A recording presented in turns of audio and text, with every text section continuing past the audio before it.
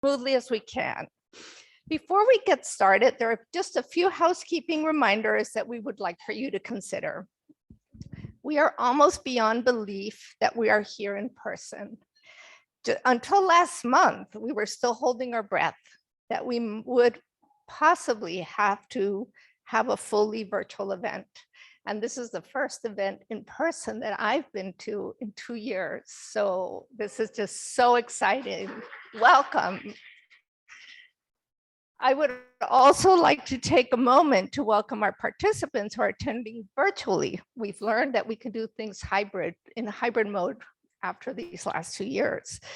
And if you don't mind, would you all please turn on your cameras and just wave to us so we can say hello and let you know that that you're there.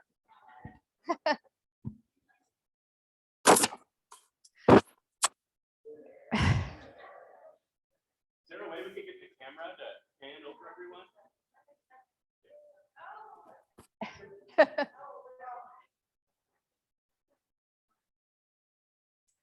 So welcome to you all. And we, as we've learned, technology can be tricky at times, and we hope for the best. And we have a great team of technical support from the Target Productions gentlemen that are here today, and they will be assisting us as we go along. We do ask for your patience should anything go awry. We all know what that's like.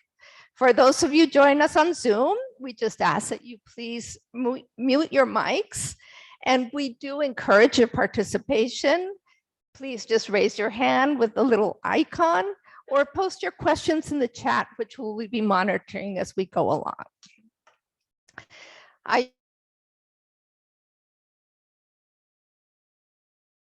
You should have full guest access in this room, but if you have any problems, please go to the front desk because that part of the technical piece I cannot help you with.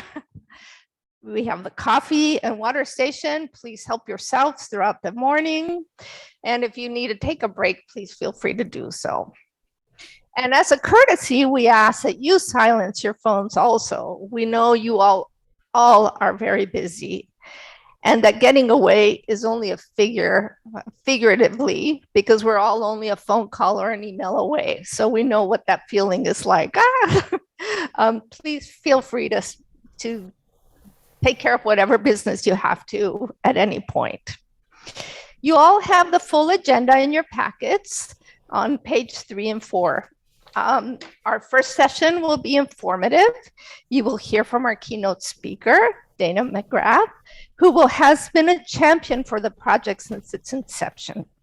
You will learn about the findings from the needs assessment and the action planning process you will be engaged in for the next day and a half. We have included built-in breaks. Lunch is on your own today. And for the late afternoon, we'll have snacks here at 3 o'clock. And we also learned that there's a free happy hour from 5 to 6. So you might want to take advantage of that in the bar next to the main lobby. Our afternoon sessions and session tomorrow morning, you will hear from your peers and engage in the action planning process. And you'll learn about some evidence-based practices that have been shown to improve retention. Us being here today is a culmination of almost 2 years of partnered work with ECI Texas Health and Human Services Commission and our team at UTEP. On page 5, you can find our grant organization chart. While it looks very neatly organized, you can only imagine the multiple hours it has taken to learn how to navigate the institutional red tape of 2 very complex organizations. But we've done this to ensure that we meet the goals of the grant. What started off as a phone call with Rachel Phillips and Cecilia Berrios a couple years ago resulted in one of 4 grants that was awarded across the nation to specifically address statewide retention of special education and early intervention personnel. This grant competition called for the partnership of 2 participation of the statewide office managing IDEA funds and an institution of higher education. I want to take a moment to specifically thank Rachel, Tammy, Sharon, and Naram, who have taught us so much about the ECI HHSC and added yet one more thing to their very busy workloads. It truly has been an honor and a pleasure working with all of you. Oh boy. We knew it took a huge leap of faith in partnering with us when we had never worked together before. So throughout the next 2 days, we also want you all to think about the leap of faith that it takes to build trusting, long-standing relationships. Today would not have been a reality had it not been for Dr. Chris for taking charge of the needs assessment, interviews, and data analysis, in addition to all of his other duties as coordinator for the UTEP Special Education Program. Did she leave the money in her room when she went to your house? And Angie Castillo, who's sitting in the back, who you all have learned from, gotten to know through her emails, Oh my God, then she's going to want to. who in 3 short months learned about the project and did most of the coordination and planning for today. Angie, thank you. The ECI Summit is about you and your programs. Wow. It's about learning from each other.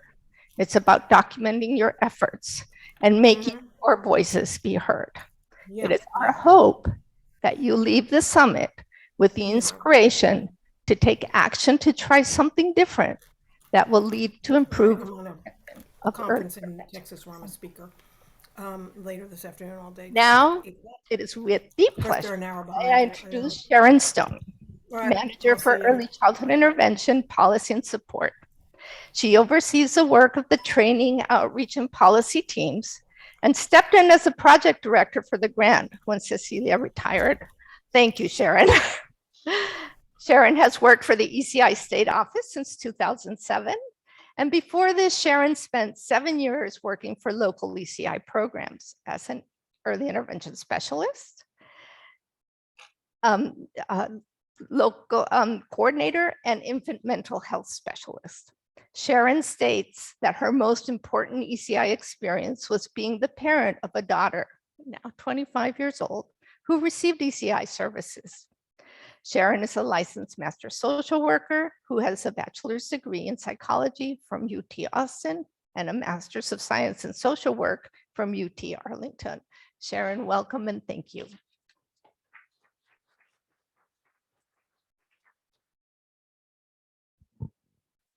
Thank you, Dr. Calvo. I'm so excited that we have so many people here in person. It took a global pandemic for me to learn I'm actually an extrovert. And so I'm really excited so many of you could join us here in person, but I'm also excited there are so many people who are participating virtually as well. When I stepped into this, and I got the applause, but really I've been involved with this for a very short time and have done very limited work on this. The credit goes to Cecilia Barrios, to Rachel Phillips, Tammy Miller, and Naran, who I've worked with for years and years, but still don't know how to pronounce her last name. You all know Naran. And of course to Dana McGrath as well. Cecilia, Rachel, and Tammy were the shepherds of this project at ECI and have done a tremendous amount of work that has led to this summit. And I'm so excited that we're able to talk about evidence-based strategies for retention. Evidence-based is an important word in ECI. I didn't know it. I didn't know there were evidence-based strategies for personnel retention until I became involved in this project. So I think it fits right in line with the work we do with families. We can apply the same sorts of principles to hiring and retaining staff. I want to introduce some other folks from the state office who are here as well. If y'all could stand up and so everybody can wave at y'all. First, I want to introduce Rachel Phillips, who is our policy team lead, the lead for policy, Medicaid, and billing. And Rachel has been involved in this grant from the very beginning. I also want to introduce Tammy Miller, who's our outreach team lead. Y'all all know Tammy, I'm sure. And I want to let y'all know Tammy does the BDI, but she does so much more than the BDI. It's been a pleasure working with Tammy and Rachel on this. Also, Naran has had such a huge role in gathering data about staff retention and is continuing. We're continuing to look at this data to see how it changes. Naran could not be here in person, but is in the group who's joining us online. So we're very excited that she could be here. I also want to introduce two of our performance specialists who are here. Monica Payne is here. I'm sure many of y'all know Monica. And Shirley Rocha is also here. They're here also to learn about evidence-based retention strategies. For those of y'all who are receiving a stipend, they'll be involved in those contract amendments. So we're very excited that they're here as well. I hope the next 2 days are really profitable for all of us. I'm excited by the agenda UTEP has prepared. It's been a pleasure working with Dr. Calvo and her team from University of Texas at El Paso, and also with the group of expert consultants that they've put together, who you'll be hearing from later today. I'm just excited to welcome all of you. And let's see, I'm about to welcome I'm about to welcome Dana, but I don't have her bio. Thank you. I work with Dana every day, but I don't know all the specifics of her bio, so please excuse me. I'm sure you're all familiar with Dana McGrath. She's the Director of Early Childhood Intervention Services at the Health and Human Services Commission.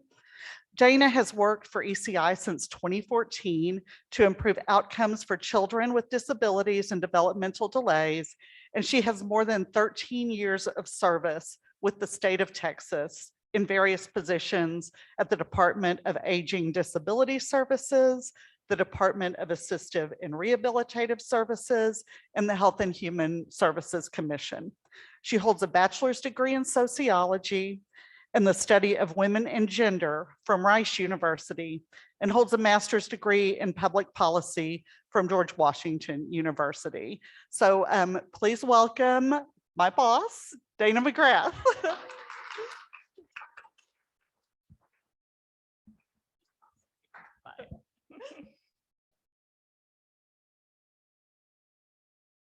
All right, good morning, everyone. It's wonderful to be with everyone here this morning, focusing on personnel retention. As Dr. Calvo had mentioned, Texas was lucky to be one of only a handful of states to receive grant funding to support and improve retention of ECI staff statewide. So we're so excited to be here at this summit and provide this opportunity to learn about strategies for staff retention that are evidence-based. We're also just so excited to be able to be here in this hybrid environment and see many of you that we haven't seen in 2 or more years in person, as well as offering the opportunity for those who aren't able to be here to still learn about these strategies along with those of us who are. We want to thank all of you for participating, however you're participating. And we also want to make sure we thank our partners from the University of Texas at El Paso who have organized this summit and provided valuable support for this work on the grant. We'd also like to thank members of the Personnel Retention Advisory Work Group, including some of you who are here, as well as those who couldn't attend. The Personnel Advisory Work Group has offered valuable support on all of our grant activities throughout this process. And I also want to share and echo thanks for the state office staff who did the work to apply for this grant and have put in many hours coordinating the grant activities. It's definitely taken a village to get to this point with lots more to come. So we appreciate everyone's contributions. Early intervention has always been a challenging field for a variety of reasons, but over the past couple of years, we know the challenge has significantly increased. The COVID-19 pandemic has changed nearly every aspect of life, and the work of early intervention is no exception. Stressors on families and staff have increased, and work-life balance, always a challenge for early intervention providers, has become even harder to achieve now that the home and the workplace have merged. Providers are being asked to carry more emotional weight for families experiencing health or financial crises, do more planning for their intervention sessions, and deliver services in new ways with few additional resources. Meanwhile, salaries in the private healthcare sector have been increasing in ways that ECI programs can't keep pace with. So it's no surprise that ECI programs are facing challenges in recruiting and retaining qualified staff. We also know that staff turnover in ECI is counter to improved outcomes for children and families. Families with children with delays need providers who are familiar with their strengths and needs. A revolving door of therapists and service coordinators and EISs can leave a family feeling confused and unsupported. That's counter to our mission. Still, we know ECI can be a rewarding career for many people who want to make a difference in the lives of children and families. There's nothing like hearing a parent talk about their baby's first word or first step, or the first time their child interacts with another child at daycare, and knowing that you played a part in helping caregivers support their children to reach those goals. We've all read the articles that cite research saying workers may accept jobs based on salary, but they rarely leave jobs solely for monetary reasons. Now, it's easy to be skeptical of those reports, but I bet if you think back over your own career, you'll realize that the reasons that you often stayed in jobs or left them usually had a lot more to do with emotional rather than financial rewards. I know that's been true for me. But tapping into each employee's emotional needs isn't easy or straightforward. Every employee is unique and is seeking different rewards from the work they do. Each person ascribes a different meaning to work and has different expectations of how a workplace should function. They also all face unique personal and professional challenges of their own. Navigating these differences is difficult for any employer, but it may be even more challenging in a home visiting field. An employer can control the environment in an office setting, but they can't control for what happens in a family's home. Early intervention providers often feel overwhelmed, isolated, and burned out. As you know, ECI requires providers to work with families using evidence-based practices to the greatest extent possible. These practices have a proven track record with research to show they're effective. Well, as Sharon mentioned, fortunately, there's also some tried and true evidence-based strategies to address staff retention in early intervention programs. And over the next 2 days, you'll learn about some of these strategies from national experts, as well as from other Texas ECI program directors and staff who've developed practices in their own programs to support and retain staff. So let me just use this opportunity as well to give a big thanks to these programs for being willing to share these strategies with all of you. Richard Branson has said, clients do not come first, employees come first. If you take care of your employees, they will take care of clients. The retention strategies you'll hear about today and tomorrow are designed to show employees that they come first. For example, you'll hear about strategies to provide a positive work environment, enhance staff training and professional development, and provide mentoring opportunities. You'll also learn ways to support pre-service education in your area, to develop a qualified pool of applicants who have knowledge of child development, working with families, cultural competence, and who've heard about the ECI program. But you won't just hear about strategies that have worked for others. Just as each family who receives ECI services has their own unique strengths, concerns, and priorities, so does each ECI program. And our goal for this summit is that each of you will leave with an individualized retention plan for your program with practical strategies for hiring, developing, and keeping qualified staff. You'll also notice that we do have several staff here from the state office who Sharon introduced. We're here to listen and provide support. Personnel retention is something that's very important to us as well, and that we've been trying to work on in different ways from our own level. As I think many of you know, we've recently amended our Texas Administrative Code rules to make hiring qualified early intervention specialists easier. We've also established letters of collaboration with 21 different universities across the state of Texas to support pre-service preparation for EISs, and we'll be reaching out to more universities. That's always a work in progress for us. We attend job fairs and conferences to promote ECI as a career for providers from a variety of disciplines, but we want to do more to support your ability to retain and hire qualified service providers. So we'll be here listening to the presenters to identify ways we can expand our support for pre-service preparation, promotion of careers in ECI, and training and development for early intervention providers. If you have suggestions for how we can better support these efforts, we want to hear them.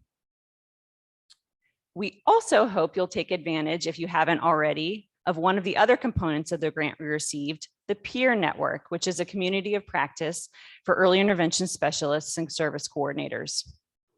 Like the other strategies you'll learn about, communities of practice are an evidence-based way to increase staff retention.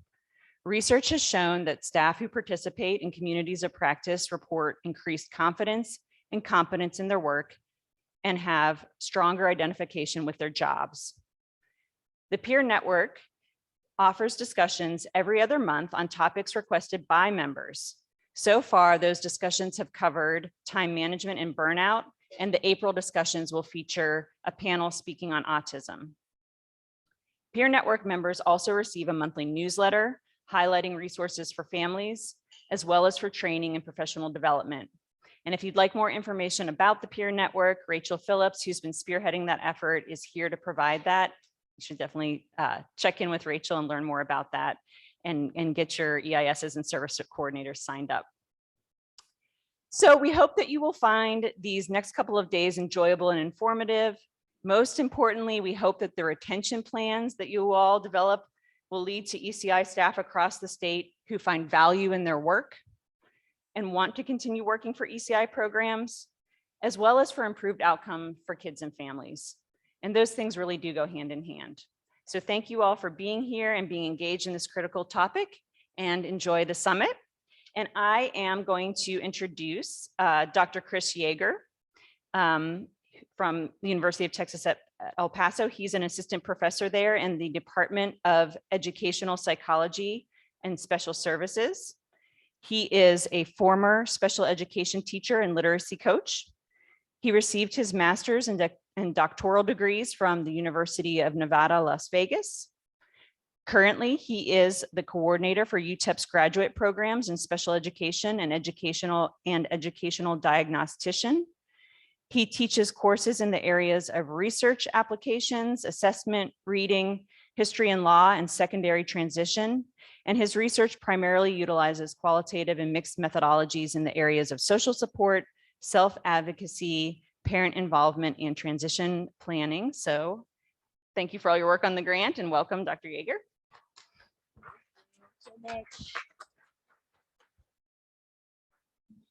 Thank you so much. I'm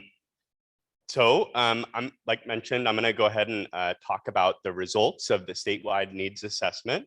I'm glad that it's early and you're all fresh, because we're going to be getting into some data. I promise some of the next sessions will be a little bit more interactive, but I'm really excited. A lot of you participated in this project, and it's really informative data that I think is going to be really helpful.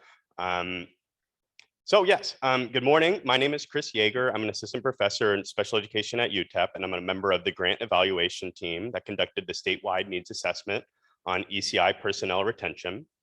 Today, I'll be going over some of the results of that needs assessment and discuss how we synthesize these results to design the summit. Before getting started, I'd like to thank all the participants, many of whom are in this room, for opening up and sharing their experiences. Retention and turnover can be a challenging topic to talk about, and we couldn't have gathered these findings without your honesty and your openness and your vulnerability. Go to the next. I'd like to start by quickly reviewing some of the national and statewide data. I do believe you all will get a copy of this presentation. We'll also have a report as well that you'll be able to see. There's a lot of information on the slides, so I hope you're able to see that. But some of the national and statewide data motivated our team to really look further into ECI personnel retention. Primarily, I'd like to highlight the fact that retention is a concern nationwide, not just in Texas, with almost all states in the US reporting shortages of ECI professionals. Furthermore, when surveyed, ECI program directors across the country report that the most stressful part of their job isn't complying with federal or state requirements, or even the lack of funding. Consistently, they report that most of their stress comes from navigating a lack of providers and a lack of staff. The next one. Specific to Texas, data collected by HHSC indicates that approximately 14% of ECI personnel turnover each year, with a range of 5 to 42% for individual programs. Digging deeper into the data, we found that there is little correlation between turnover rates by region in Texas, type or size of program. Looking specific at ECI personnel roles, we can see that EISs and SLPs account for the vast majority of the turnover, with OTs, PTs, and supervisors following. Go to the next. To support states in addressing personnel retention, the federal government, Office of Special Education Programs, sponsors grants, such as the one funding this project, and compiles a variety of resources on its Ideas That Work website. OSEP's framework for effective personnel for all is important to consider when thinking about retention. They not only highlight retention, but they also emphasize attracting and preparing effective personnel, which directly overlaps with the retention efforts. It's a great website, has lots and lots of information about these evidence-based practices that we'll be talking about. Similar to OSEP, the Early Childhood Personnel Center, ECPC, in their framework for building a comprehensive system for personnel development, recognizes the fact that recruitment and retention efforts are interwoven with other critical personnel development efforts, such as training, leadership, and addressing standards set by the field. It's a wide scoping challenge. You go to the next one. Beyond looking at work being done nationally to address ECI personnel retention, we also reviewed the research literature on the topic. As many of you know, most of the research on retention, turnover, attrition, focuses on early childhood education or pre-K through 12 special education. Although many of the factors that influence retention for these educators are likely similar to those that impact other fields, we really wanted to specifically look at what makes ECI unique in its personnel retention efforts. We were able to draw on a small body of literature on research that specifically looked into factors such as self-efficacy, stress, and supervision, but really looking into the literature, there's not a whole lot that focuses specifically on ECI. Go to the next one. Having reviewed the national efforts and research literature, we embarked on a statewide needs assessment to determine the unique needs of ECI programs in Texas. Given the lack of research specific to ECI programs, we designed a broad study that would merge together multiple data sources, including interviews, surveys, and extant data from HHSC. Our research questions sought to identify the specific factors that influence ECI personnel retention. We also investigated how these factors were influenced by program level factors like region, type, size, and historic turnover levels in the program, and personnel level factors like the role of the personnel and their experience level. You can go to the next one. For study participants, we were able to recruit about 2/3 of the ECI programs in Texas to the study. Although we weren't able to get in touch with all the programs, we feel really good about the wide range of perspectives that we captured in this sample. It was representative of the state's different geographic regions, and we also had representative perspectives from both urban, rural programs, although most programs serve a wide range of the county or multiple counties. Small, medium, and large programs, community centers, private nonprofits, education service centers, and independent school districts, and programs with historically high, moderate, and low turnover levels. So we think we were able to capture pretty much all the perspectives that are around the state. Like I mentioned, our primary data collection tools were surveys and interviews. We used our review of the research literature to design both of these. In total, we identified 24 survey items to identify first, the program resources and activities related to retention that folks have access to, such as recruitment retention plans, mentorship programs, and incentives. And then B, we also identified the needs of programs related to retention and turnover, such as competitive wages, caseload sizes, and state or federal support. We also included an opportunity for programs to identify additional factors not considered in the survey. Go to the next.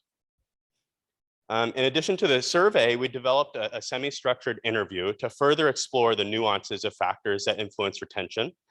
These interviews were conducted over Zoom and took about an hour. Our guiding questions allowed us to gain a better understanding of the specific ECI program and the program director's perspectives on barriers to retention, the steps that they've taken to improve retention, the differences in retaining personnel with different roles and experience levels, and the resources, supports, or policy changes that they'd like to see to improve retention.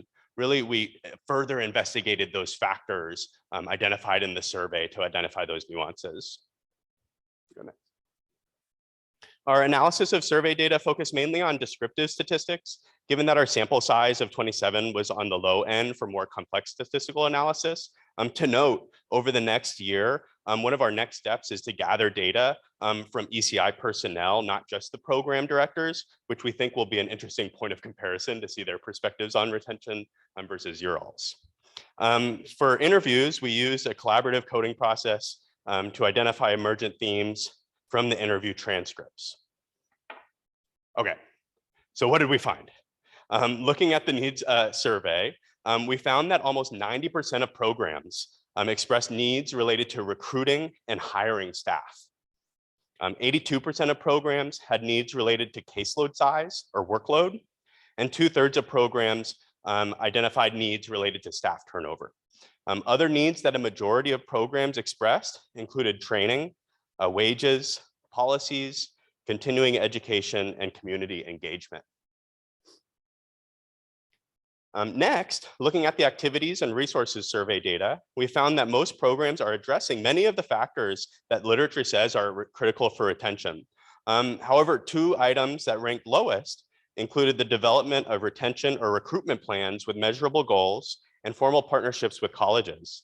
One of our goals for the summit is that all attending programs will have actionable retention plans and concrete strategies for measuring progress and the effectiveness of these strategies over time. We also have a stress session based on strategies for developing partnerships, such as those with colleges, to build that sustained personnel pipeline. All right, moving into our interview results, we categorized our findings into 3 key factors that influence retention and turnover, including personnel level factors, program level factors, and national or statewide factors. Our participants spoke about program level factors most often.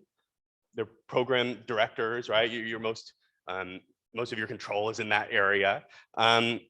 Discussing incentives, which we included salary in that one, workload, program culture, the hiring process, training, which we also included discussions of mentoring in that box, program culture, schedules, and travel.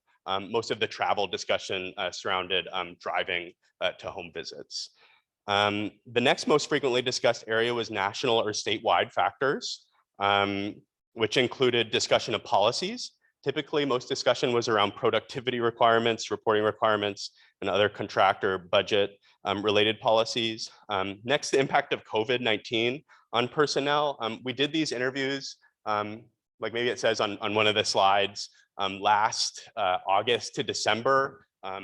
obviously the pandemic is still on most folks' mind, but it definitely was then as well.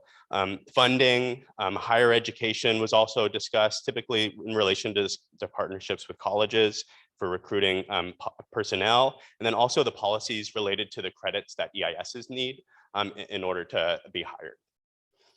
And then a general awareness in ECI and professionals and the community at large. It's in the last one. So then lastly, program directors also discuss personnel level factors that influence retention and turnover. This included discussion of retirement, which is the goal, right? that's probably where we want folks to, when we want folks to leave. Personnel moving out of town or out of state. Family responsibilities, which often included discussion of personnel having children or balancing family responsibilities with work. And then lastly, well-being and mindset. Well-being included discussion of staff having physical or mental health challenges. And then mindset included discussion of personnel really buying into the program or profession or not. Okay. Although I won't spend much time on this, it's important to note that although these categories are helpful in breaking down the factors that influence retention, they certainly overlap and interact with each other. Retention and turnover are complex issues, and they're individualized issues, like Ms. McGrath mentioned. But there, likely two or more factors influence one's decision to leave or stay. One clear example is that obviously federal and statewide funding influences a program's ability to hire personnel, pay for training, and provide competitive salary. Another example would be how a program's culture and workload requirements for a position can influence an individual staff member's well-being, but then also vice versa. A staff member's lack of well-being can cause work to pile up, which can cause influence their stress and can influence their interactions with staff, which could influence the whole program's culture. Each of these multi-directional connections exists for nearly all the factors. We can talk about this at happy hour if you want.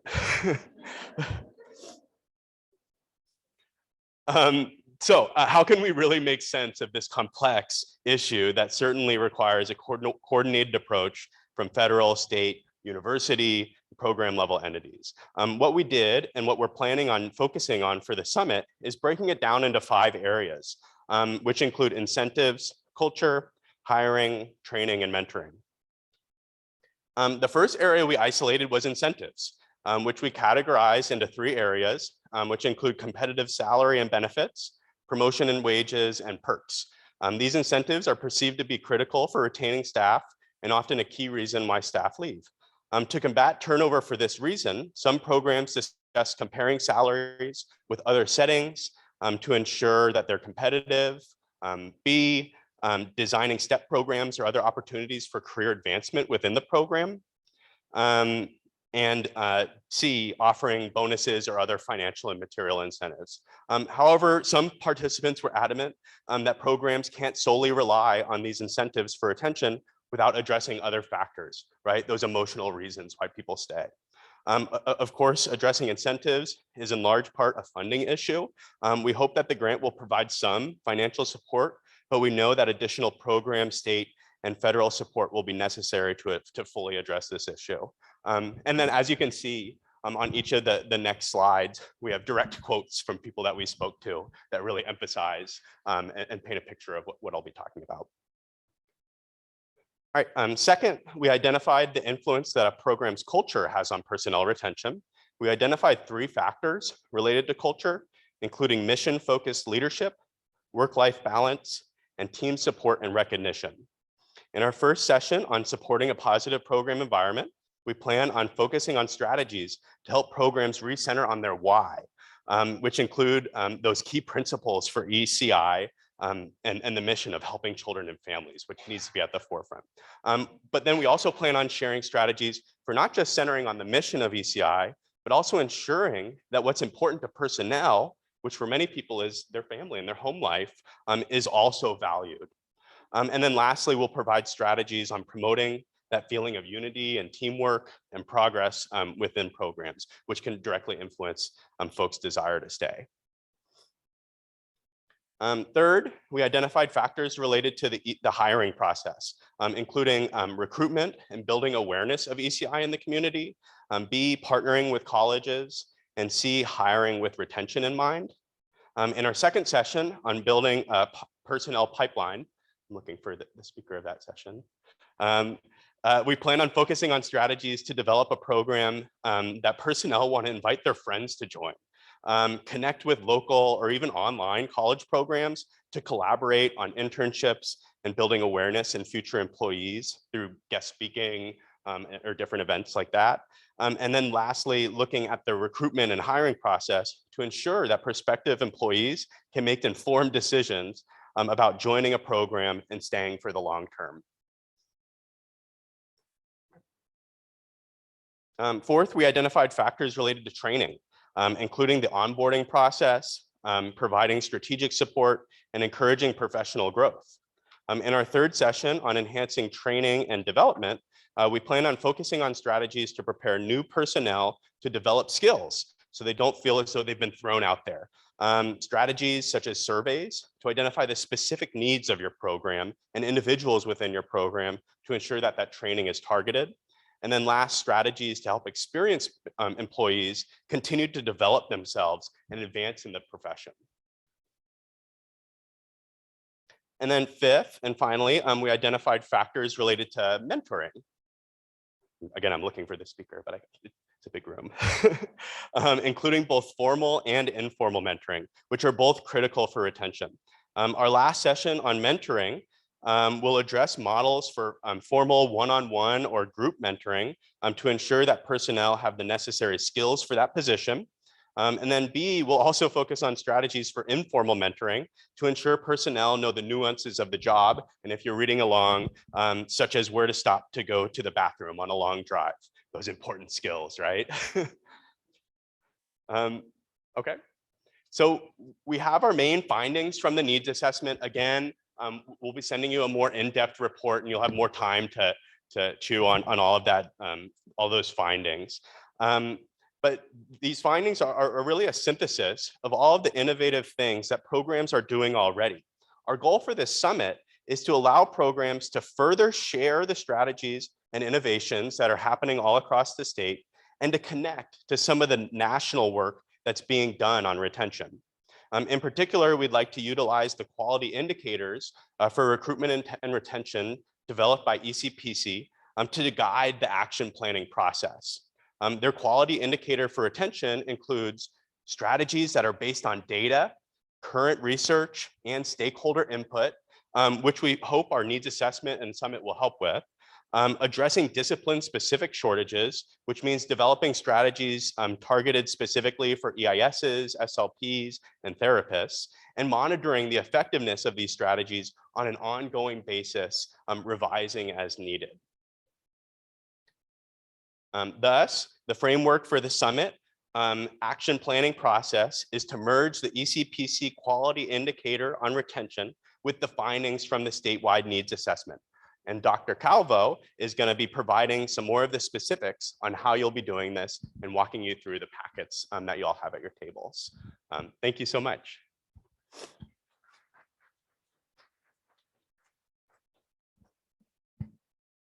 And I think we'll do any questions about this, or will we do questions with the whole group after? Okay. I think maybe we'll bring back folks from folks who just talked to come up for questions. All right. Thank you. So as you process all this information, I want to just walk you through a little bit of, or walk you through the handouts that you have, the packet that we tirelessly worked on and to try to get it as perfect as we could. But if you go to page 6, there's it says Eci Summit Program Reflections, and it's our opening session today. And before I go through the rest of the packet, I would like for you to take 5 minutes and list your organizational strengths related to personnel retention, and then list your needs related to personnel retention. You have not had a chance to prepare for this. We're asking you to do this cold and on the spot. So please just jot down any thoughts that come to mind right now. So we'll give you 5 minutes for this.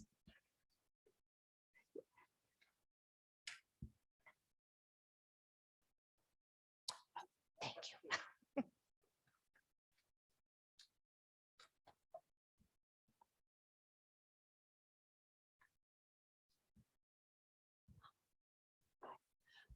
for those of you on Zoom, please let us know if you got the packet as a link.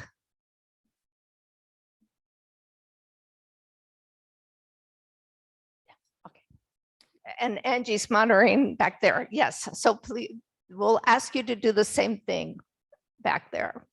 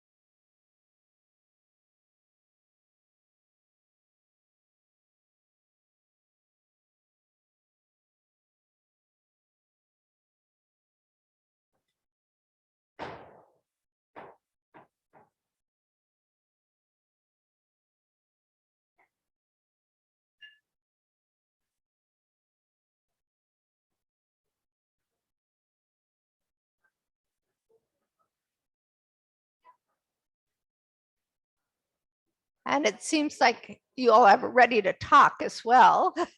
So if you have finished your thoughts, talk about them amongst yourselves in your groups and share some of your thoughts and reflections about your strengths and some of your needs.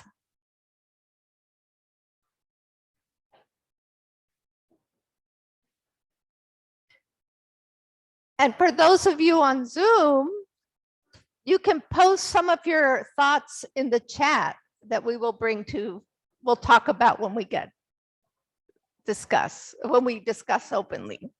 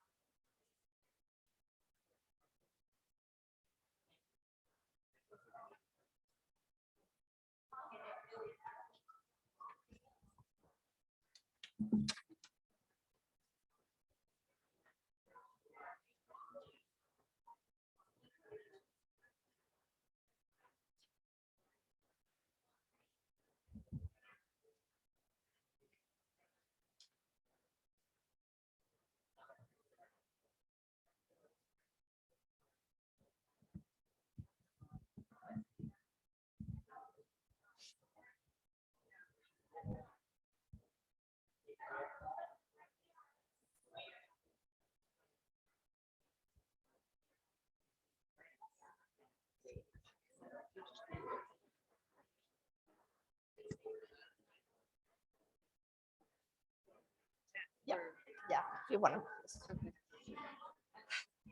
Celine Mills or Celine Miles? Miles?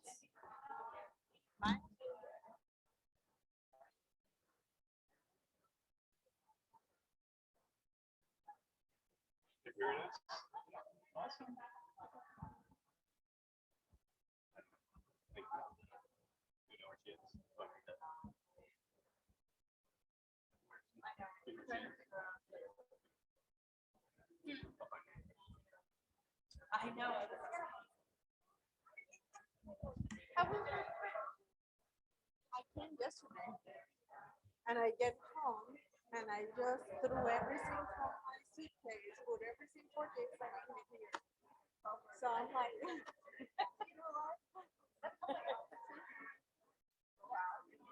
Everything, you know. and my husband's like, hi, honey, are you okay? I'm like, yeah, I called me because it was with the tornado hitting us and everything. I didn't have my suitcase, so I worked yesterday. I have an Audi, I'm in the middle of an Audi, and then I returned to the airport, so it was really stressed, but I'm like, I'm going to call you when I'm driving, so I will not fall asleep. And then we were talking and catching up each other. Yeah. I have a wonderful husband. I am so happy you're here. Chill.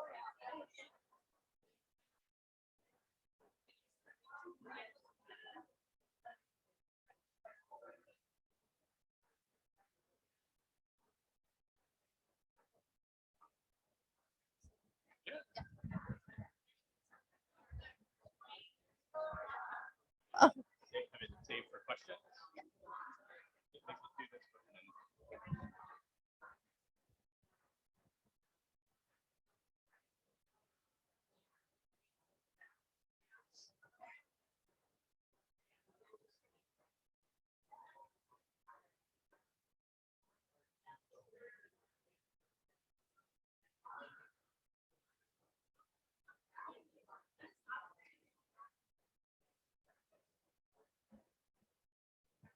Okay, if I can get your attention again. Thank you so much for sharing amongst yourselves. You'll have many more opportunities throughout the day and tomorrow to continue to share. And that's what we hope, that you get that opportunity to really engage throughout the rest of the event. So why are action plans important? I know you probably do this on a daily basis, or you're constantly being asked to do this, but why are they important? They provide an opportunity for us to reflect, right? In your busy schedules, and when we're dealing on day-to-day issues, oftentimes we don't take the time to just say, what are we doing? What are we doing right? What do we really need to do? So that reflection piece is really critical, right? It brings people together to address a challenge to benefit change, right?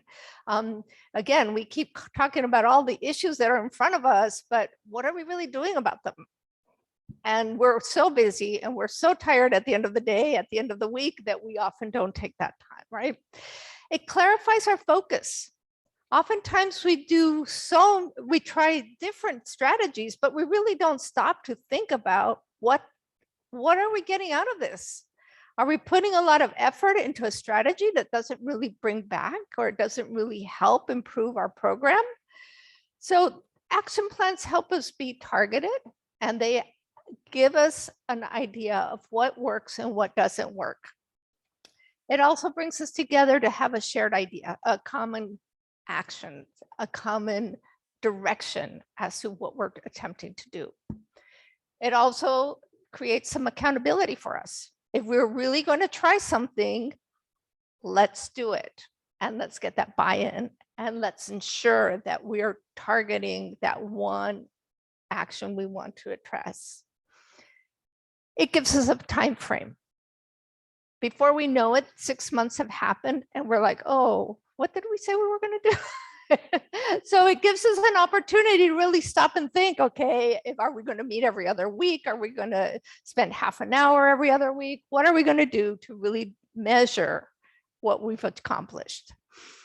It also gives us a chance to reflect on if it's working or not working, right? Not every best idea ends up in a good or in a result in something that's beneficial for us. It provides a measure of success or an opportunity to direct based on evidence. Did it work or did it not work? And not everything has to be a positive result, but it does give us that opportunity to switch gears and move on to the next thing.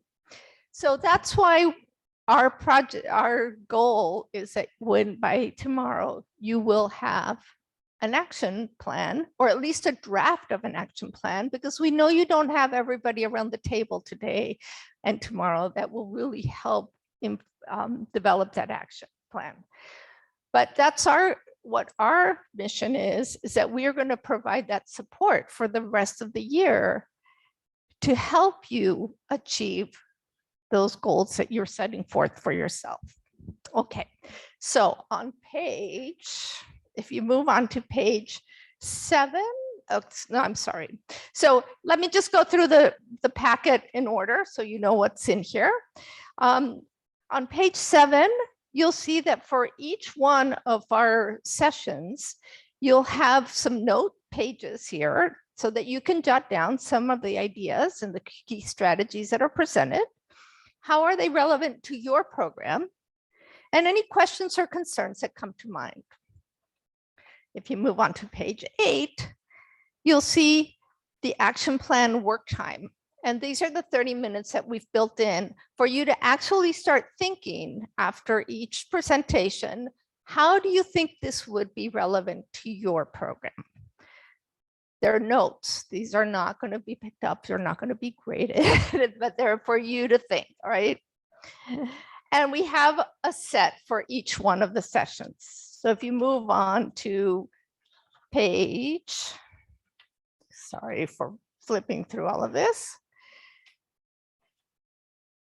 to page 16 and on, you will see this action plan format that we've developed. It's simple, but we're hoping that this will be something doable for you. And we will also be providing you a sample of an action plan that you will leave with tomorrow. So this is just a quick overview of what you'll be engaged in for the rest of our summit. And at this time, we'd like to open it up to questions, reflections. Angie's going to read off some of the questions that pop up on Zoom. And this is your time to share. Oh yeah, share them, please. If you want to share something, just let us know, because with the mic, then people on Zoom can hear you better. Yeah, I was going to run around the Okay. room.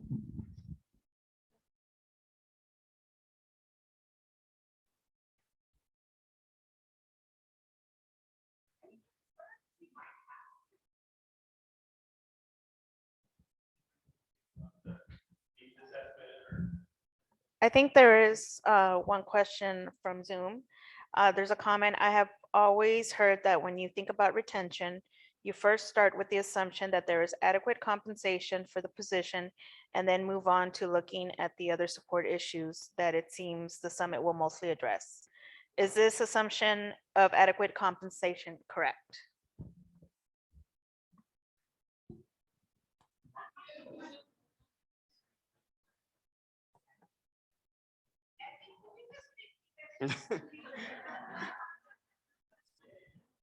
I have always heard that when you think about retention, you first start with the assumption that there is adequate compensation for the position and then move on to looking at the other support issues that it seems the summit will mostly address. Is this assumption of adequate compensation correct? I think so. That's how I kind of phrased my presentation, right? Starting with the importance of incentives and the financial aspect. But with this summit, yes, we want to focus on those 4 strategies that we believe we can put in place while over the next year or 3 years, depending on how long the grant goes, we'll be able to work with the state, we'll be able to work with other programs and really advocate for some of those financial needs that are so obvious.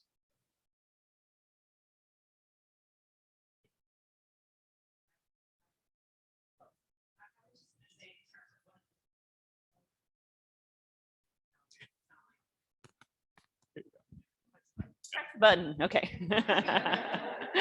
One of the things that I was talking about in my remarks also is the research that says that while you might take a job for the pay, you're attracted to a job because the salary meets your requirements.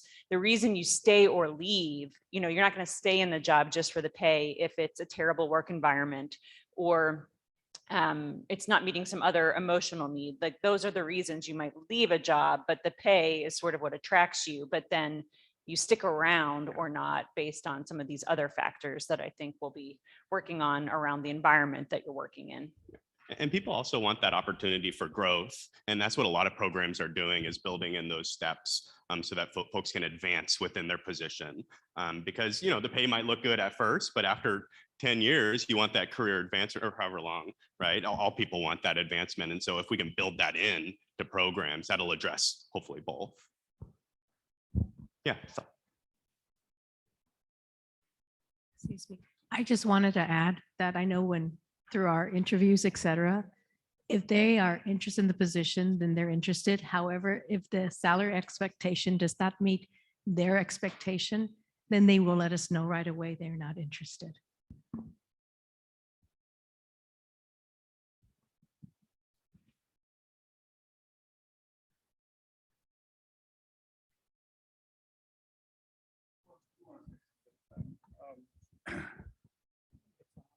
Hello. You know, just, you know.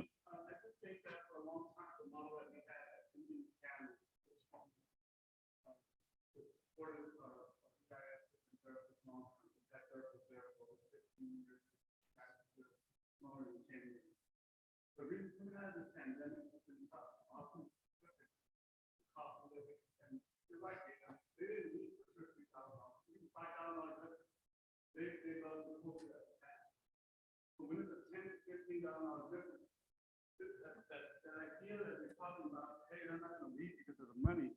They might not, but they could, because $10 to $15 over 10 years is over $100,000. And that's kind of the competition that we're looking at. $2,000 or $3,000 or $5,000. So $10 to $15.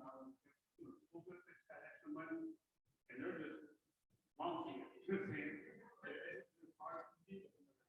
And you're right, we've had some people leave, you know, perhaps emotional, they don't want to do CI, they go to HR. But that's the part that I think that I want to make sure that we're aware of. I love what we're doing here today. I think this is very important. We've done it for 15 years, 20 years, I think we can. So, and it does work. So the financial piece is raised at the level that it's at today. It's very hard.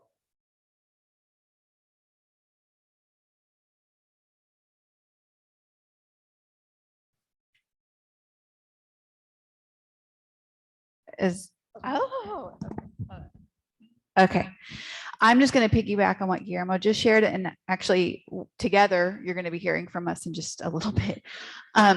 But I agree. And so what I was thinking before you stood up, Guillermo, was I think it's important for us to acknowledge that this is wonderful and this is great work that we're going to be doing the next 2 days, but it's very much, we're in an environment and climate where it is evolving quickly now.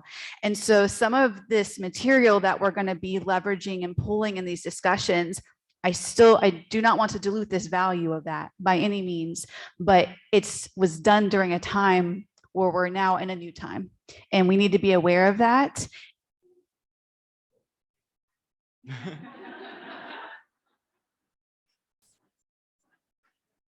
That was not intentional. I have the red button. It's still red, but I have the mic again. And so I think it's a challenge to us to try to project what we anticipate the next few years to look like and try to get ahead of that creatively together. And it's going to take us together to do that. Yes.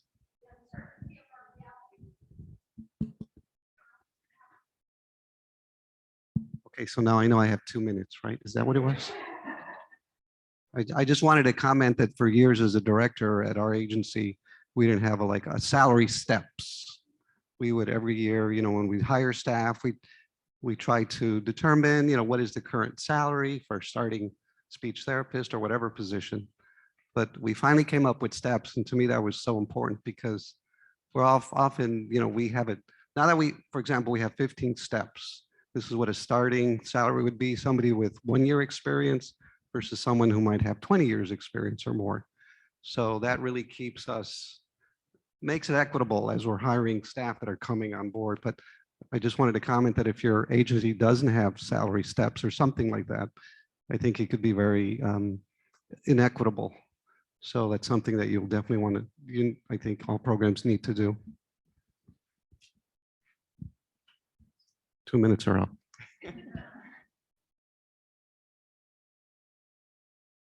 Any other questions, comments? Just a comment. I don't even want to get into the step thing because I think you have to have enough staff to be able to allow them to step up. And that's sort of an issue that we have faced. But along with the salaries, I think one of the things that I have heard from therapists actually leaving our program is the complexity of the requirements that they deal with on a daily basis, and that it was just too much. And so why stay with ECI, even though they love working with babies?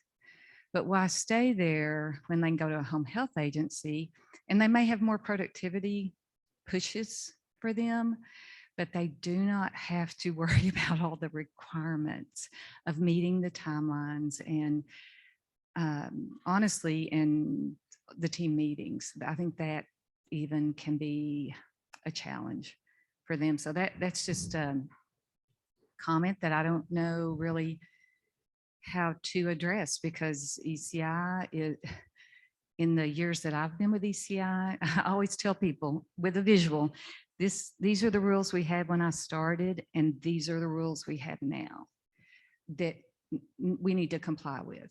So it's just a very complex system. And I don't know how you help people understand that when you're interviewing. You can tell them, you can even show them, but until they're in there doing that, it's really difficult for them to know what all that involves. And yeah, and then it's a deer in the headlight look a little bit. So yeah, that was just my comment. And on Zoom, we're getting a yes, yes, yes to that comment.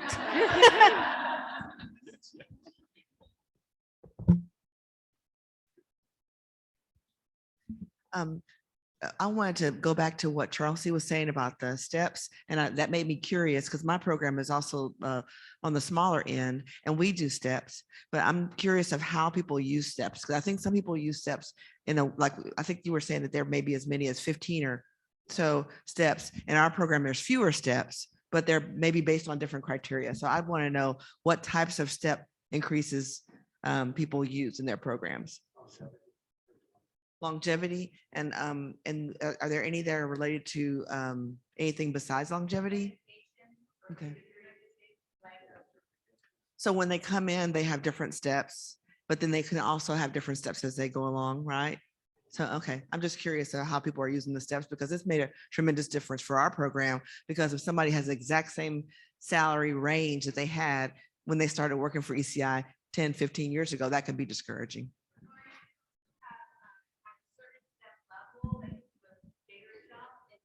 That they have to have a competency exam that they have to pass.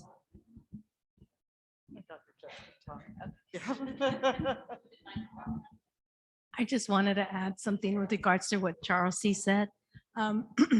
So many of our therapists, we get them from home health and from private practice and from the schools, and they stay a long time. And it is true that ECI is very complex. And there's a lot, I think most of that is we try to deal it at the leadership level and see how we can make that as easy and practical for our service providers out in the field. But I just wanted to share that that's where we pull a lot of our staff from the outside agencies. And our program, our agency is a employer of choice, but we also have a very strong agency, very strong retirement benefits, et cetera, which really helps as well.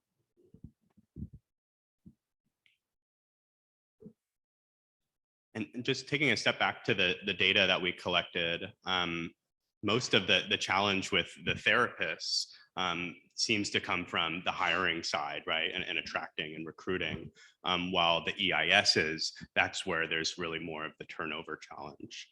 So again, right, it's looking at these different factors and different roles.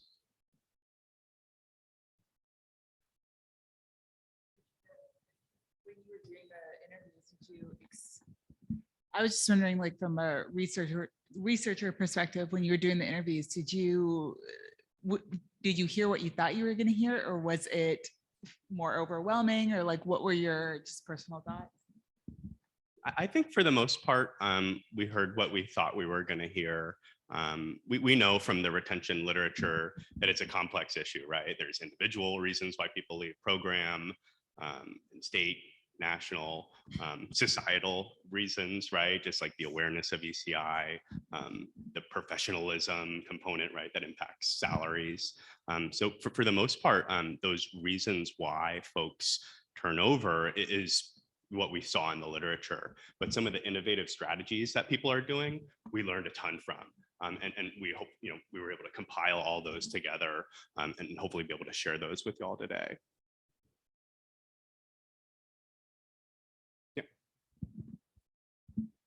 I've considered this a lot, in this, getting an opportunity to work with the work group.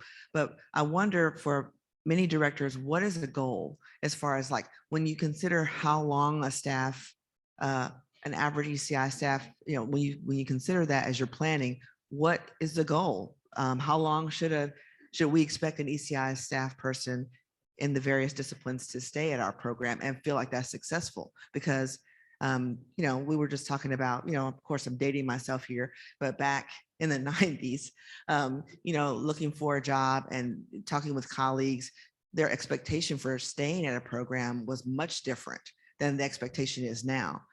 So, a staff person coming on onboarding, knowing that they are only looking to stay 3 years, and they feel like that's going to be a long time at your program, versus when I was looking to start at ECI, I was looking at trying to retire somewhere, and that as a focus, perhaps. Ooh, look at how I dated myself just then. See, Wilma Flintstone. And so some of you are like, who is that? And so I think that makes a difference too, because sometimes if we think about from the perspective of some of us that have been around a little longer, we might, if we refresh our way of thinking, then we might feel like we may realize we have more success than we think.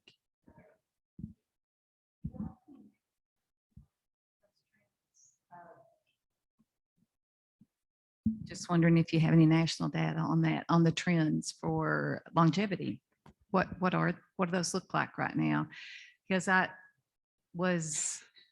this was a couple of years, this was before the pandemic, a conference I attended where the average length of stay, now this was across all sectors, not ECI specific, was 1 year. That made me feel a little bit better though when I heard that. I don't have the national figures off the top of my head, but I think maybe what Ms. McGrath was mentioning about it being so individualized, right? Every staff member that you hire has their own career plan, and I think the goal should be to help them meet that career plan rather than something unexpected. And of course, unexpected things happen, but the more that we can, reach, if they want to stay 3 years, let's hopefully get them for 3 years. I think it has to be individualized. But we did hear that a lot, that over time, folks are turning over a little bit quicker than they used to in the past. My question was, in your research, did you look at ECI as a whole, or did your research contribute like according to different roles, like SLPs versus OTs versus EISs, or was it retention overall? Like, did the data show disparity? Absolutely. I didn't present on that fully today, but we do have data that's coded for each of the roles. Typically, we categorize it as EISs, service coordinators, case managers on one side, and therapists, SLPs on the other. Those seem to be the trends. But yeah. And bilingual versus monolingual? We heard some conversation of that, but not a lot. So we also have a comment on Zoom. In San Antonio, we have 16 school districts to compete with, not so much with salary, however, with the amount of time off during the year. Christmas break, spring break, and summers. Therapists have many choices in general, and this makes for great challenges, even with very competitive salaries and great benefits. Yeah, that was absolutely a common theme, is the competition with schools, including the holiday time and the summer break.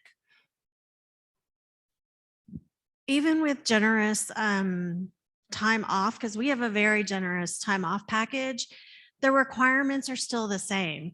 So we hear a lot from staff like, yes, I have this time off, but when I go on vacation, I'm still required to deliver the same amount of hours and visits. So that is a challenge. So that is no longer a buy-in factor for people, the time off. I was going to also add, I don't know if y'all have noticed, but for longevity, it seems to be the generation, because like Noreen was saying, I'm a dinosaur. I've been here 27 years, but the newer generation, they're not staying for 5 years, so it's definitely a challenge keeping the younger generation longer.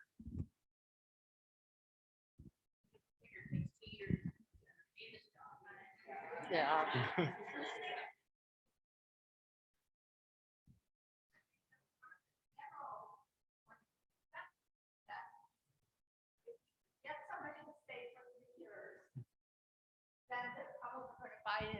To stay much longer. And that's the research with teachers as well, right? Those first 3 years are critical. So it's how do we think about changing those mind frames to encourage, right, and to support our younger generations to really buy into a job that they probably are passionate about.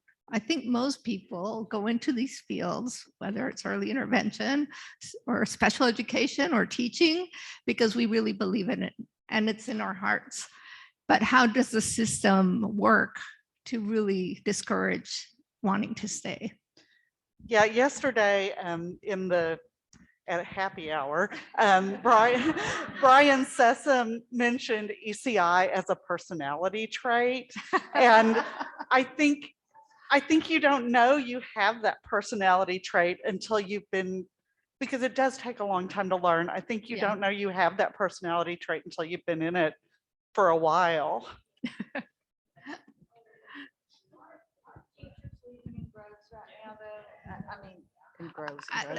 Droves. Yeah, teachers are leaving the field as well. And I think this is,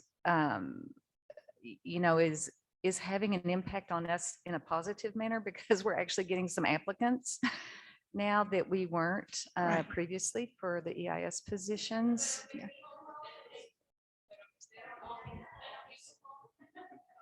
Oh, not all of them. You're right.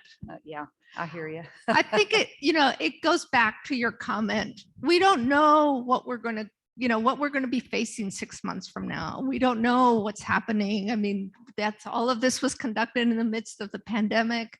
We were all switching gears. We all had to learn new ways of doing things. But I think one of the things that I'm hearing, that it is happening, is that school districts, for example, are starting to pay their teachers more. There are changes that are happening. So maybe this is the momentum that we have to bring to the table through the data you all have shared with us, to really have some data to say, we need help to really improve outcomes for our young children and their families, right? We are the foundation of what's going to happen to these kids. So I think I want to be positive that if we cannot stay in what we used to do, to really think about what we can do, that's what we can do today. So we will have many more opportunities to continue this conversation. Angie, any other comments from our Zoom participants? So it is time for a break. Thank you so much for engaging with us and for listening to us. Please take a 15-minute break, and we'll see you back here at 10:30. Oh, coming right back at 10:30.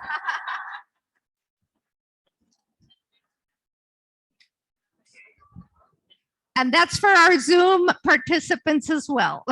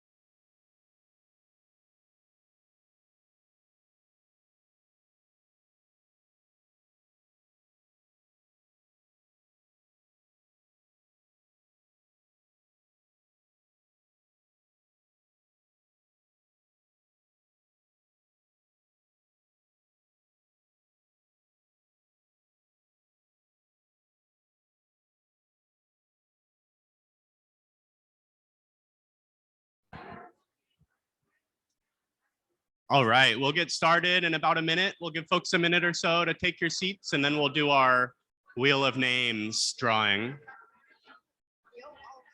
I do have the wheel all set up.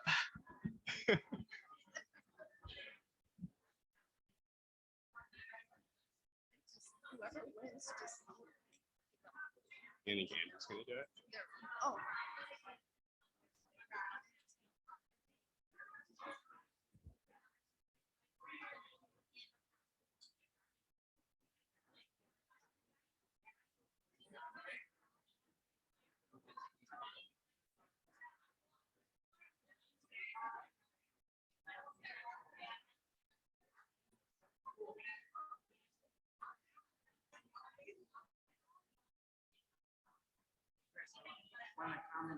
Working for ECI is like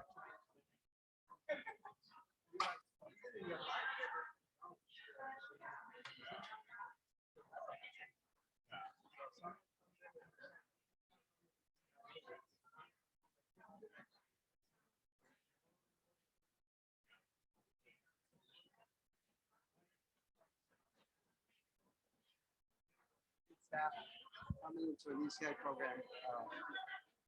They have to, usually you find out very quickly whether they not like ECI or not. And within a short period, they'll learn it's not for them. Yeah. Good fit.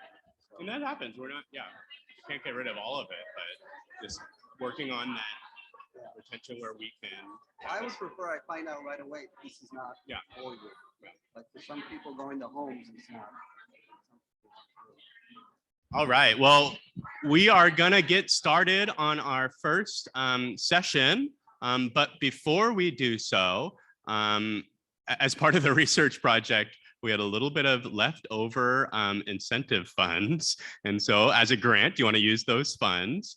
So we decided that we would give away a couple gift cards today just for fun. So if your name gets picked on the wheelofnames.com, wheel of names, then go to the back and give your name and email address to Angie. She's standing up, and we will send that to you virtually. Dun, dun, dun. I think there's over 75 people on the thing. So there's a chance. We'll have how many? 10 opportunities. All right. Does it have a sound that goes with it? I don't know.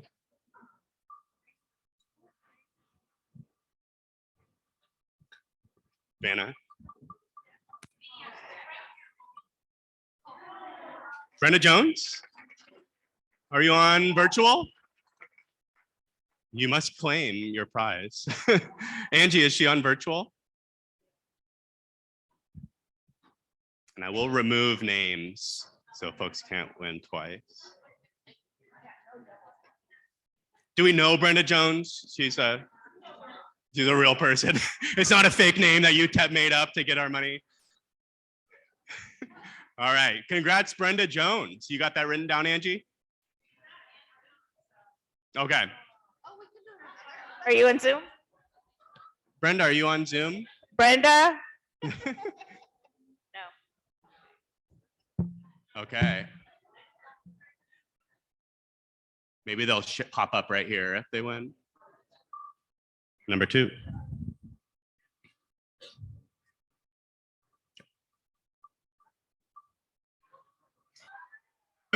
Oh. Sarah McDonald, raise your hand. Congratulations. Go to Angie in the back and give her your name and email address, and we'll be sending it to you right away. All right, Brenda Jones, speak now or forever hold your.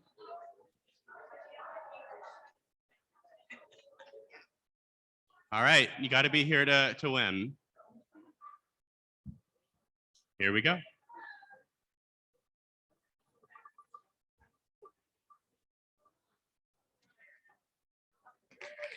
Tanya Vargas, are you on Zoom?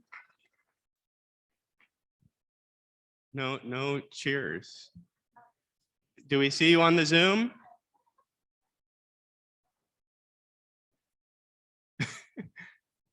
Dun, dun, dun. Nope. All right. This is good. All right. We spin.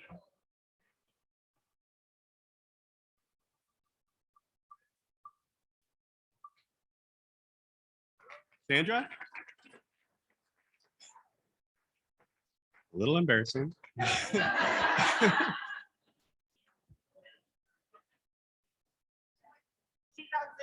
Are you on Zoom? Yeah. Yay! Congratulations, Sandra. Let's see if we can get you here. I have your email. Are you there? Can you show us your face?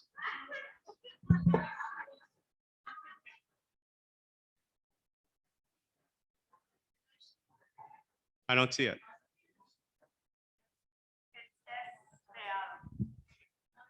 Your winner, everyone. All right, we'll move on.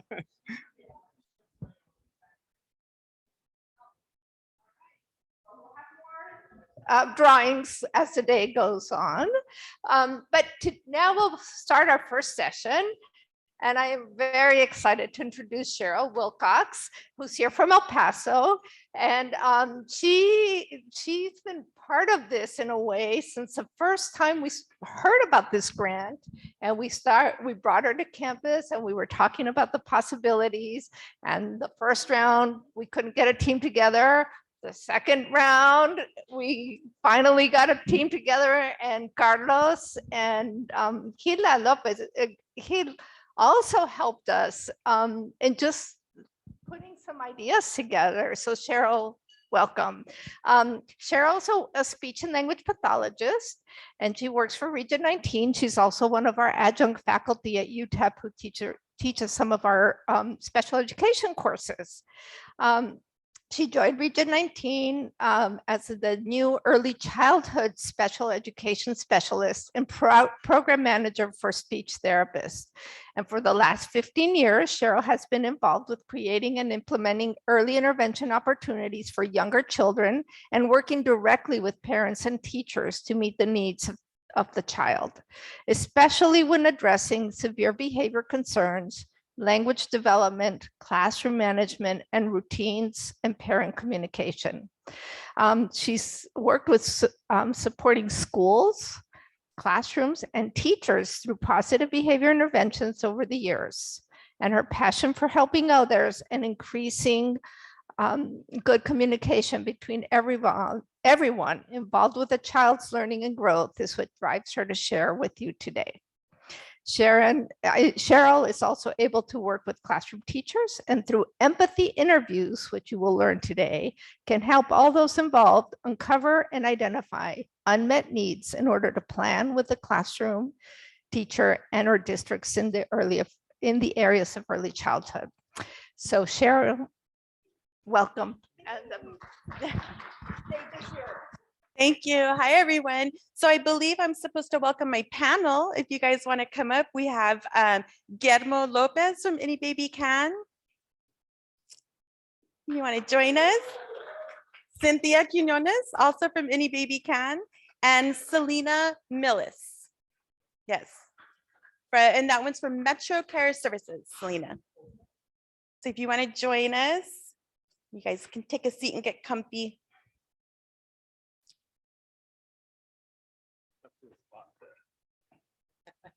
There you go. All right, so I'm just going to ask the panelists a question and have you guys start answering the question. You can decide who wants to go first and maybe describe a little bit about yourself as well. So describe your general approach towards supporting a positive program environment for your ECI personnel. I was closest, so I got the short straw.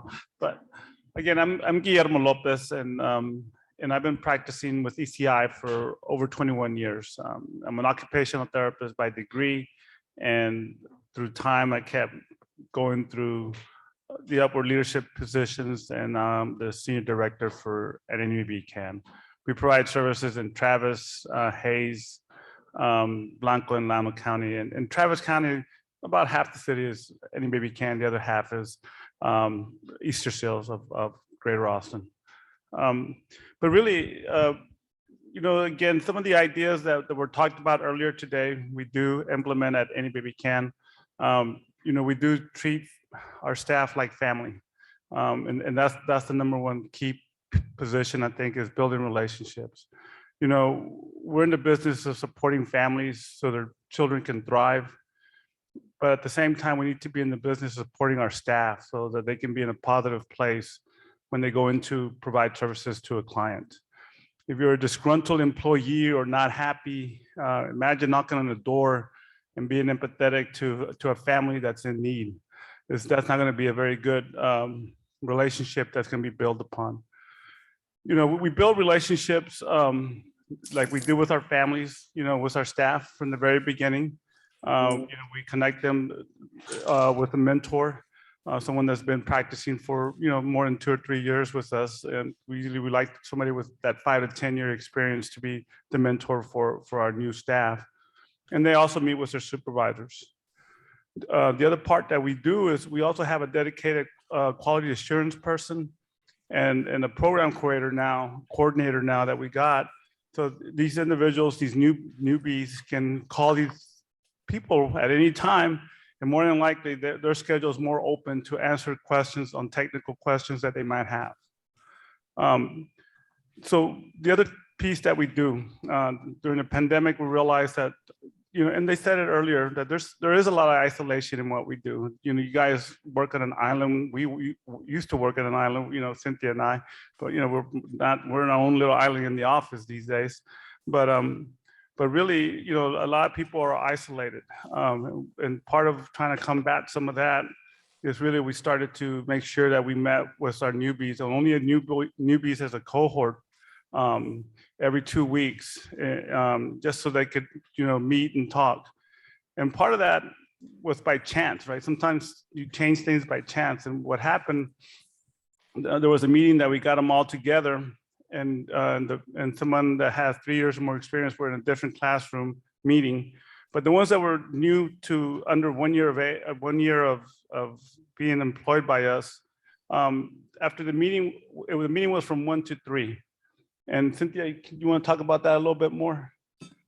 No, okay, I keep talking, okay, I'll keep talking. But the meeting was from 1 to 3, right? And it was, you know, it was a formal meeting. But then, you know, it was like 5 o'clock, and I was still there. You know, it's on a Friday. We meet on Fridays from 1 to 3. It was 5 o'clock, and a lot of the people that were there from 1 to 3 were still there. And there was a lot of conversation. There was a lot of like just incredible connections, because then we brought the older group to be with the younger group at the same time. And man, we said, you know what, this is what we need to do. We need to make sure that there's connections. And we started doing that every other Friday. And we started to see, you know, some of them go to happy hour afterwards. And so that also, you know, I don't know what happens there, but they do go to happy hour. And I think that's great, right? Because that's what needs to happen. The other part that we do tell our staff as well is, you know, to really, you know, when you're driving, you know, instead of listening to the radio, call a staff member, call someone on your team, just to talk or to talk about a case or talk about what you just did, or to just kind of get some ideas. I think we lose track of that. If it's virtual, also, you know, after a virtual visit, to call someone from your team, you know, really getting that practice of doing that.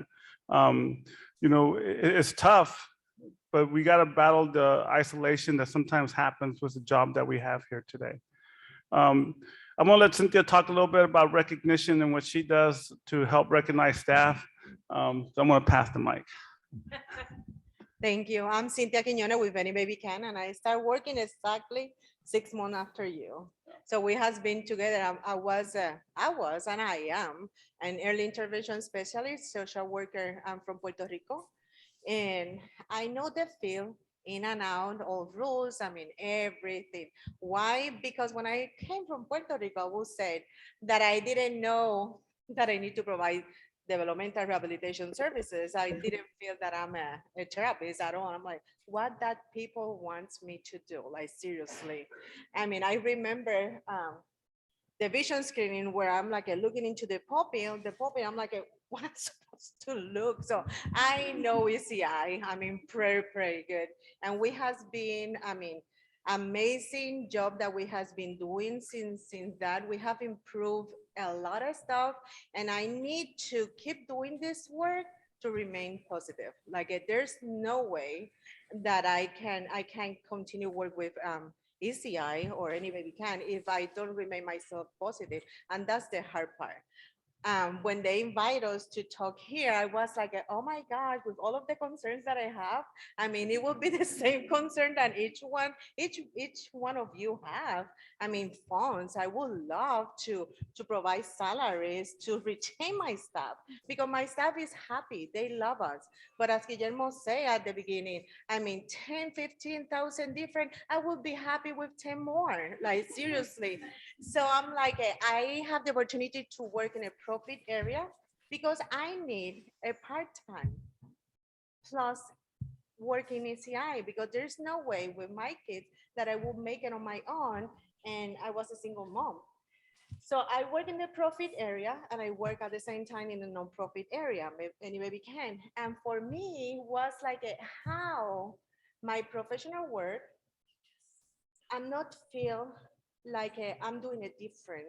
I don't feel like I'm positive enough, like I'm not doing, like how come I enter, I don't feel that engagement. And then when I go to the profit, it's not even money wise, they're always happy, they're always smiling, they're always like, hey, and I'm like, oh my God, this is my non-professional job. So then when Guillermo gave me the opportunity to work along his side, I was like, okay, we need to do something different here. We need to really, really engage staff and engagement since the onboarding.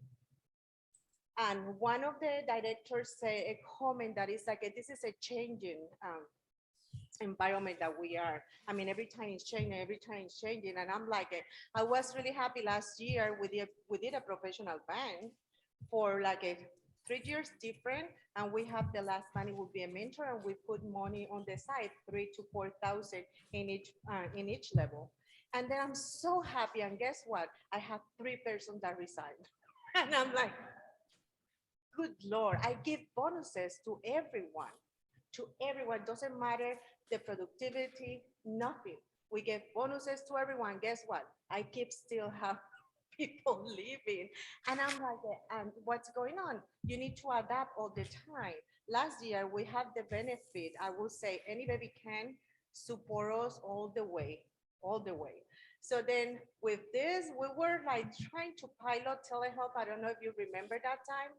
And when we, when we were trying to pilot, pandemic came. And then it's not a pilot anymore. It's like within a month, you learn how to Zoom, how to do OneSpan, how to do DocuSign, how to have, I mean, anything that it was on the table, you need to try everything. So we changed, but then I started listening, I'm Zooming. Oh my gosh, it's like too many telehealth services, too many telehealth services. Then we get some money on the table, and Guillermo and I decide to support the staff. How? Giving them the ergonomic equipment. So we bought monitor for the houses. We bought everything that they need for the home office. We bought good speakers. I mean, noise cancellation and everything that they need. And every time that I have an opportunity, it's like, what do you need from me? What do you need? How I can make your work better? And then we go from there. And then I go to Guillermo and I mess with him a lot. And then he gives me hard time, but he always tried to support staff all the way. And we try. I think that stay grounded and go and be involved with new staff, and even the old staff, experienced staff, not old. 21 years, so I'm experienced, I'm not old. But I think like a listening of what is working for them, not what I think, but what they are experiencing, because it's not the same feel at all. It's not the same feel as 20 years ago, as 10 years ago, even as 2 years ago. It's evolving, it's changing. And when something is evolving, it changes. Either it change or we get into the past, we try to do our best to support them and listen. What is working for you? What is not working? What can I do to change? And in the next session, we are talking about our challenges that are the same challenges that you all have, and how we try to resolve. I told my staff, hey, I'm always making joke. I'm like, I don't have a magic wand. So please, when you're asking for something, it needs to be something that I really can help you out. So that's from me. I can keep talking. I like to talk. I know. So, But so I need thank to- you. And we'll now go on to our next panelist. I'm going to stand up because I'm short and I can't see half the room. My name is Selena Millis. I'm the program director of MetroCare Services ECI program in the Dallas Metroplex. And I'm going to introduce my assistant director, Becky Wisand, who is the reason I'm in my position. She wasn't on the introduction, so our apologies on that. But so regarding supporting a positive work environment, there's two key bullet points I'll share. And I also could be here all day talking about this, but I'm going to stick to my two. We strive to create a work environment that's positive and productive. And that's really important to us. And it's important that from onboarding, from that interview of the candidate, we share about that, because I'm sure we have all in our careers had some different experiences where you could be a part of a positive work environment and no work's getting done. Similarly, you could be part of a productive work environment and the culture is completely toxic. So we don't strive for a positive work environment. We want to be positive and productive. And why it's important to foster that in the beginning with our team through at the interview is because we want to vet people to our team that believe in that same mission. So that's really important. The second piece is we believe a positive work environment does begin with leadership. And that's an extremely large topic. I'm really passionate about that. I could be here for 2 days talking about that, but they gave me 5 minutes.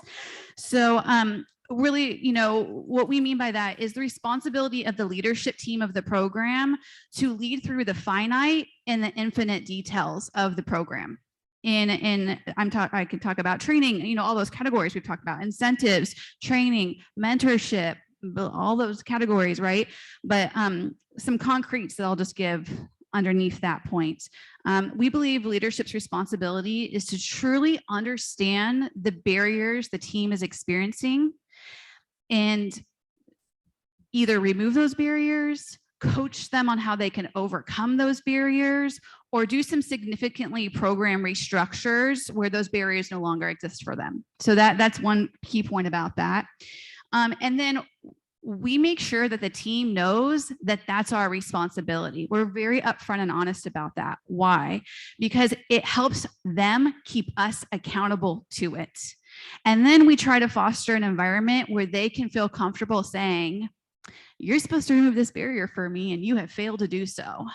Because then we now have an open dialogue and back to relationships. We now have a functioning relationship where we're striving together to stay positive, productive, and successful.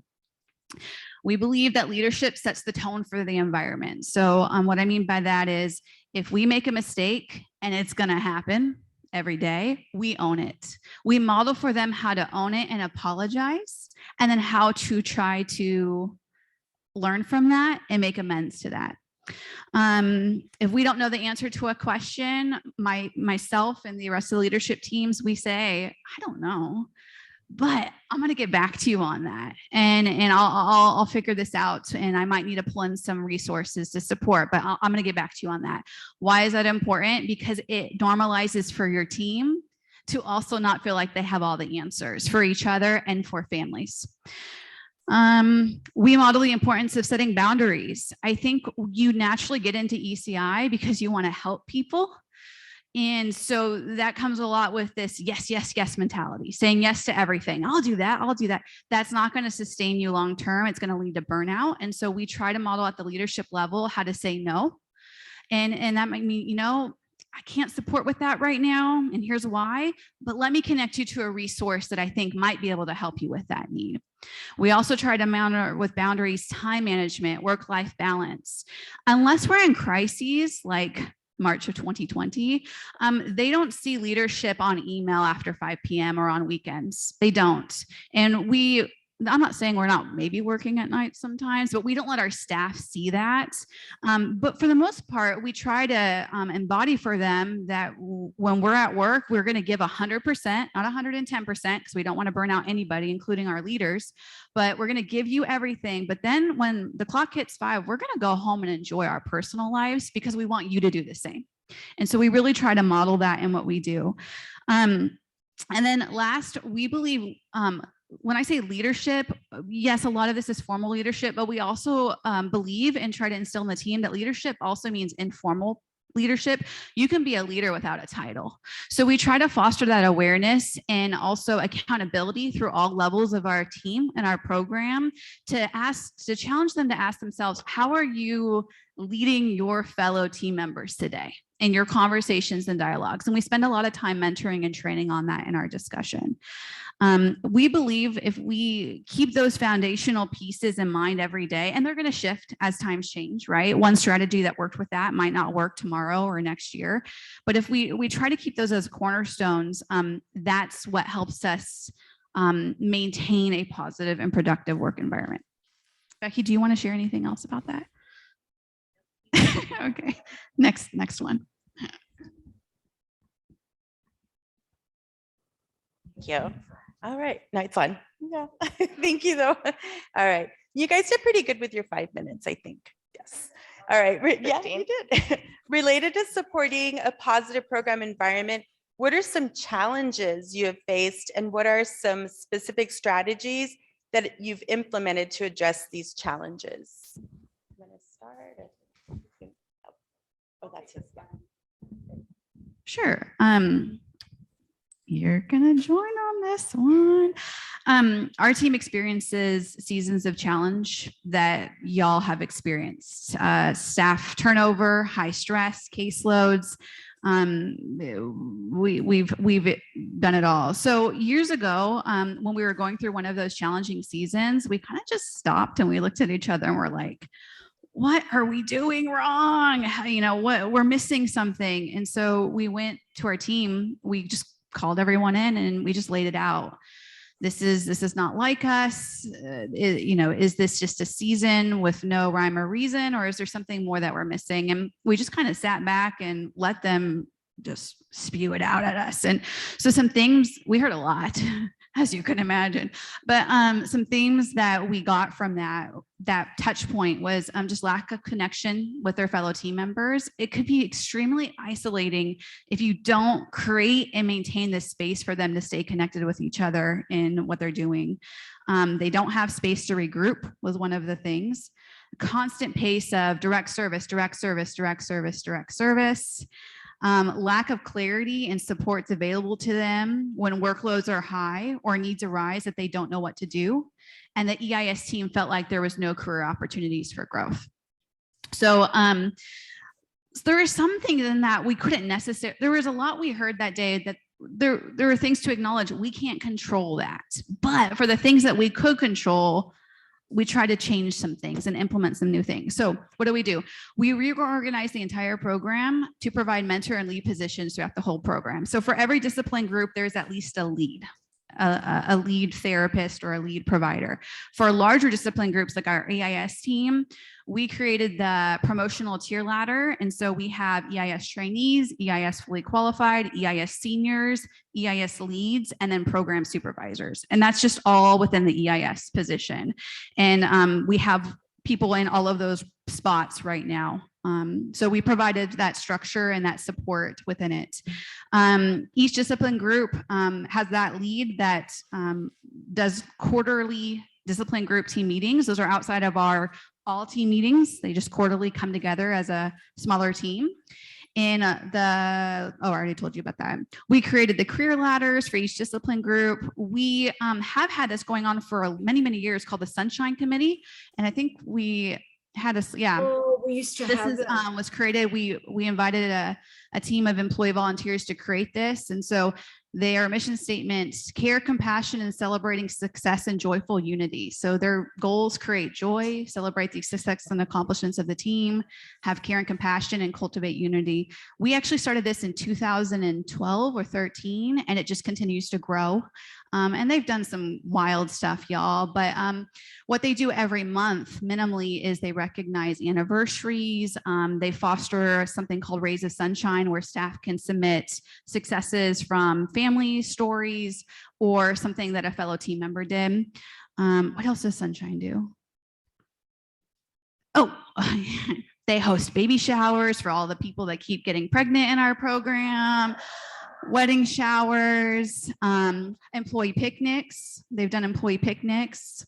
Oh, and our annual holiday party, which has become a pre-COVID, pretty rowdy, pretty huge, so much fun. And that was all by the Sunshine Committee. And then we, this was really a hard lift in the beginning because I had to fight for this space with my uppers, but we have an annual staff retreat. And so my argument with that is, because the question when I said I want a day a year where they don't do anything and I just have team building with them, they need that space. And the question was, well, how is that going to impact your revenue? If I don't do this, how is that going to impact my budget? Was the argument to that. So we got that started years ago, and it's so successful, and we've actually increased our productivity since we started that I now have 2 annual staff retreats, one in September and one mid-year in March. In March, we just had our first face-to-face retreat in over 2 years.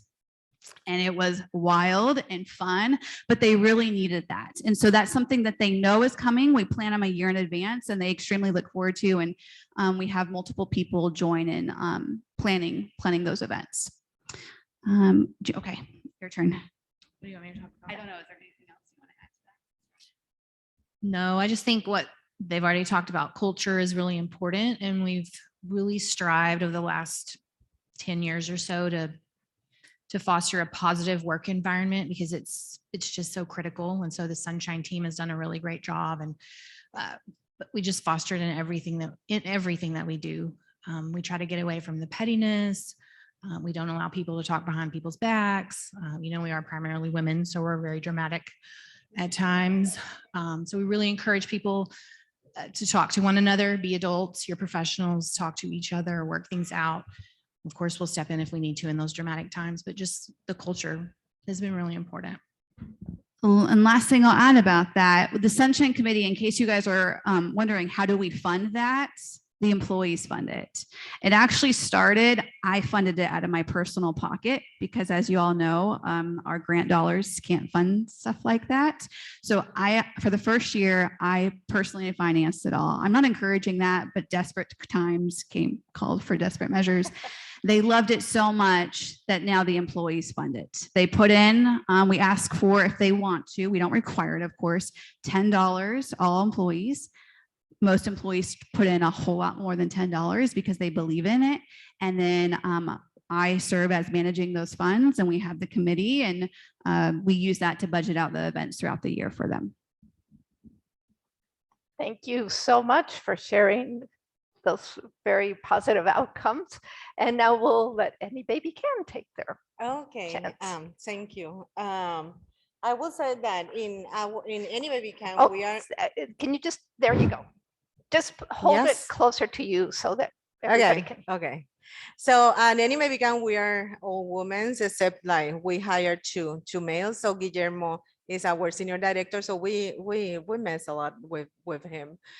We are we are very diverse, but one thing, and to try for us to understand each other, we do the communication style inventory. So we know how each one of our staff communicate: amiable and expressive, driver, and analytical. So, and we train our staff to learn how to communicate within each other, which is then on style and adapt the same way that they do it as with the family. So that's something that it's working. One thing that I'm always, and I have my supervisors here, that I'm always telling them, it's like, give the benefit of the doubt to everyone. I mean, sometimes they are upset because this one came late or not, but you don't know what that person and all the situation that happened to that person, celebrate that she's here, and then talk to the person later on, but give the benefit of the doubt.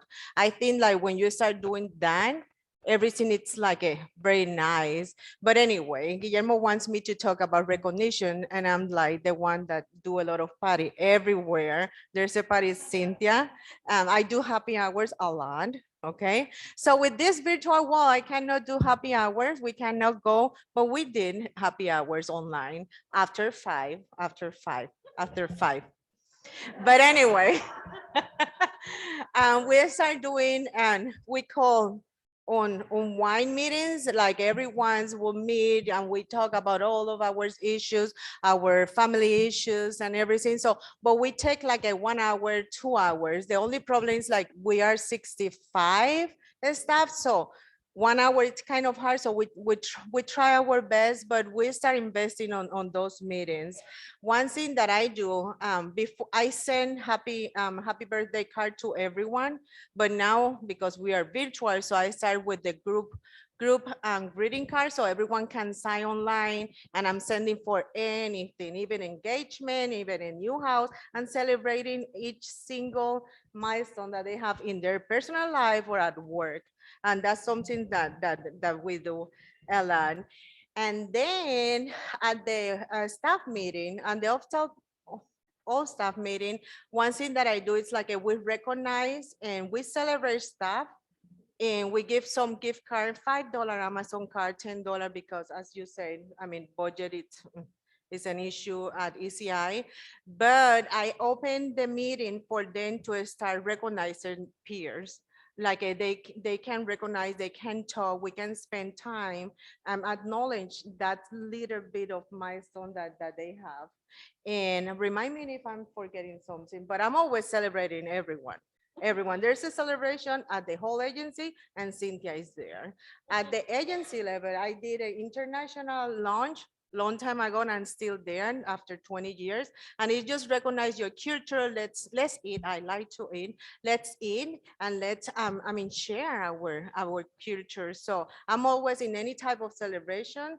I'm in. I don't know if you want to add something because I talk a lot. Thank you, Cynthia. No, really, just I'm going to say this. The 2 hours that we started the summit today has already been beneficial to us. Taking ideas from Selena, for sure. I'm going to probably take some of your ideas that you talked about, but also just the data and the research to support what we're doing already, right? And it really is process improvement, right? And process improvement, that means you have to listen. And what we've done, sometimes we think we're doing great, but unless you're getting feedback, you don't really truly know, right? And that's part of what we really have implemented over the last 2 or 3 years.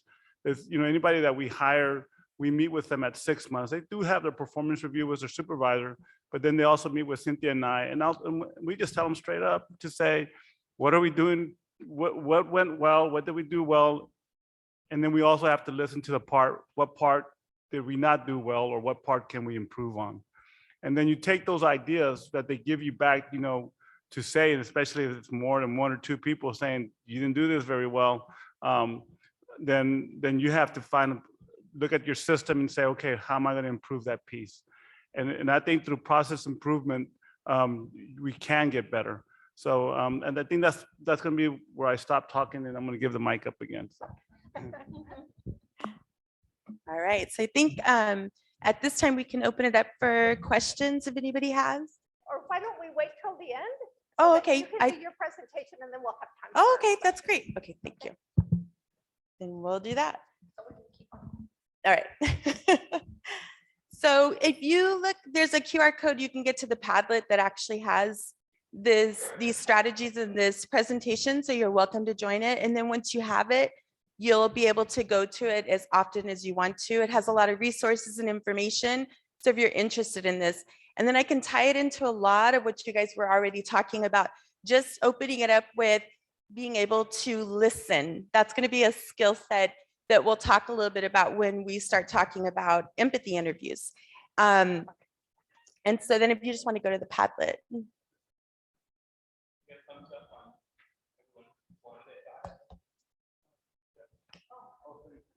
Oh, okay. Yeah.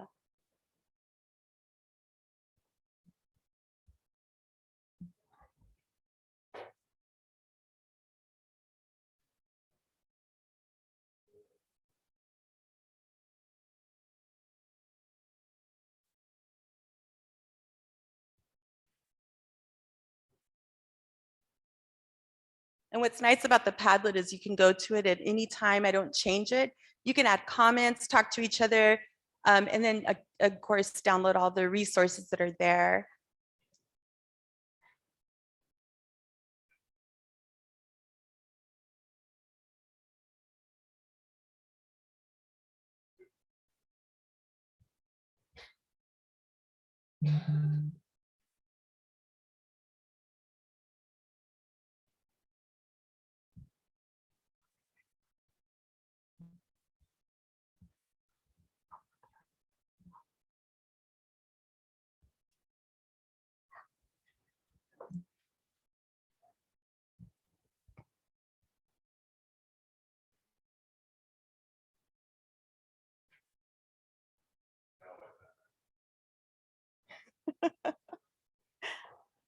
There we go.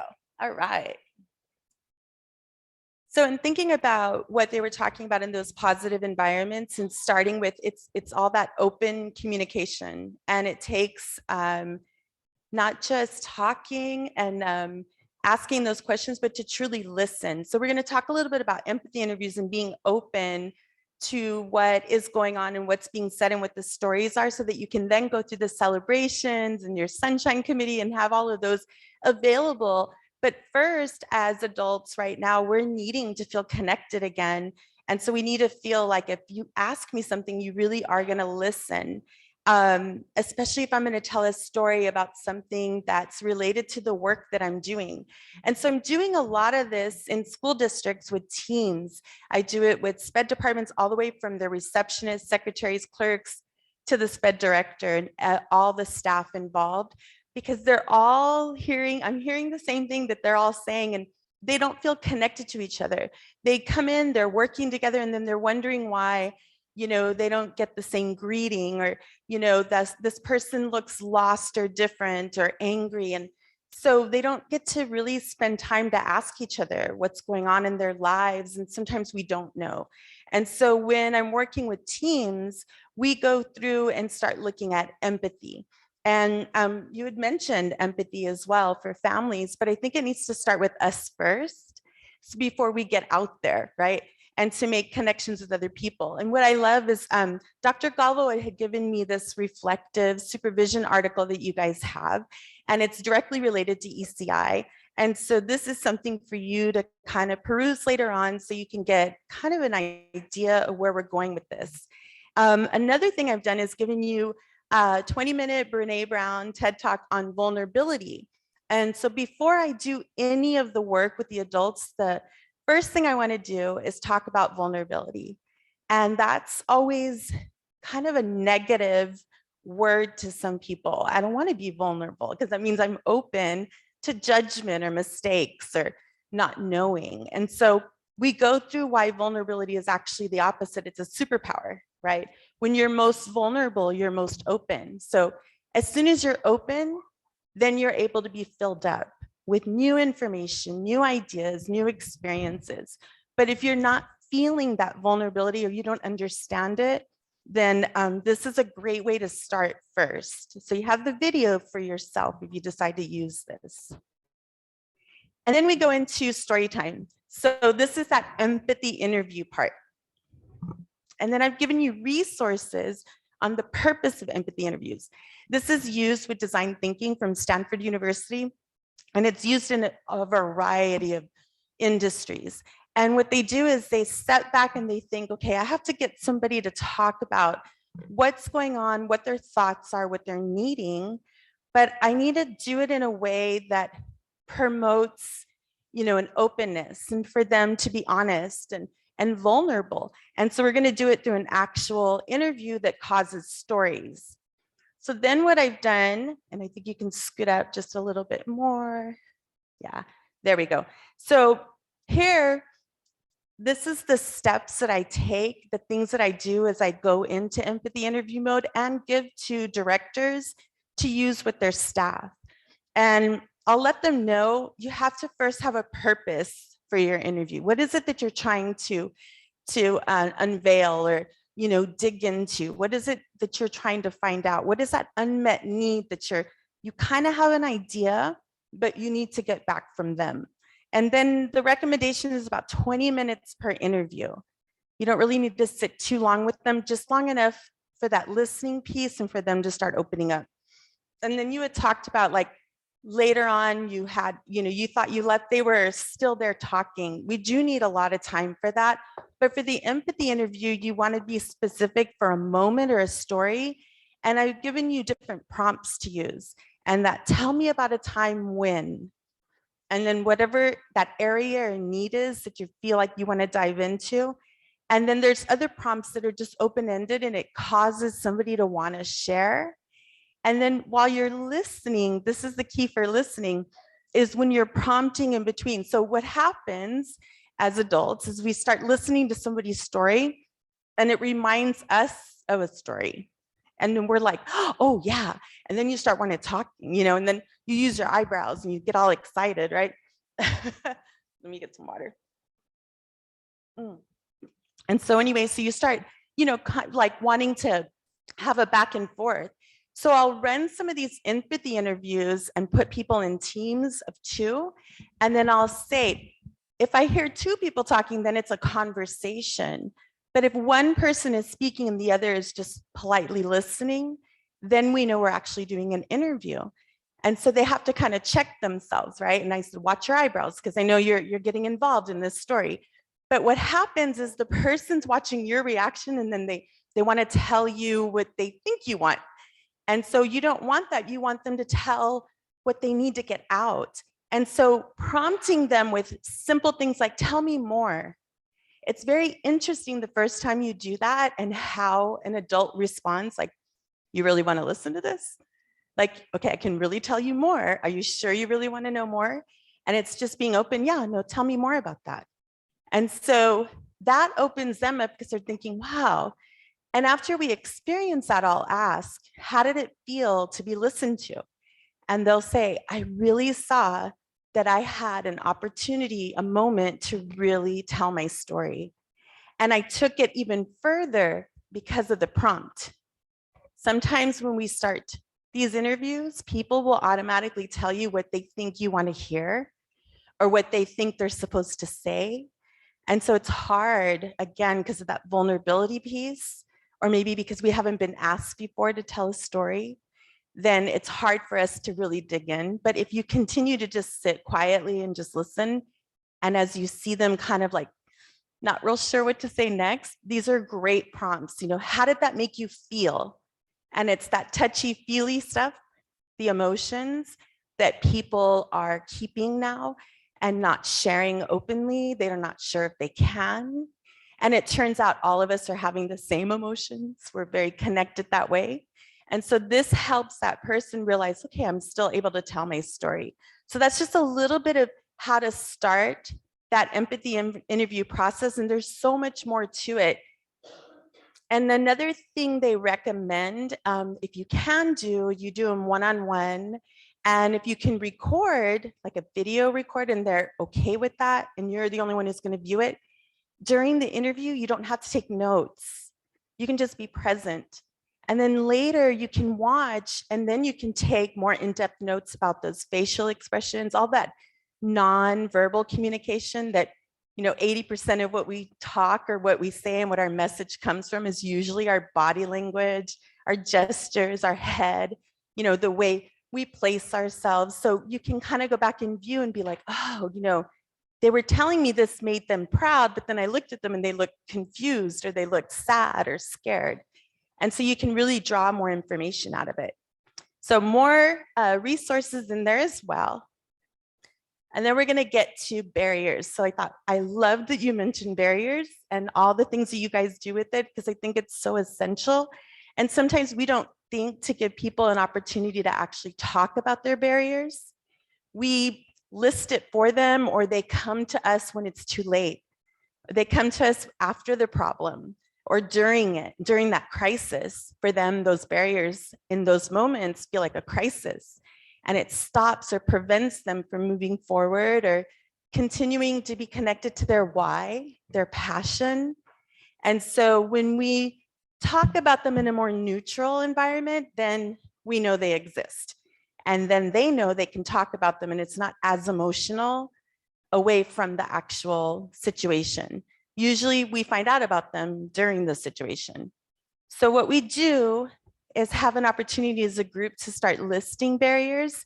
And then I've given you a lot of different steps because there's so much involved in this when you really dig deep into them. So the first thing is everybody gets an opportunity to just sit quietly and reflect.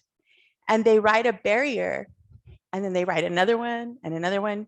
But what's important is that each barrier is placed on a larger Post-it or a chart tablet, and it's one barrier per, because that needs to grow and it needs to be its own barrier. It's not a checklist that we start marking off.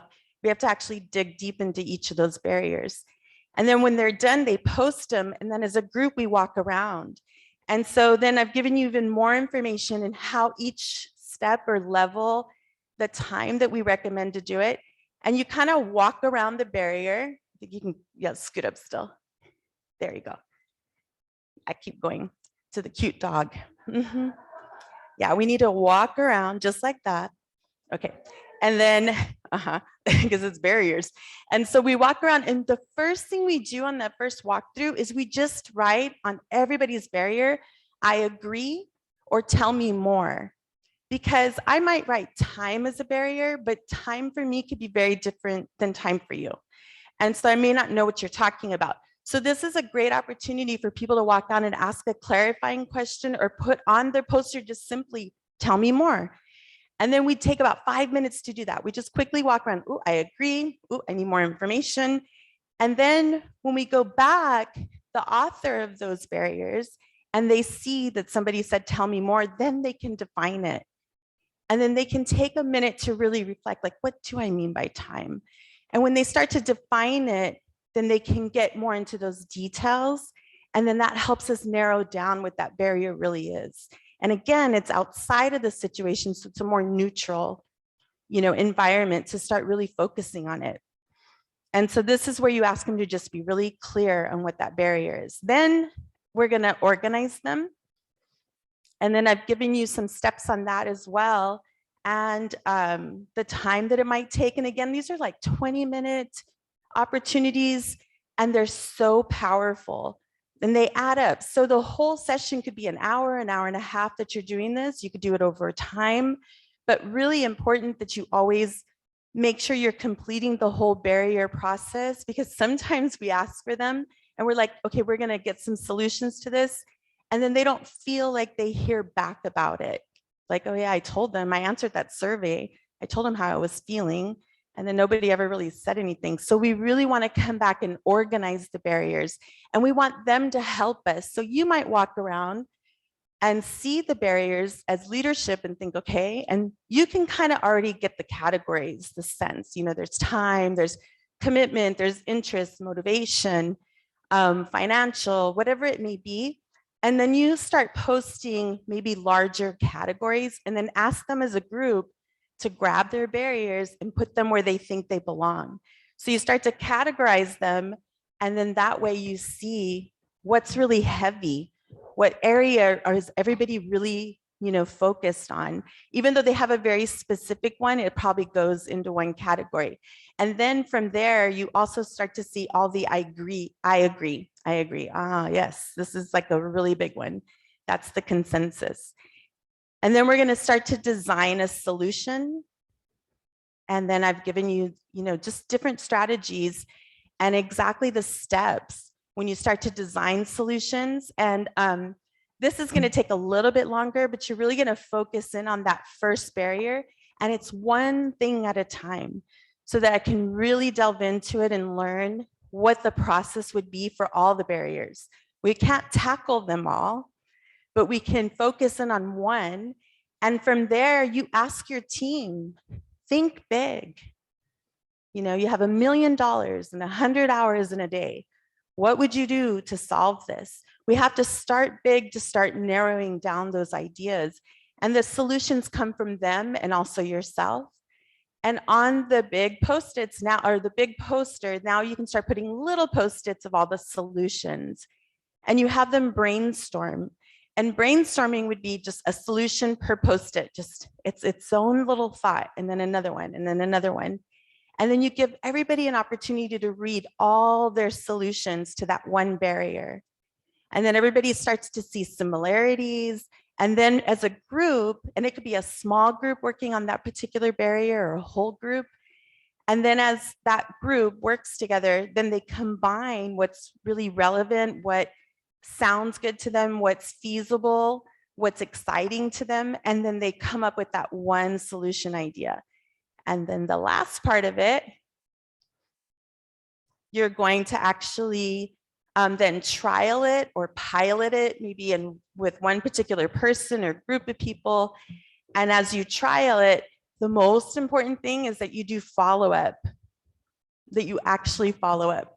And following up once a week right away is the best way to make sure, because you've taken all this time for this one barrier, you know how important it is to almost everybody. And now everybody's put in their solutions and you've come up with that solution.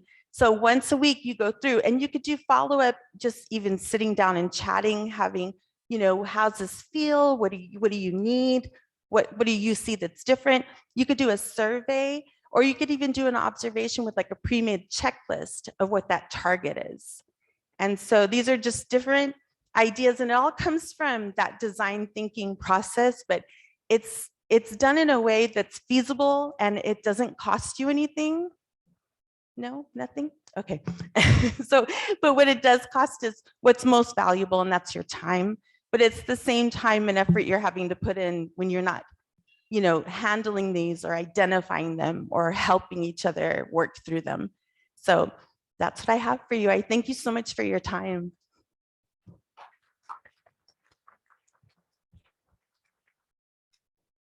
So I get this time we'll do questions then. Yes, now we're open. Please Someone take just an continue there. opportunity now to ask any of your questions to your peers and colleagues, and to Cheryl. And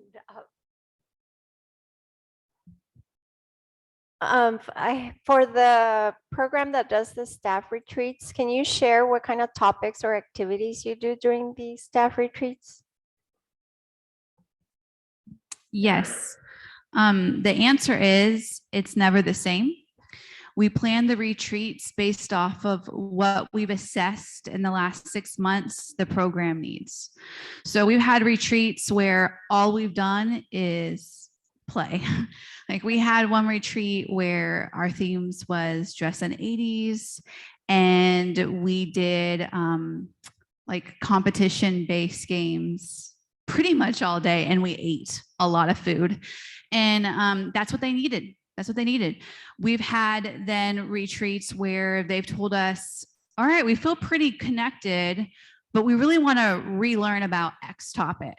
And so we'll do some retreats where we're maybe doing some retrains on things related to the program, or we'll have guest speakers come in and do some trainings.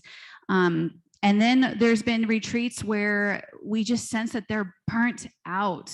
And so we will surprise them, and we'll make the retreat a half-day agenda of team building, and then we'll feed them, and then we'll say, and guess what? You now have the rest of the day to go do something for yourself. Go do something for yourself. Take care of yourself. And I better not see you on email in 10 minutes. So like, you know, it really depends. And we try to keep it open and flexible, again, to listening to what they need in that season of the team environment.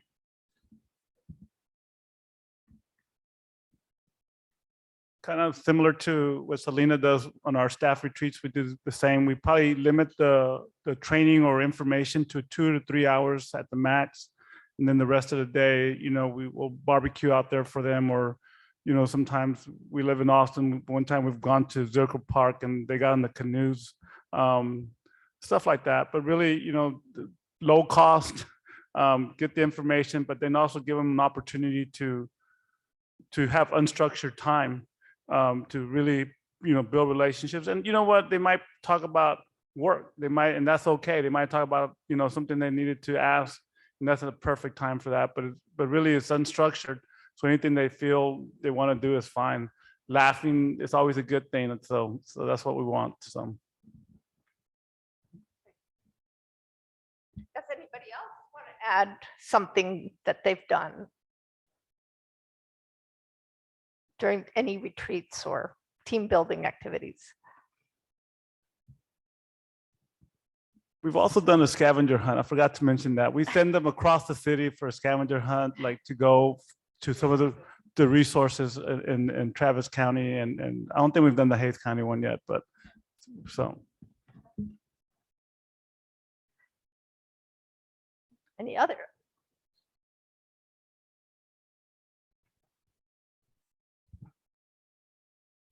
I have a question about empathy interviewing. It's a new concept to me. When do you do them? Do you do them at any time? Are they related to, something that you're seeing or feeling among staff, or is it just something you do periodically at any time? I guess I'm having difficulty like grasping. When do you do that? I love that. Well, I think actually it is more of a anytime, believe it or not. So one of the times I did an empathy interview was just on the spot when I was called in to work with a teacher who everybody was concerned because of a student. And as I was watching and observing, I was realizing the teacher was disconnected. And you could tell she had the skills and the need and the want, and she was wanting to, she just wasn't present. So when we pulled her aside to kind of talk about the observation, then I started doing the empathy interview.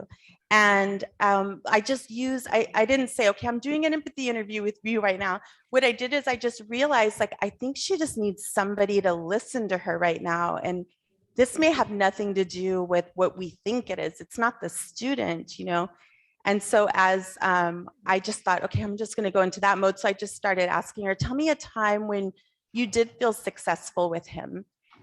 And then she was like, oh, and so she had to think and she started talking. And the more she talked, I was like, tell me more about that. And how did that make you feel when he did respond to you? And then she was remembering, and then she was thinking, I do know how to do this. And it turned out it was the program they implemented that she had to, it was almost scripted, and it kept her from making connections to the student. But that came out because she told the story. It was when we started at the beginning of the year, and I could do some free-flowing conversation with him. And then she's, in her own way, she realized, wow, it was because now they have me on this really, strict scripted program. And now I don't have time to enjoy that time with him. So I don't feel connected. And so as that came out, I was able to give that information to her director. And then, the director realized she needed to let her know, you don't have to follow the program just perfectly.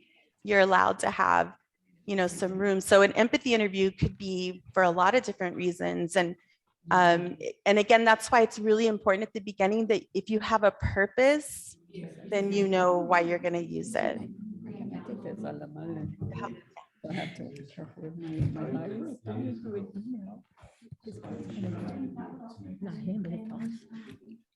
So I love the idea of talking about the barriers and everyone having those conversations. How do you, because we do have staff who love their job, do it well, have no issues with any like time management are perfect. How do you help keep them engaged if they're a part of that team during that conversation? Because they're thinking, I could be out seeing kids right now, not hearing people complaining about their job. I love that. I think for them to walk around, and be the ones that help with those clarifying questions, because that might be curious to them. Like, why do you find that as a barrier? And I work right through it. And then they would definitely be the one engaged where maybe immediately you already have them in a solution table and they're already looking at barriers going, oh, this is what I do. I've never shared this. I didn't think that I needed to, give somebody information about this. And so sometimes when they look at their colleagues' barriers, it's good for them to know how everybody else might be struggling and what's easy to them. It's nice when they can share why it's easy to them. So it's good to keep them engaged in that way. Maybe they're not the one who's creating a barrier, but they're definitely one that can help clarify, because they'll be curious, and you can engage them in that way to get that person to talk more about what that barrier truly is, define it better, and then help with the solutions. Yeah. Planner? What's that position she keeps talking about? Like a planner. Wait, it sounds like there's somebody on Zoom who's not on mute. So can you please check and make sure you're muted? Thank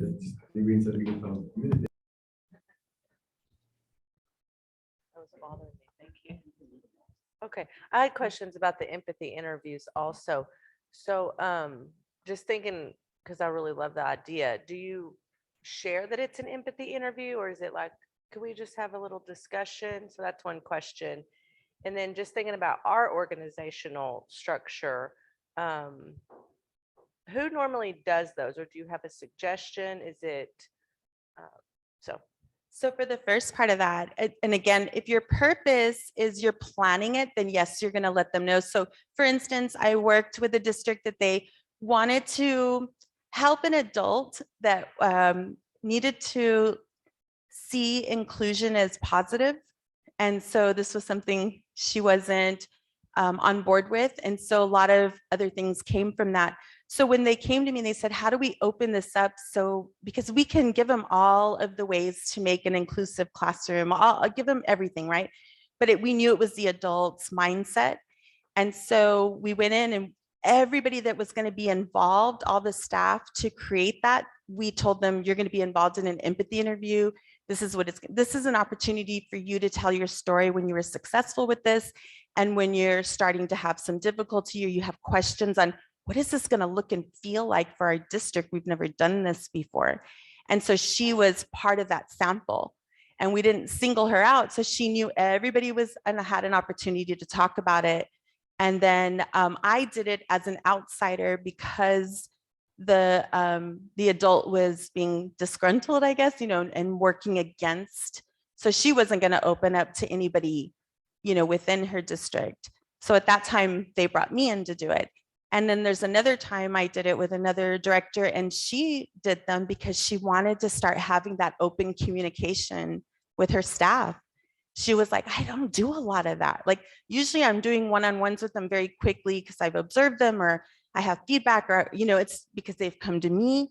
And so she used that, and she told them, I'm doing some empathy interviews because I want to get to know you guys again. I want to get the pulse of where you're at right now so we can be connected again. Does that help? Yes.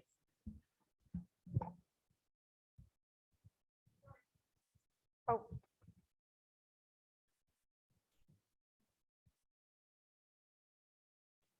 I have a question about the empathy interviews. One of the things that we've been working on in our agency is trauma-informed care. And one of the things that comes to mind when we think about opening things up when people are struggling is triggering people, and people having maybe an extreme response. So how do you prepare for that if you have someone that, you think it's just they're having a little pushback against a policy, and then it ends up opening something that really becomes a clinical need? I'm so glad you asked that question. I think, again, being everybody that's going to be involved in preparing for this and knowing their purpose of it, if you already have an idea of some of your staff, or if it comes out with the trigger, just knowing what's available to them, counseling or somebody to speak to right away, because it might bring something out. That vulnerability, we're hanging on to it so tightly that there's probably people you wouldn't even realize were at that level, right? Because we're not talking about things. Everybody knows what to do, right? You have your checklist, is what to do. And I know how to do it, but we're so far from our why, so often that we don't check in with that emotional part of ourselves. We just feel so drained. And so there's a possibility for that. But, knowing who you have available for them to speak to afterwards is probably going to be really crucial. No, great planning. Hi, I had a question for MetroCare. Y'all had mentioned how you have your leadership team kind of model the giving it all for work and then at 5 going home and enjoying your family. Do y'all have any good strategies that you give to your staff to help them be able to, not work extra hours and not work late? And, do you have certain things that you kind of utilize to help with that, especially if you're not fully staffed sometimes?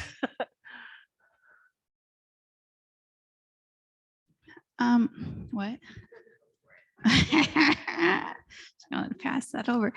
I'm struggling on how to answer that because I think it's multi-layer in response.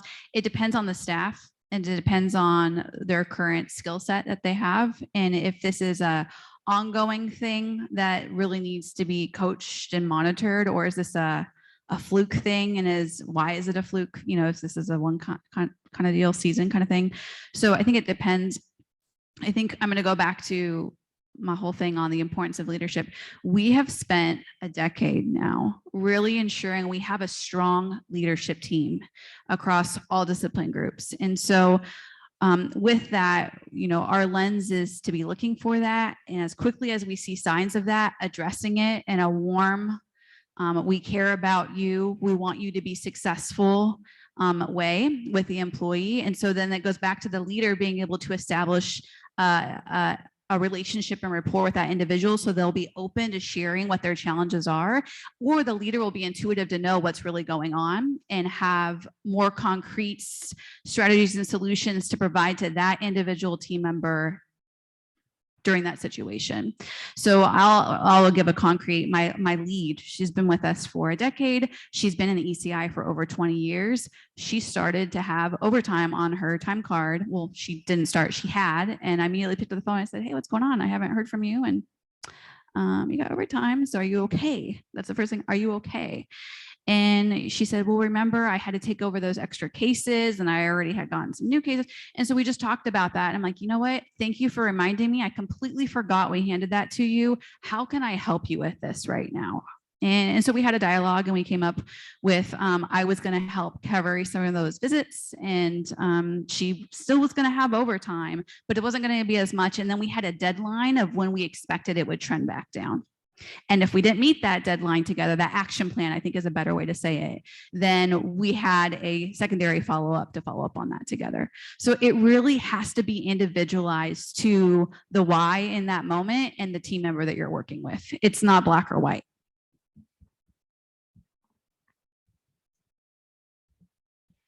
So how are you balancing that with the ECI? Choose my words carefully. With the ECI requirement that we be available for families when they need us. And so I love what you're saying about families, because I believe that wholeheartedly. I think our agency is about healthy families. And if my staff are not healthy, how can we help other people? Absolutely. While at the same time, we're told we have to see families when they need to be seen, which is sometimes at 7:30 at night and on a Sunday morning. And that is not healthy for my staff. So I'm going to respond to that. Thank you. I'm going to hope the state office hears with good intentions, benefit of the doubt, my answer. This came up actually in my interview with Chris and his team, because this is real. One of the things that I shared I'm challenged with is I have these wonderful EISs that start after college with us. Wonderful. But when it comes time for them to start having families of their own, they're like, how am I going to make this work? I can't do evenings and nights with babies at home. And so that's a real challenge. So this is how we handle it. We have a family agreement at enrollment, and in that family agreement, there's a statement there that says our hours of operation are Monday through Friday, 8 a.m. to 5 p.m. Our team schedules our visits within those business hours. If you're unable to meet, with your therapist during that time, please contact our office to arrange alternate schedules with a supervisor. That usually cuts down those requests. Now, what happens? Some families they'll still try to go outside that and work it out with the therapist. And this is where we do boundary training with our team. Maintain your boundaries. If a mom says, I can only do 7:30 on Thursdays, you don't jump and say, I'll make that happen. You'll say, unfortunately, I don't work at those hours, but here's my availability I do have to offer with you. Can we make that work? And if she says no, then the answer is, well, I'm going to have to bring this back to my supervisor and we'll get back to you with some alternatives. But that doesn't mean the alternative is 7 Thursdays only on Thursdays. Now, have we met halfway and said, you know what, we'll be able to accommodate that for a month, but after a month, we're going to need to look at alternative time? Yes, we've done that, but we don't jump at that and we don't set the pace or the tone that we're going to be able to do that for families, because we need to protect our team as well. And we believe we can do both at the same time. We can support families and make sure they get the services in a meaningful way, but also protect that our team needs to have personal lives and a work-life balance. I hope everyone from state office heard that with great intentions. That's what we do. You know, and similar to us here at NBB Can as well, we do try to set a limit on the ceiling at what time they want to start that last visit. You know, sometimes during winter time, 5:30 is dark out there. Do we really want staff out there at 5:30, 6:30 at night? You know, no, really the answer is no. That 8 to 5 window is what we say. We know that there's some families that we should accommodate, you know, perhaps at 5:30 or 6 o'clock.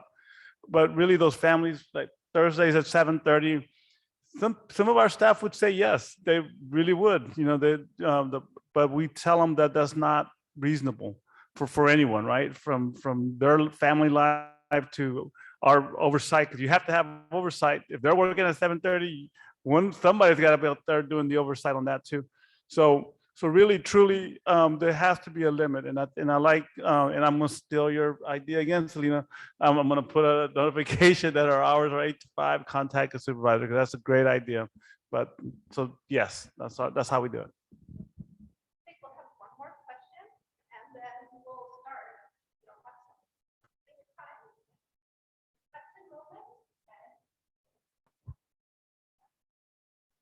Can you tell me what some of your alternative ideas are when staff aren't able to accommodate, or you don't have the staff to help the families, you know, that aren't able to go after hours, weekends, things like that? What is y'all's program doing to help get these services for the families? Well, first, what we say is, where's the baby during the hours of 8 a.m. to 5 p.m.? And that usually opens up a dialogue for solutions, whatever that situation is. So I mean, that's really the solution. Where's the baby? And then we go back to why we're doing, what do we do at ECI? What is our why? Why is that important to join with the routine caregiver that's with the baby during waking hours? And then sometimes we're prepared. We're prepared going in those solution discussions to come out with a solution. And sometimes the answer is we're not a fit for them. They really don't want to join us in our model of service. They want someone that's going to come in and work with the baby and get out. And so not join with the routine caregiver. So sometimes this alternate solution is, you know what, I don't think we're a good fit for you. Would you agree? Is this feeling forced? And let's get you connected to someone that would be a better fit. And I think that's important that we do at our program across all levels that I didn't touch on because we're running out of time, but we do that with staff too, y'all. Back to positive work environment. We're prepared if someone doesn't want to join us in our mission to kick them out of the nest. That's what we say at the leadership level. And actually this team kicks them out of the nest now. We don't really have to do it sometimes, but we're prepared to do that with families as well. And I don't mean that we don't want to serve those families. We're here, we're ready, but there needs to be boundaries in everything we do.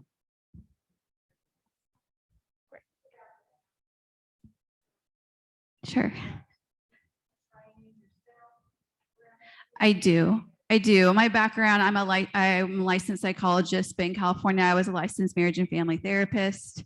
So the running joke is, you're with Selena, counseling, you know, but no, I think that some of that pulls into a lot of this, but we've been training on that. You shared Brene Brown. We did Brene Brown training about 5 or 6 years ago during a retreat on vulnerability and boundaries. And then we just breathe that into everything we do with our team.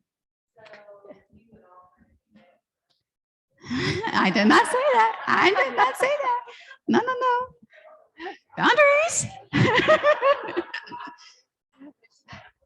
But when you And you know, it's really empowering to staff to know that they can say no. I mean, I think that's one of the key things that sometimes young staff or new staff don't realize, that they can say no, or that's not going to work, right? Let's negotiate the time that we can provide the service. And I think this is a perfect example as you're starting to think about what you want to work on for the rest of the year and what you're going to leave with tomorrow. If this is a need you see, that this is something we can pull and start saying, well, maybe we can find some grant funds to help provide some of that training. Okay, but so that takes us into what you're going to do next, right? Thank you all so much for your invaluable tips and resources. And Cheryl, thank you for opening the door here. So on page 7, you had notes for you to keep if you want to use that. But we're going to, what we'd like for you to do is on page 8, you have this chart. And this is for you to just start jotting down some ideas about if you were to select supporting a positive program environment as one of your action items to work on. What are what strategies would you like to implement?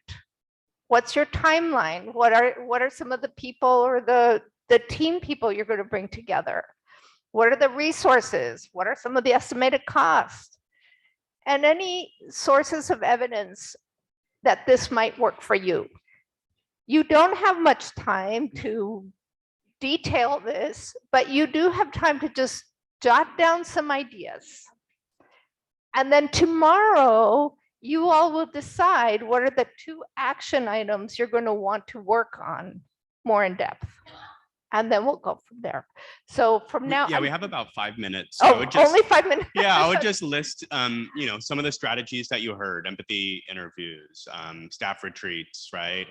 Sunshine Committee, those types of strategies, or other ones that popped into your head. Take some notes, jot them down. If you can think of any activities or resources or data sources that you might need in order to further develop that action plan, you can. But take about 5 minutes or so to chat amongst your group to do that. And then we'll have more time tomorrow to really flesh out this action plan if this is an area you want to focus on. But then after that is lunch. After lunch, you'll come back, we'll have a little drawing and we'll do another panel. But let's thank this panel and our wonderful guest speaker, Cheryl.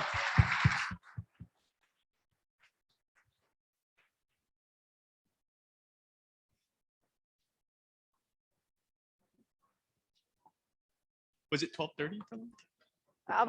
It's 1:30, 12 to 1:30, right? We're dealing with time zone challenges from El Paso as well.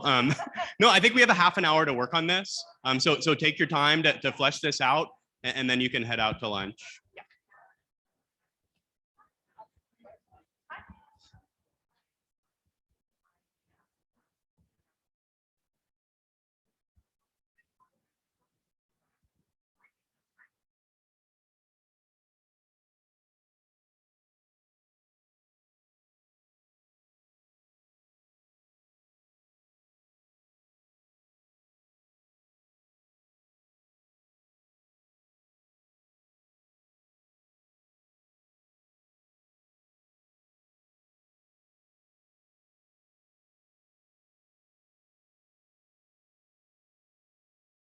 Come back.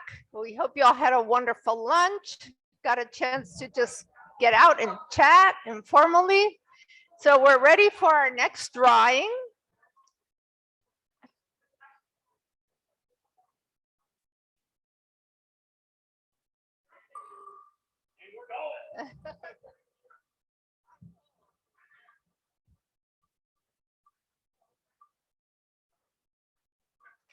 Eva Zemanelli? Are you here in person or on Zoom? Unmute yourself if you're on Zoom. She's not here. She's here? She is not here.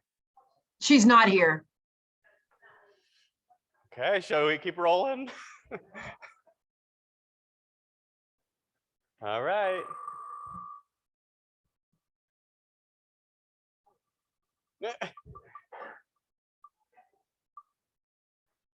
Veronica Alvarez.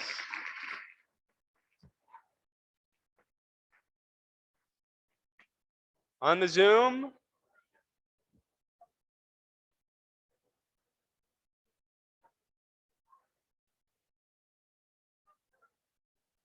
All right, we're gonna go on to the next one.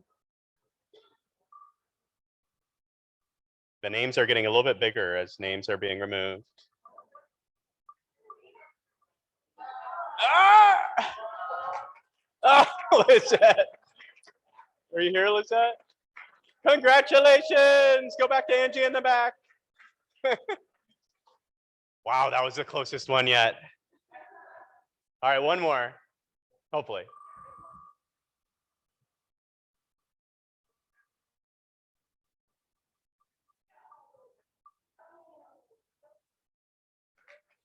Stephanie? Congratulations. Woo! All right. We get started today. We didn't even start off with introductions this morning of who you all are. And I know many of you know each other, but maybe many of you haven't gotten a chance to meet each other in person for sure, right? So we'd like to just go around the tables and just tell us who you are, what program you're at, and about how many families and children do you serve, just to kind of get an idea of the sizes of your programs, and we'll go from there. So Chris, you can start on that side and We're just gonna pass it around. Here you go. You guys are first. All of us.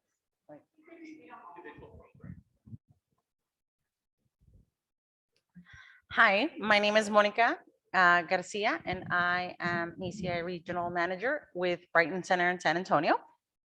And we serve 1,350 kids.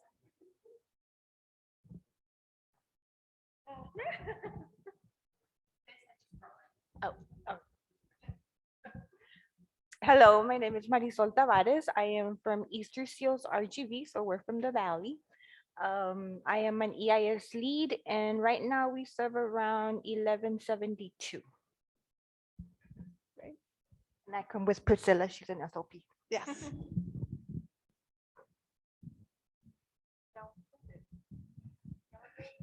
We're with Helen Therapy Center in Wichita Falls, ECI, and I want to say only because wow, we have 201.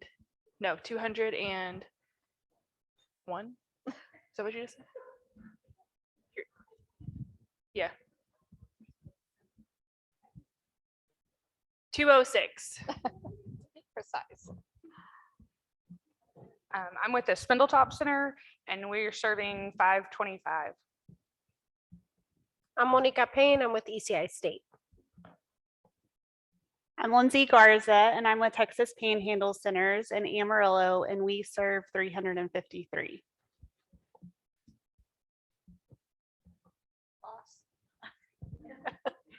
I'm Veronica Ruslet. I'm with the ESC 19, Region 19 ECI program.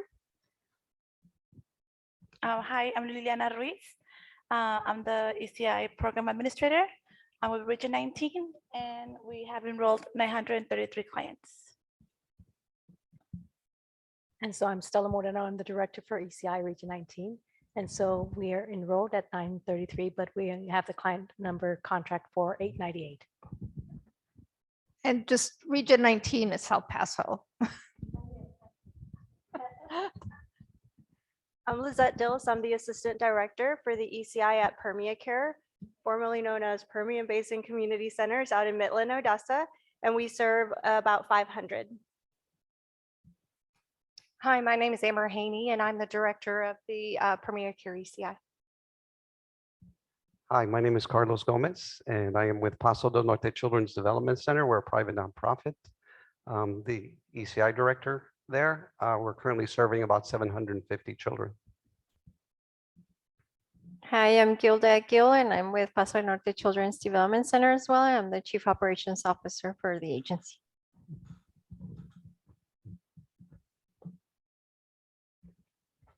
I'm Dana Dodgen. I'm the ECI Program Director with the Warren Center here, and we serve northern half of Dallas County, private nonprofit agency, and we are currently have about 1,020 children. And these are my 3 assistant directors with me. My name is Rhonda Shed, and I'm a team leader for Project Niños from the Corpus Christi area down to Laredo, and we currently serve close to 1,500. I'm Morgan Pettyjohn. I am an EIS lead at Heart of Texas, and we serve approximately between 350 to 360 kids. I'm Joanne Huffstedler with LifePath Systems, and we serve 1,236, and we serve Collin County in this region, Rockwell, Kaufman, Fannin, and Grayson. I'm Sandra Ham. I'm a program administrator with LifePath also. I'm Sarah McDonald. I'm the lead occupational therapist for Lubbock ECI. I'm Stephanie Stiggins, and I am one of the team coordinators at Lubbock ECI. I'm Brian Sessom. I'm the program director for the ECI program in Lubbock. And right now we're serving 808. At my contract number, please take note, Shirley.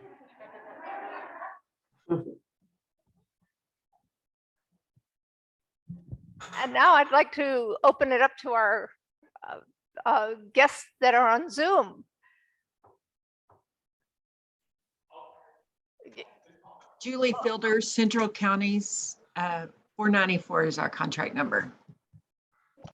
Christy Sorry. Shaw, West Texas Centers, ECI, and we're serving about 350 kids. Great. Hi, my name is Teresa Cantu. I'm the program administrator for Region 1 Early Childhood Intervention Program, and we're serving approximately 973. Selena, how about you next? Hi, everybody. Selena Millis with Metro Care Services. We're currently serving approximately 550. And Robin? Hi, I'm Robin Harbert. I'm the director of Region 16 ECI, and we cover the top 26 counties of the Texas Panhandle and have 253. Great, thank you. And then I think Rebecca. Rebecca Wagner with Central Counties. I'm a regional coordinator, and I'm sorry I'm homesick. Thank you. And then S. Gertz. Hi, I'm Samantha Gertz. I'm program manager with Bluebonnet Trails, and we serve around 550. And then Christy Shaw. Oh, I already spoke. Sorry, West Texas Centers, 23 counties in West Texas. We serve about 350 children. And if I repeat, the names just move. Marlene, did you get a chance to share?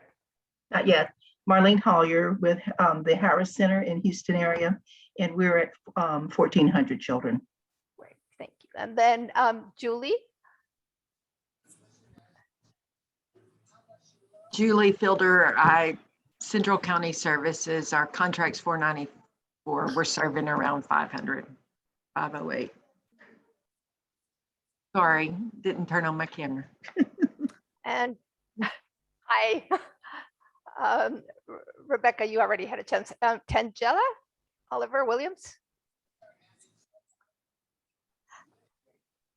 You're muted. I apologize. I am Tangela Oliver Williams. I work with Opportunities as an ECI director. We serve the East Texas area, and we're serving about 150 children. And Robin Garza, did you get a chance to speak up yet?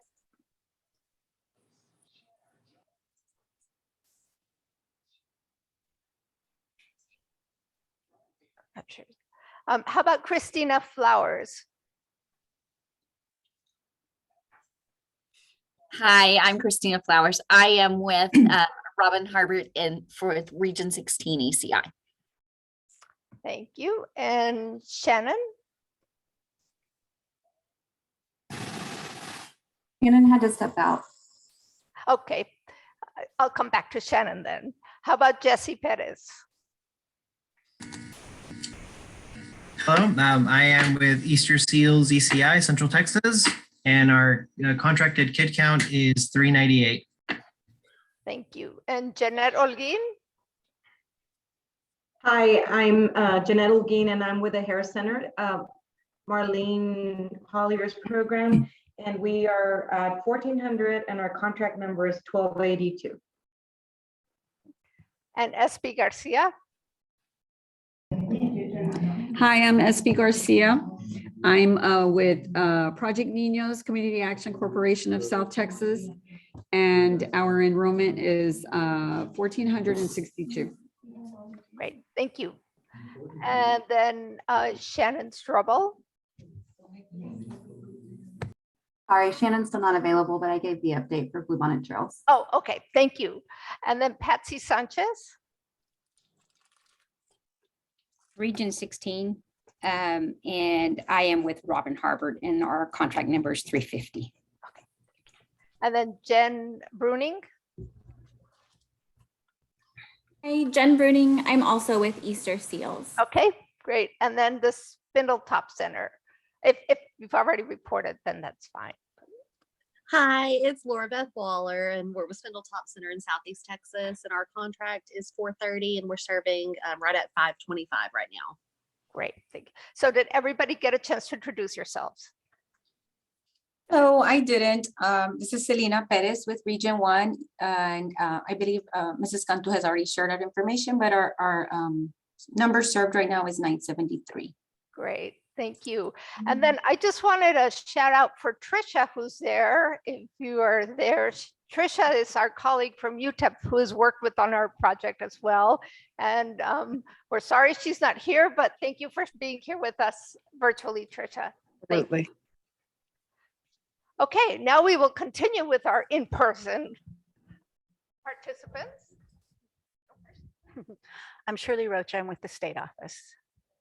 I'm Dina Day. I'm with Easter Seals in Houston. Our contract number is 1519, and we're at 1678. I'm Sonia Salas. I'm also with Easter Seals of Greater Houston.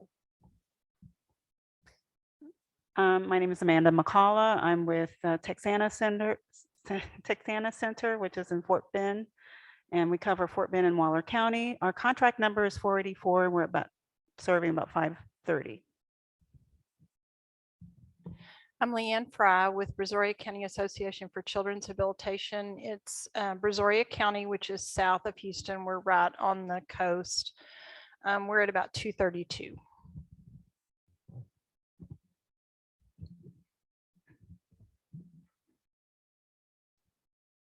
Hi, Cynthia Quiñones, Any Baby Can, and our contract number is 623, and we are at 676. So I'm also from Any Baby Can, Oralia Guerrero. Kira Simon, Any Baby Can. Vanessa Martinez with Any Baby Can. And Sharon Panakis with Any Baby Can. Showing here, Any Baby Can. My name is Guillermo Lopez. I'm the Senior Director for the Any Baby Can ECI group. And really there's two different numbers. One is the served number. We probably served about 745, but the monthly enrollment for the months of February was 676. But there is a difference there.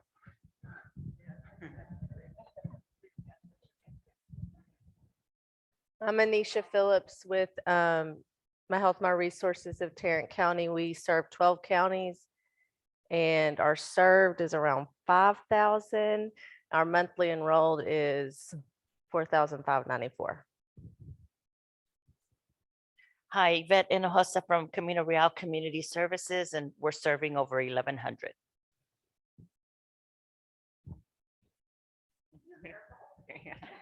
Dana McGrath, ECI Director at the state office. Thank you. Okay, so did everybody get a chance to report who you are, where you're coming from?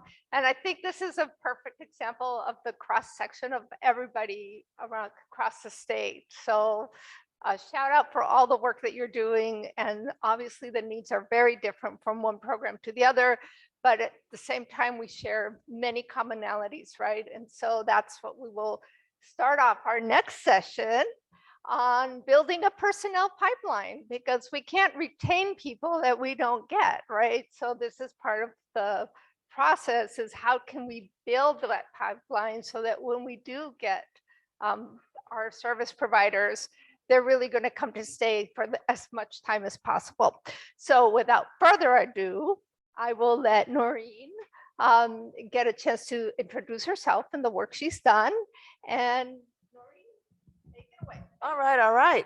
So we talk about earlier, I think I heard Guillermo talk about drawing straws, different lengths. Mine was very short because it is after lunch. And so thank you for doing the activity where people got a chance to kind of talk about their programs.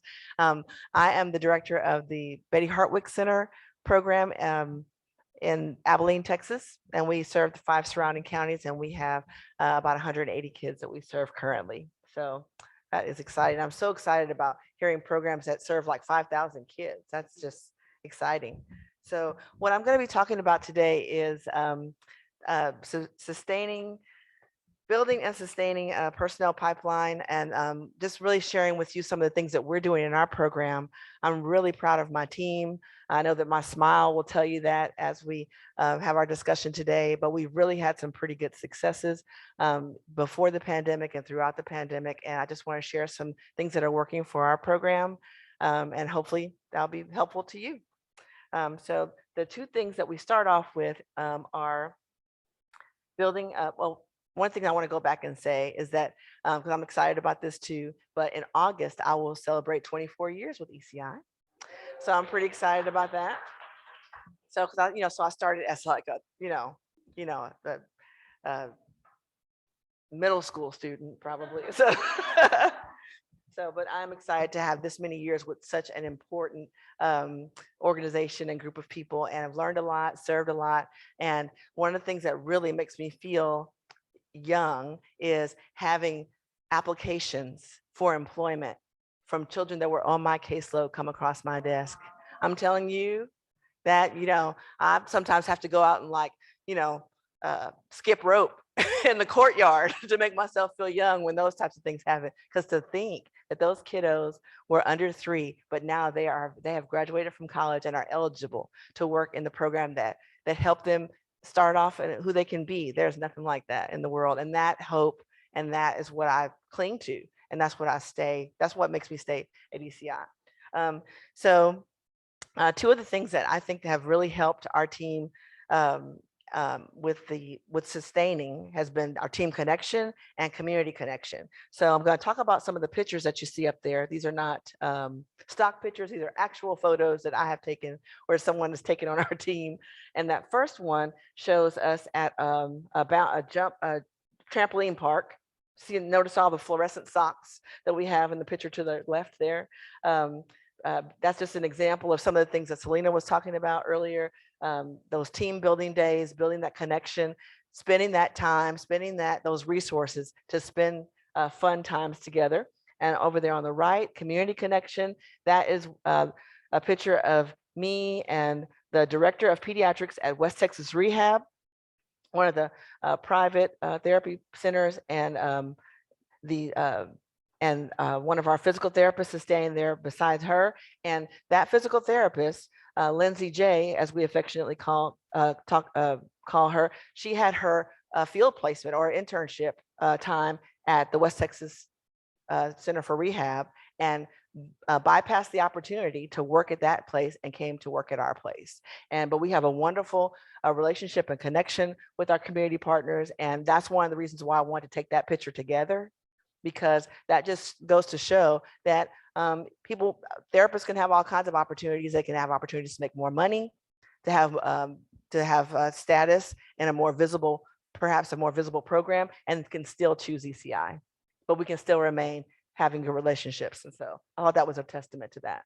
So They're trying to take her back. They can't have her. Can't have her. We've cultivated a strong sense of community and solidarity among team members. And I want to draw your attention to the trophy in the middle of that picture that I'm holding. We have the opportunity to play, have a kickball game against one of the other agency or other programs in our agency. And of course we won because that's just how it goes.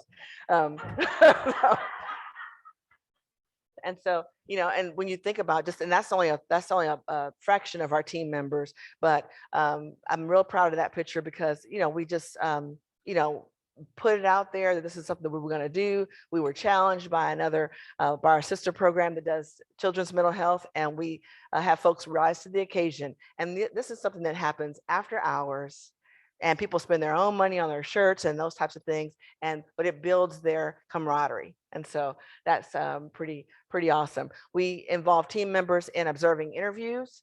They don't necessarily participate actively in interviews, but they get to observe, and they get to give me you know, the thumbs up or thumbs down when they have different things.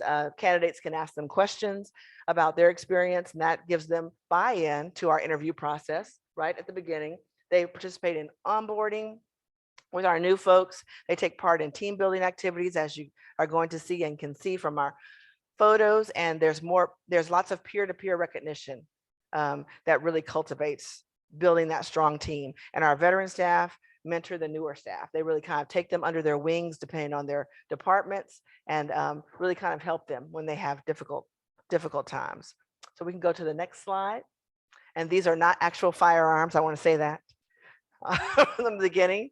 We had a laser tag opportunity. There's a lot of competition vibe on our group. And so usually when we do team building things, we are competing in some way or another. And it really kind of helps us really see the attributes and talents that people have in fun ways. And then we, you know, our team leads note those talents and abilities that people have when they're doing fun things, and they bring those into some of our work activities, you know, to say, hey, you are a real leader, or you really have a lot of grit when it comes to certain activities outside, and we want you to bring that same grit and passion and fire and fun into our workplace activities. Applicants are referred by team members because we are always asking them, tell your friends, tell your friends, tell your friends. We want them to bring their friends to work with them, because we find that when people are working with people that they get along with, that they've worked with before, that they respect, that they are willing to refer, they tend to stay a little bit longer with us. And they tend to have a faster onboarding because they don't feel like they're isolated. They don't feel like they're alone. They come into our agency with a connection already. And so people that already work for the agency, people that are community partners that we connect with through various activities, those are the folks we typically look at first because they're already connected. They kind of know our team, they know what we do. And of course, team members are compensated by our agency for employee referrals. But the reason I put that third is because that is not the main thing that people do. People really want to have a connectedness to say, hey, I want my sister-in-law, I want my friend, I want my neighbor to come and work with me, because they're great folks and we already have a connection. And that has made a huge impact on our hiring, our onboarding. We can go to the next slide. Relationships are strengthened, and the investment in the success of our program has resulted in some staff recruiting their own replacements. And I'm very proud to say that our last 3 physical therapists assisted us in getting their replacement before they left. That's huge. That's huge. They cared enough about our mission and our agency goals for serving kids that they said, hey, I'm going to be doing something different, but I don't want to leave you guys in a lurch. And so I'm going to help you find somebody to replace me. And I think that's awesome. That's awesome. But that also means that I have to create the kind of environment that's safe enough where people say, hey, we're thinking about moving. They can talk about that with me a year before they actually move. Or I'm thinking about going back to school. Or I'm thinking about, working over here at this place or that place. They have to trust that I'm not going to treat them any differently because they're giving me this way advance notice. If they think I'm going to treat them differently, then they're going to wait until 2 weeks to give me that ugly white envelope that we all hate to get. there is actually a phobia. I looked it up. There's actually a phobia of white envelopes. And so I actually have it. When I see a white envelope on my desk, I'm just like, no, please, Lord, no. And so, but you know, it's helpful to be able to create an environment where people will say, hey, you know, I'm thinking about doing this, or my husband got this opportunity, or my husband got orders, or my wife got orders, to find out way in advance so we can talk through it. And if somebody's just having a little burnout and they're feeling discouraged, it also gives us an opportunity to say, let's think this through a little bit. Transitioning team members are appreciative of the environment that nurtured them, which results in concern for the preservation of our team, even after they leave. You know, we want to continue to have them as a community partner if they're still in our community. So they know that when they leave, we haven't just cut them off. They're somebody that we still embrace as, you know, almost like a former family member. You know, sometimes in our personal families, when the family status changes, you may still consider that person family, and we still consider them family even when they leave. And even if they leave under not happy circumstances, we've invested in them, so we still consider them to be family. Because we all have those family members that leave under not happy circumstances in your family, but you still may love them, even though they may have done weird things. So, so going to the next slide. Oh, there's the next slide. And so that young lady in that picture, we are, she worked with our program temporarily. She is an occupational therapist in the NICU, and she worked with us for a little bit to help cover for another staff member when they were out on maternity leave. Now we've planted a seed with this young lady. We know that she works for the NICU and they're treating her well, and I'm sure they're paying her good, but she had the opportunity to work with us for just a little while to cover. And this is how important the relationship was between her and the other occupational therapist that recruited her to help to cover this person's caseload while they were out. That she used her PTO from Hendrick Medical Center, NICU, to work 1 to 1.5 days a week for us for 6 weeks to cover that girl's leave. That's her PTO. Now, of course, she got paid, but think about the seed we've had the opportunity to plant. So when we have another occupational therapy opening, we've already had an interview, haven't we? If she's interested in joining our team. So we got a chance to, you know, of course, I told everybody, put on your best behavior and make sure that we show Molly all of our, you know, sunshine. But, you know, we still have a great relationship with her. And it also results in us having more referrals from the NICU than we had before, because we have a NICU staff person that has worked with our team for 6 weeks. So that's a win-win for sure. So, so the private therapy providers, we consider them community partners. We do not compete with them. We really try to spend time with them to get to know them better. And this is one of our, what some people might call competitors, but I don't use that word, community partners. So our local ISDs and our social service agencies, and this is Care Options for Kids. And this is one of the folks that they serve birth to 3 as well. But we have a great relationship with them. And we, you know, and they're always looking at our team folks and, you know, coming by and dropping little gifts by, because I guess they can use their budget to do such things, you know. But what we do, I don't understand how they're working that out. But we work together. When there's clients that we share, when there's families that we share, we work together. We really foster an environment of partnership, not competition. And that really makes a huge difference, because that way, you know, if they get to kind of know us, if one of their team members thinks they want to slide over to ECI, you know, then they already know us. And so that's really one of the reasons why we want to cultivate that. We want to partner with them, and it makes it great for the families as well. I'm so sorry. I just wanted to move the thing away. It was cutting. Okay. I was like, am I done? Okay. Oh man. And so in our local ISD is the same thing, you know, so we participate in things that they're having. We go to their events, which sometimes means that I have to do things after hours. Sometimes that means I have to do things on the weekends to make sure that we always have a visible presence in everything that's going on in our community, so that we can start those relationships or really keep those relationships well oiled. because we never know when we're interacting with the next person that's going to be an ECI team member. And so we think about everybody, especially when we have great interactions or when we work with folks that are really contributing to the lives of families that we serve. I always want to know. So I ask team members, when you have an excellent experience with a therapist, with a social worker, with a teacher, concerning if we've collaborated with someone, tell me their name. Let me keep a file on people who are doing a great job with us, because, when this comes hiring time, those are the people that I'm going to start looking at first, because we've already seen that they have a heart for ECI families and for kids. So our university connections is what I want to talk a little bit about next. We have therapy programs at the universities. The universities in our town are McMurray University, Abilene Christian University, and Hardin Simmons University, and they have programs for occupational therapy, social work, physical therapy, and speech therapy. And they also have opportunities for us to come and speak to classes about our program. So I go to speak to classes on the regular basis. There is not a semester that passes, including the summer, that I'm not speaking to a class.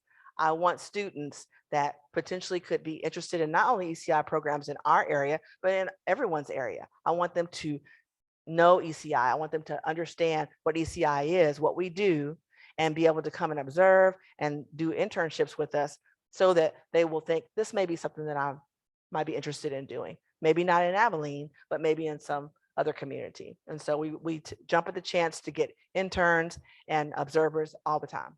And so that's one of the things we do. Let's see here. So related to building a personnel pipeline, of course, it's not all blue skies and rainbows, right? There are some challenges and some things that make it a little bit more difficult. And so it does take a lot of time.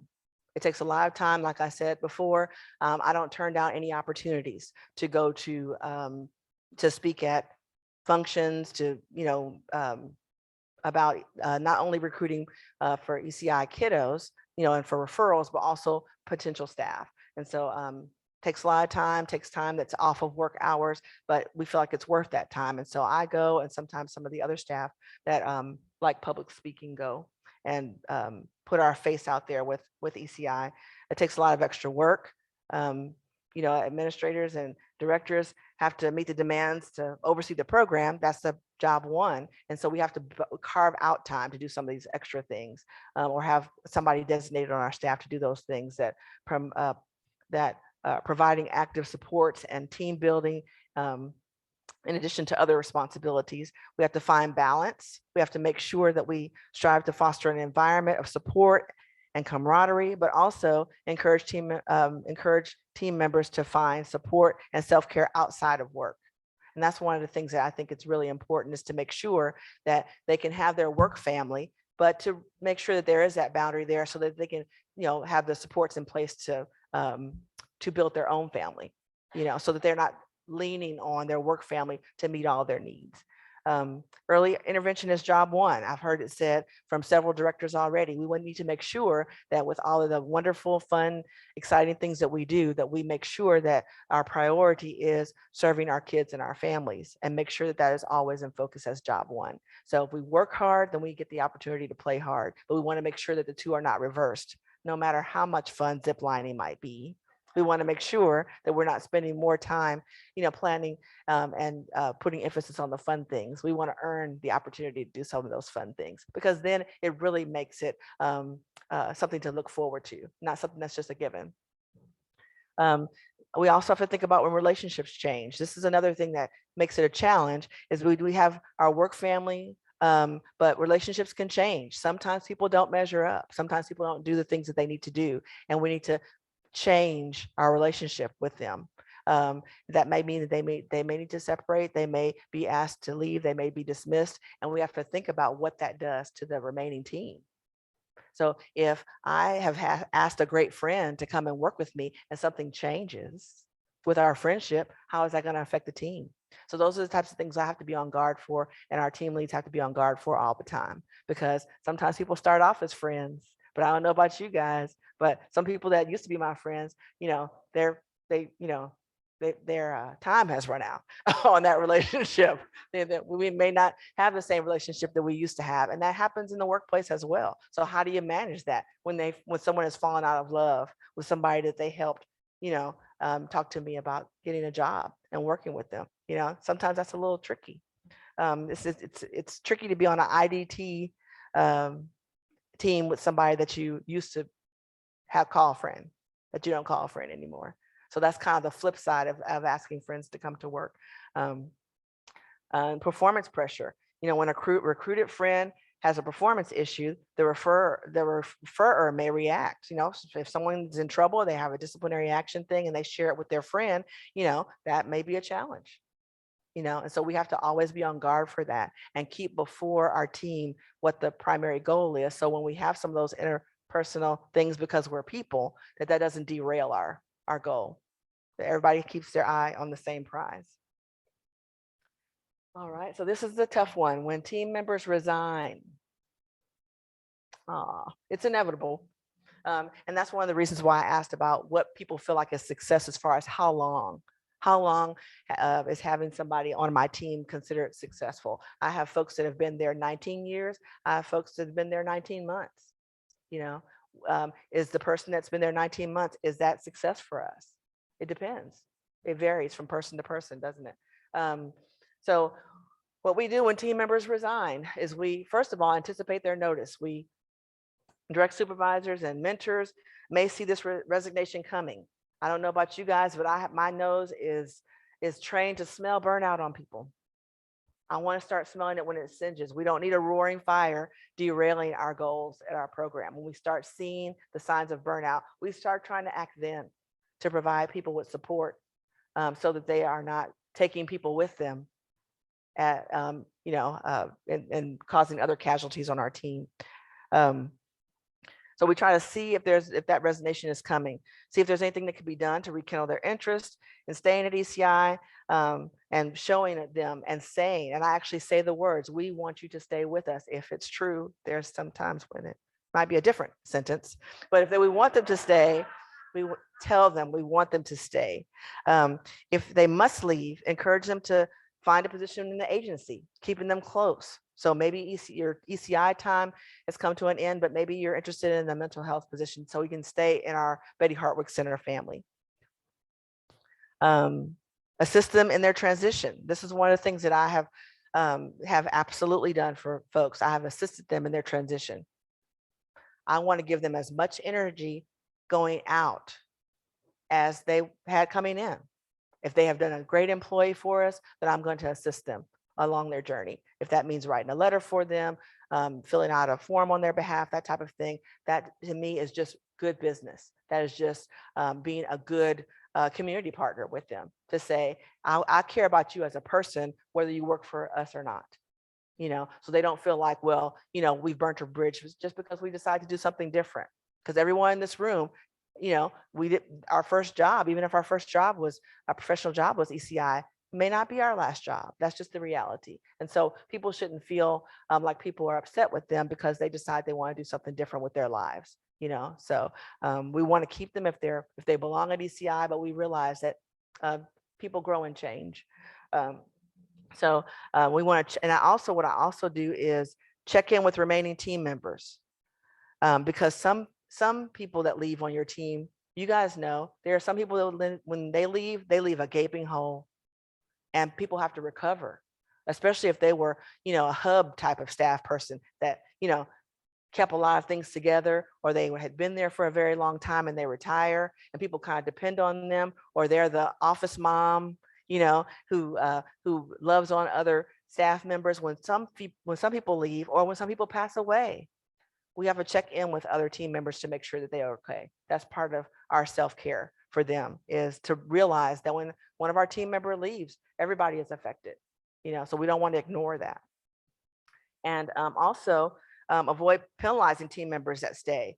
It is inevitable if someone leaves, everybody else's caseload is going to be affected. But we want to make sure that we acknowledge that and that there's some type of benefit or reward, whatever our program will allow. How many times have you heard, man, so I'm staying, so I get to have my caseload be real high, or I get these additional deadlines and get these additional responsibilities because I stayed. And so, really trying to talk through that feeling of being penalized because I've done what I need to do for the program. Why should I be penalized because I'm the one that stays? And so of course there's going to be more workload distributed until you get somebody else in place, but we want to make sure that that's acknowledged, because people sometimes feel taken advantage of, when they get dumped on because somebody else, found a better opportunity or a different opportunity. So again, like I said before, safety first, meaning we want a safe space, creating the same kind of space that that when people exit as they did when they entered our program. Listen with compassion when staff tell you that they need a change. When exits are handled with care and understanding, sometimes people will return. And in our case, of the existing staff we have now, I have been a person that has returned. I left ECI. I was, had a ministry opportunity and got an opportunity to work for the church that I attend in town. But I returned. And the reason why it was wonderful for me to return is because I was released in a caring and loving way. I wasn't made to feel like I was a bad banana because I took this other opportunity. And so it made it very welcoming for me to come back. I ran back, actually, I just want to say, I ran back to ECI. We've had 3 specialized skills trainers or EISs that function in specialized skills training. We've had 3 of them leave and return. We've had 1 SLP, our feeding specialist, leave and return. We've had 1 service coordinator leave and return, and we've had a physical therapist leave and return. And every time they return, they said, thank you for giving me the space to be able to go and see if the grass was greener. It was not.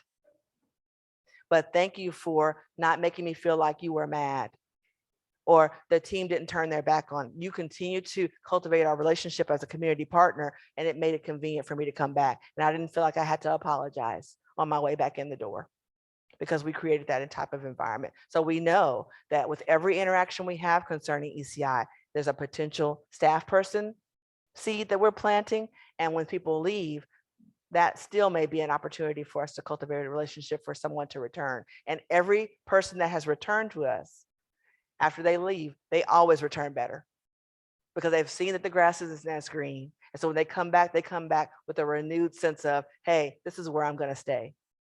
And that's actually my story. I have been back with ECI many more years than I was initially. So, and there's my team on Lumberjack Day when we threw axes and ate bunches of pancakes. So, yeah. All right. Thank you so much. And I think you've provided us many examples of how building a pipeline is not really a straight line, right? It has ups and downs all along the way, but there's many entry points into a pipeline also.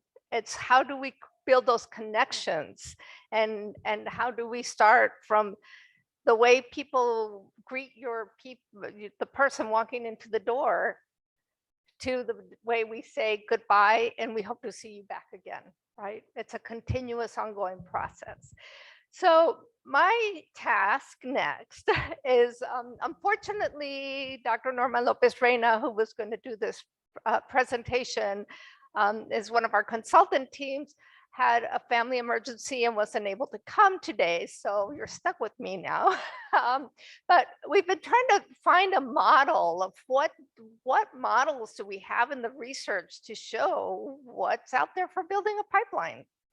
And there really isn't a model because, as you know, and we've been talking about this, there are multiple layers. So in our conversations, and coming from the university perspective and the research perspective, I related this to a research practice partnership. And we're starting to hear much more about these partnerships from the research side of it, to say it doesn't do us any good to keep doing research from a researcher perspective or from the ivory tower. if it doesn't mean anything to the person who's out there who's going to hopefully receive the research that's being done. And I think you've heard that today with what we've been trying to do with this project. This is not our interest necessarily, or our perspective from early intervention. It's how do we reach out to our participants? How do you all inform the questions that we're going to be asking and seeking for? And what we've started with this year's project is just the beginning, because it's really an ongoing process. We've already started to think about what's next. This does not stop here. So in a research practice partnership, I've changed the topic, the title to be Key Aspects of Developing a Pipeline Partnership. We have to start asking us a question: what is the need that will drive this partnership? For some of you, it's finding more EISs. For some of you, it's more therapists. For some of you, it's providing the office staff to provide the services to support everyone that's going out there to provide the services. But we need to ask ourselves, what's the question? And what is that need? What type of people do we need to bring together to structure the partnership? What are the different pieces of the puzzle that need to come together? And that's going through ongoing collaboration. It's conversations. It's leaning forward to listen, like Cheryl mentioned, because if we don't listen to each other, we don't really always know what it is that we're even asking. So starting with those two questions, then it's like, okay, now what, right? How do we develop this agenda? How are we going to move forward? What is it that we need? And that's part of the action planning that you're going to be involved with, right? And that we actually develop agreements. And I just want to use as an example, for the past year at UTEP in the College of Education, we've embarked on developing a research practice partnership with our school districts. We're very fortunate in El Paso, which we basically have UTEP and 12, 13 school districts around us. We don't have much competition from other universities, like in Houston or even in Abilene, you've got 3 universities. We have more and more coming in now from like online programs that are starting to compete with the programs that we have to offer.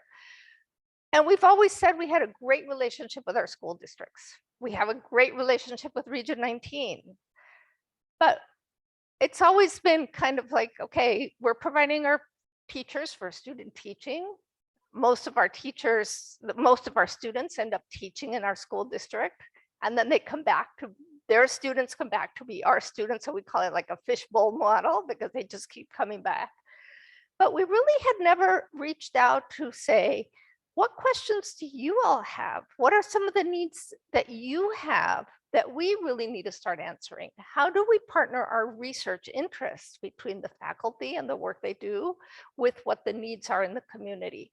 So we've gone on a year-long process of reaching out to our school districts and talking about research. What questions do you have?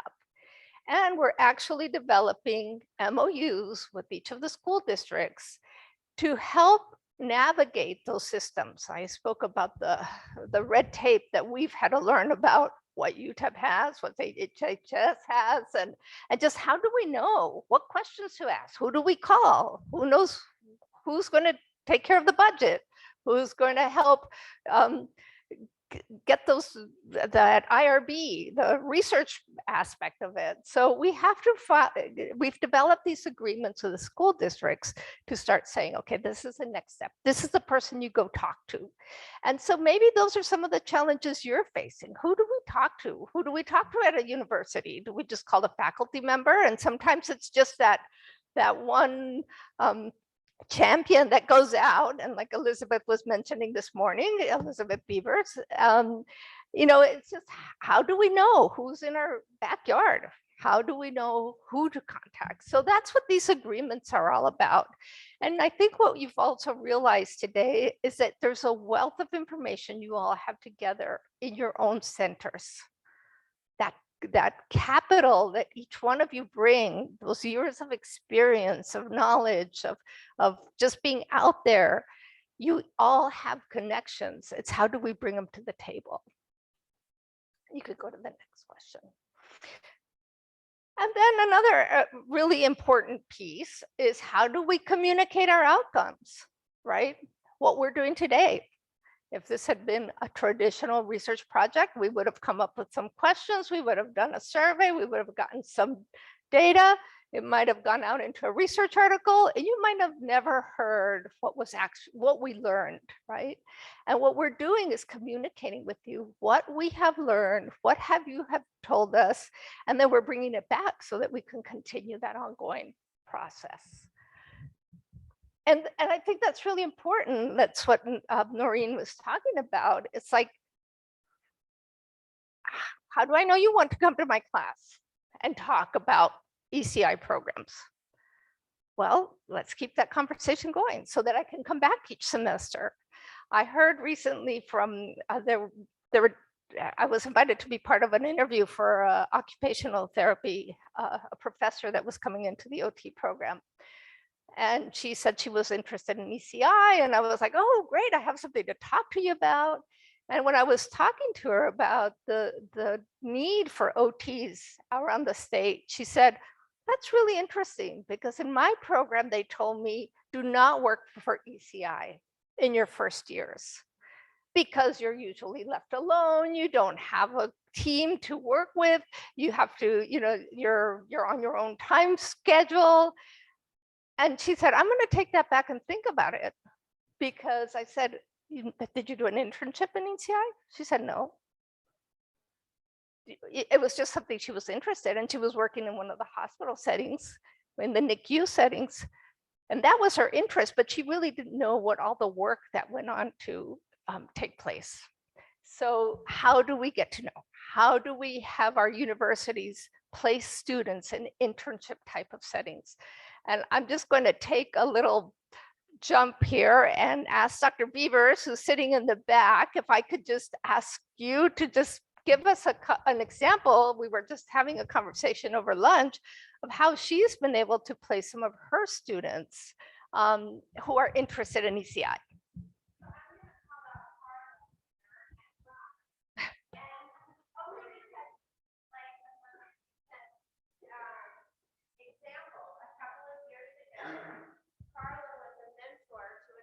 Who did an internship with Bach. Bach hired her. I recently had another student leaving teaching reach out to me through our mentoring program saying, I don't know what to do next. Or, I didn't get into this grad school. I don't know where I'm at. And my suggestion was to get in touch with Itzel, the person Carla had mentored and worked with. And now that person has just been hired by Bach as well as a new EIS. And so I think it's relationships and mentoring, because had Itzel, the one graduate student, not had such a positive experience where she felt supported and engaged in her internship, she just did it to learn about ECI and absolutely fell in love. So I don't know if you want to. I don't think I necessarily have anything else to add to that besides the fact that it was just great to have the opportunity. It was just the opportunity that we retained and just exposing them to the ECI world and giving them the passion that we have, and it's kind of hard to have that passion when you don't have enough people around you. So I could see why, if you're an isolated OT or PT or speech therapist, it's hard to, if you're out in the field driving around on your own, you don't have that. But we've started doing that now, and so and at least in the areas that we're fully staffed, I think that's somewhere we could focus on more. We struggle with speech therapists, so I'm sure a lot of others do. So I'll give one other example. Is Katie Project Tyke here? Okay. All right. I was about to say that's another location. So I've found that over the years, every time I place a student in ECI, at least in the greater Houston area, sorry, I haven't met y'all at Easter Seals yet, and in Houston, oh, they almost always get hired and stay.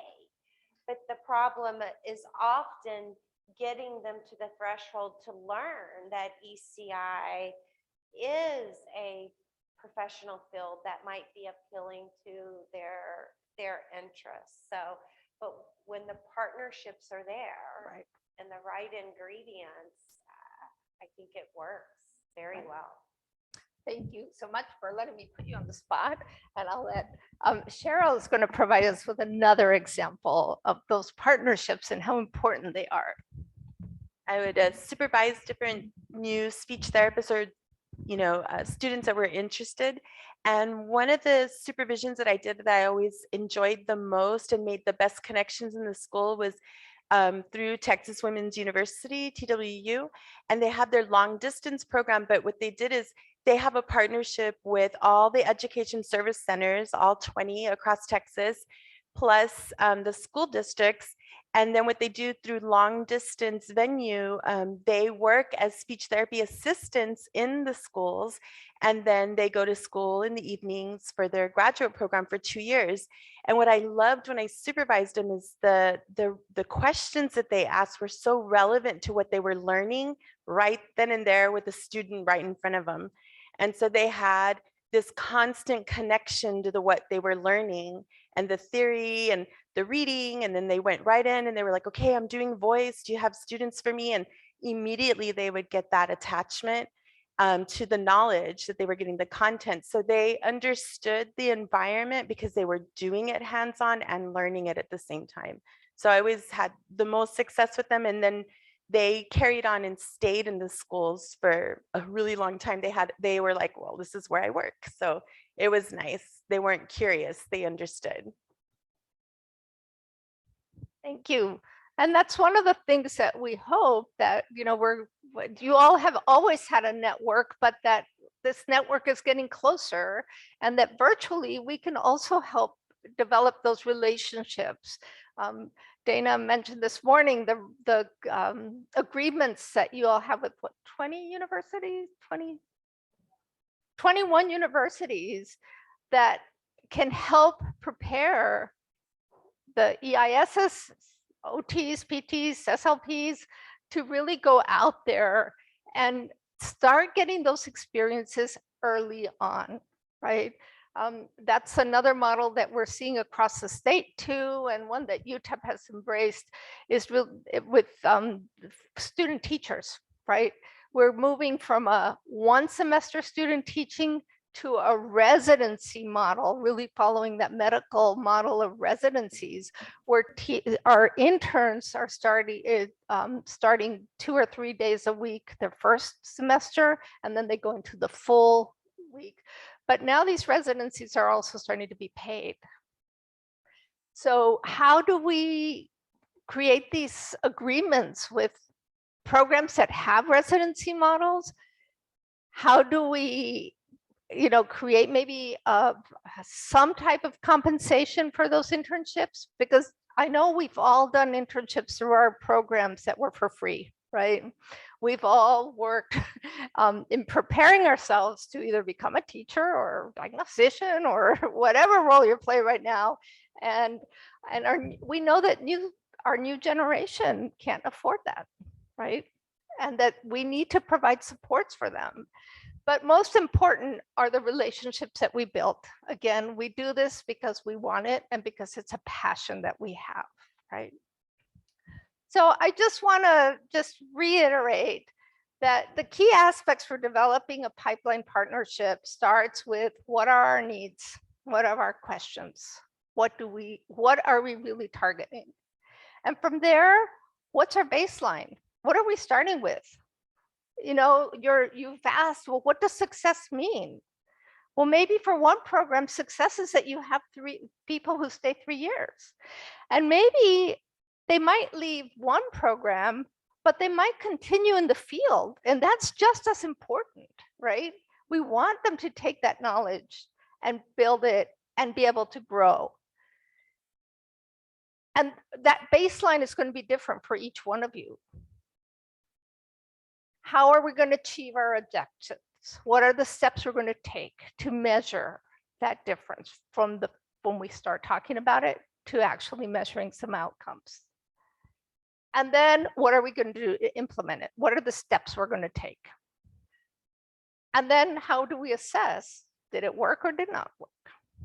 You know, how, again, we do a lot on a day-to-day basis, but do we really stop to think, did it work or didn't it work? And then we start all over again, because we're going to start again. It's a cycle, it never ends. And I think that's what's also very exhausting, but the investment is going to be able to get people who are going to stay longer and are going to be able to serve our families and our children, because we want them to come back and work with us, right? So that's where we're at.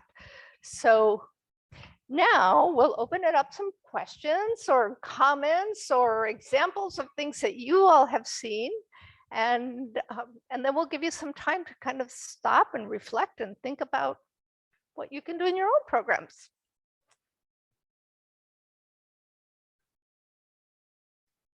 Dr. Laura.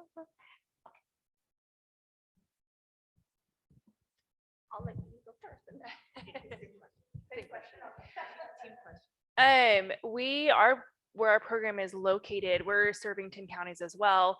And there is no university in our area. This Dallas-Fort Worth area is the closest to us that has a university or has universities that have a speech, OT, or PT program. So we're we call it the therapy desert. So what suggestions, or what do other people do, or what suggestions would you have for us to recruit therapy staff? Because we can find EISs, we can find service coordinators, but therapy staff, we cannot find them, we cannot get them. And the ones that we do are able to interview end up going into private. So what do you do when you don't have you don't have a school turning them out? We have a school, but they don't have therapy programs. We have they have an educational department, but no therapy. Any ideas?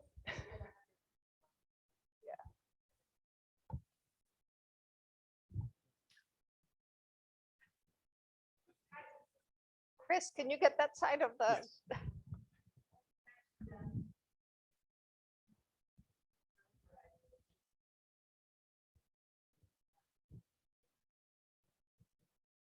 But those people often aren't from our area, and they don't stay in our area. They go back home. So,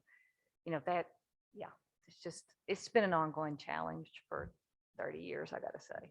And unfortunately, I don't have the answer to your question. Just give me some. But my question is, we do work with a lot of universities, and they're always reaching out to us, wanting us to take their students. I've never thought about paying their students, but where I'm at is I think I need to give a stipend to my staff that take their students. I have 4 physical therapists right now that are probably going to retire in the next 5 years, and I can't get any of them to take a student, and I need them to.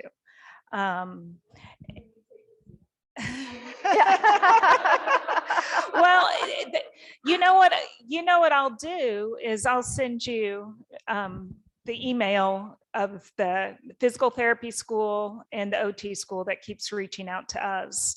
And maybe they could find a placement there. I don't know if there's somebody would work with housing if they weren't from the area, because some of those placements aren't that long. So.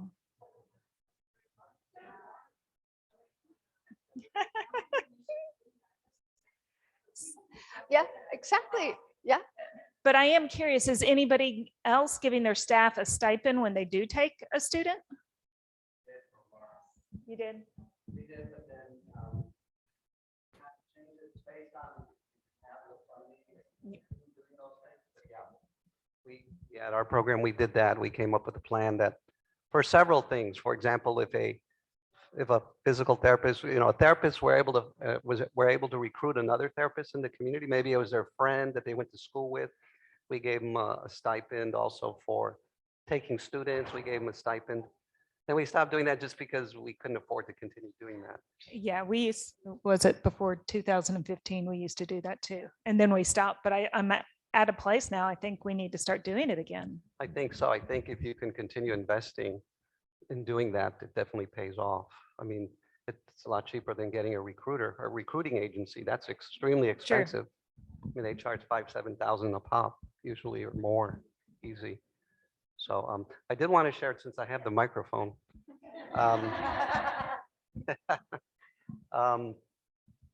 Something, I've been very surprised these last years that our own staff, and without getting an incentive, will recruit fellow friends who are also speech therapists or occupational therapists or physical therapists.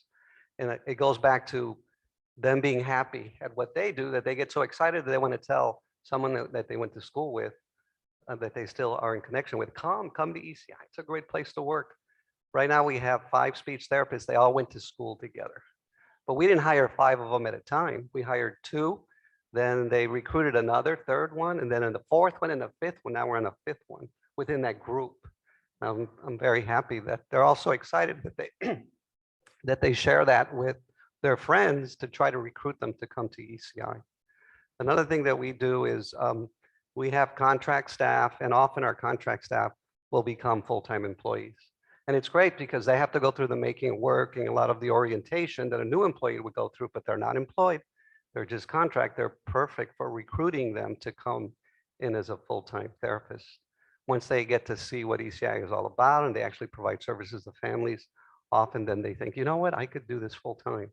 So if you can get contract staff, and a lot of our contract staff only work they only have like a caseload of 5 kids. But then that warms them up to the idea of working with us in the future full-time. So I think that's a good way of recruiting as well. And on the other hand, too, we've had therapists that want to retire and they don't want to work full time. So we offer them the opportunity to stay on as a contractor, and at least we don't lose them completely. But they just don't want the full-time commitment, that they love ECI, so they stay on as contractors, and that's also beneficial. Right. Thank you.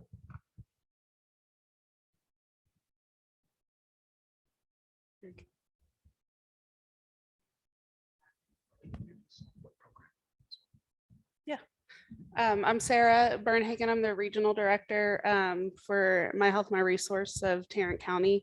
And I guess it's more of a comment. Does the state have or a way that we could create a database or something if we're getting, other programs are getting offers, but they can't take students or things like that, so that other programs will know to go look at that or notify these universities of other programs in the areas and what's out there and why, and get them job postings, things like that? Yeah, I mean, my first thought was I don't know that we would create a database, but we could certainly have a point of contact.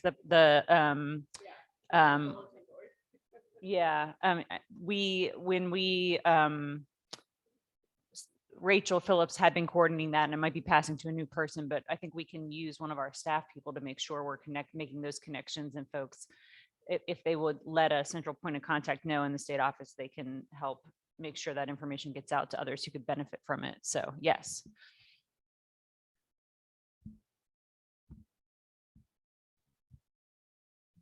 I don't know if this is helpful, and I do agree about the stoppings for our staff. I mean, we have been pretty fortunate about having staff that will take students or interns, but we have reduced their productivity expectations. So we give them a set number of hours per week to devote and kind of pour into the students or interns or so forth.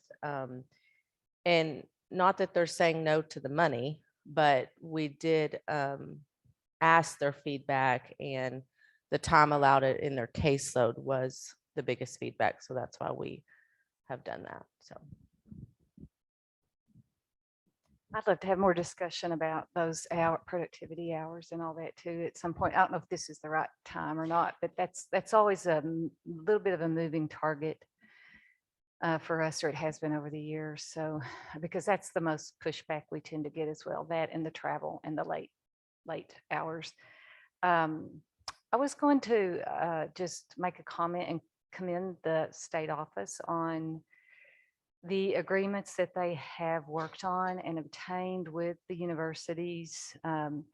Cecilia, I think in particular, was really instrumental in that. And, I just made mention one day during a meeting that I really would like to have one at our local university. And she really jumped on that and got it developed really quickly, which was great. It's just that there are no therapy programs in our area. And so I had asked, I think at that time, if that was a goal that the state had on their agenda to pursue more of those type of agreements. And Dana, I don't know where that stands, but I was just curious what you guys have been working on with that and where that stood, if there were some other things in the work, because I do think that number one, it just increases the awareness statewide of ECI programs and of the mission and the need.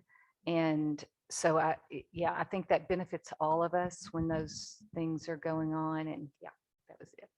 Yeah, we're happy to develop letters of collaboration with anyone, with any university that has an appropriate, program that we can partner with. Yeah. So, we do have a strong number, but we're always happy to add more. And if folks, want to make a suggestion for one to pursue, we're always happy to do that. And we're looking to do that. We're trying to increase those numbers. And Tammy, we're going to add something to that. Are you working on that now? Are you on Go that, ahead.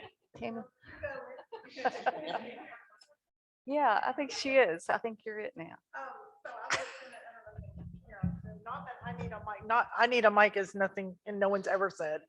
But Dana is right, and just not to keep, on the same topic, it just came to me and I wanted to remind you guys, because I was sitting here thinking Rachel would.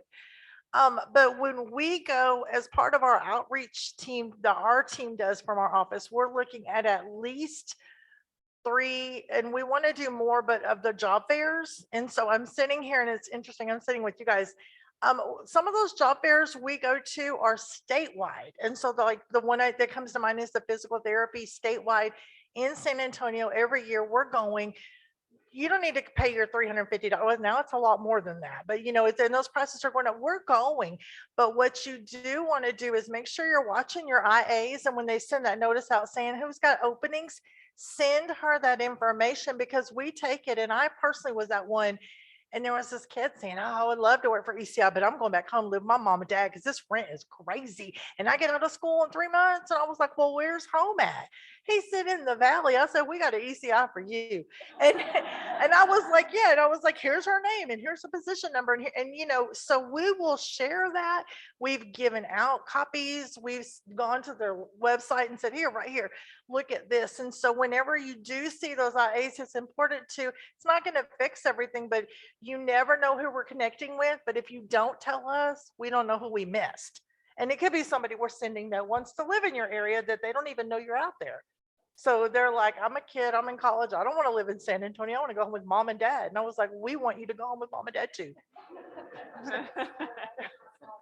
Yeah.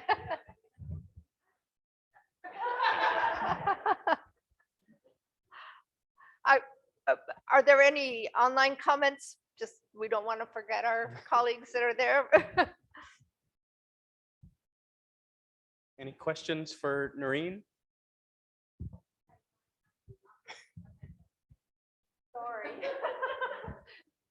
Sorry. Well, one of the other things that I would love to have some help in is just developing more materials to use that are short, sweet, to the point, really great graphics. I loved, I think it was yours, Noreen, that was the graphic of your team and the description of what you wanted. I just, unfortunately, we don't really have a lot of resources for that. So it's kind of me and these ladies trying to do those type of things. And I am not a marketer. I'm really not great at that. So I'm wondering if there's some help out there for those kind of things that also would help, like Tammy at the, because I always send our job descriptions, but they're 20 pages long, I think. And I don't know, I know you share them, but I feel like we need to get you something short and sweet and to the point that really grabs people. Yeah, I like that mailer, the mailer you got.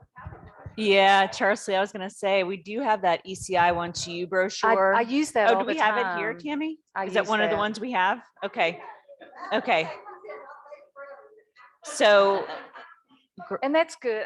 We do use yeah. that. Okay, so you know as that one. well, Okay, I but just I'd wanted to like make a sure you local. knew it's Yeah, no, we use that. I'd like something local with our team on it, I think, but, okay. To what your community has to share. Okay. Are you asking about wanting to make sure your team is visible to your community so people can see maybe some things about your team? Is that what your thought is? So, because and really what we try to do is we try to make sure that we're at all the stuff. And so if there's like if there's an event where there's, not that everything has to be physical, but a lot of people on my team, they're in great shape or something. I don't know what it is, but, and so, they're wanting to be at, like, if there's a 5K or if there's a this or that. And so what they'll do is a lot of times they'll represent themselves instead of them just going themselves or as a group of friends. They'll say, well, we'll have a, ECI presence at this or an ECI presence at that. And they'll take pictures and they'll post it on our Betty Hartwick ECI page. And so that has nothing to do with their service necessarily, but it's showing someone that may be looking through or see that post that, hey, seems like that's a good work group. I might want to, partner with somebody that looks like they might be having a good time as a team, because it does reflect on how the team makeup or the vibe of the team, if you see them doing extracurricular activities together, and so, wearing the, beautiful state logo shirts or something, on there. That was just kind of funny, but but I'm just saying, like, doing those types of things, that has been good marketing for us, is people say, hey, now where do you work? What do you, because that's the thing, is that, people want to know, if you love your job and you keep saying you love your job, or you keep posting things about loving your job, where do you, how can I get in on that? So that may be a good marketing thing, is to find out what's going on in your community and seeing if your team members will have a presence at it. And many of I think all the SLP, OT, PT, special ed programs, most of them have a student organization, right? Rehab counseling has, and these student organizations have a mission to serve their community in their region. So it might be just to find out who those people are in maybe some universities that are somewhat close by, or maybe that have a program that need to do some community service, and maybe start bringing them in that way, getting them to know you. We have we need help on creating our graphics, right? So maybe start reaching out to who's out there. How can you all help us?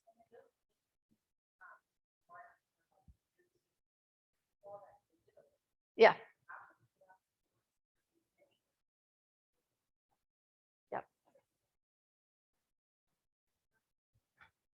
Yeah. We have about 5-10 minutes or so that we'd like to give you to continue working on the action plan. Then we'll get into a break and get into the final session. But just thinking about this action plan, go ahead and collaborate with the folks at your table. Feel free to mingle with other folks that have mentioned different things. Ask questions with Noreen as well. But think about, what are some of those strategies related to building a personnel pipeline that you heard about, strategies maybe related to advertising, internships, partnerships with universities, the hiring process, all those things related to building a personnel pipeline.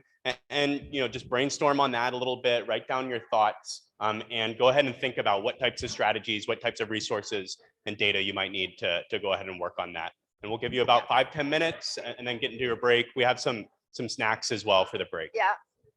Stand up and get some fresh air too. Yeah.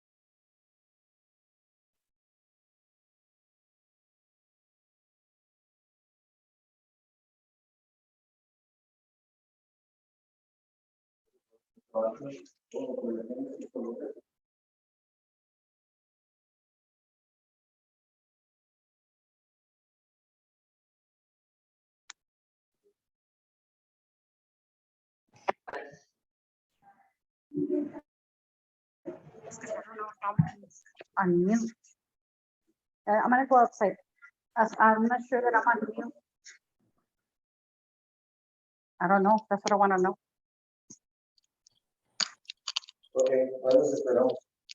Esmer, you're not muted. Understand, Leila and Diego, hurry up. I'm real hungry already. Esmer.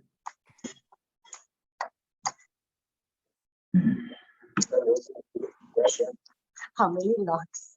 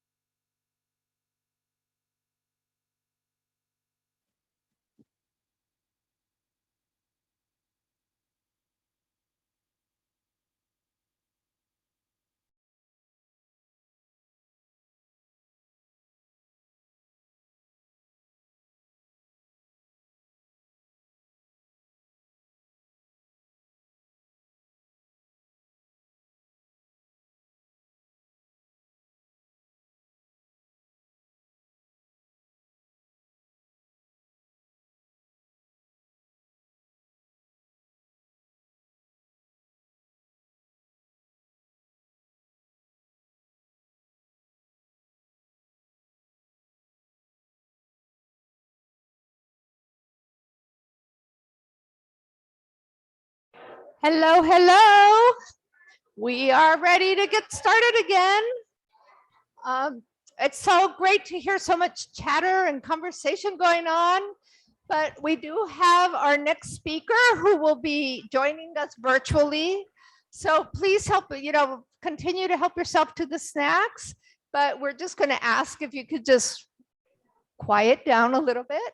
And we are ready for our next drawing. Ready? Oh.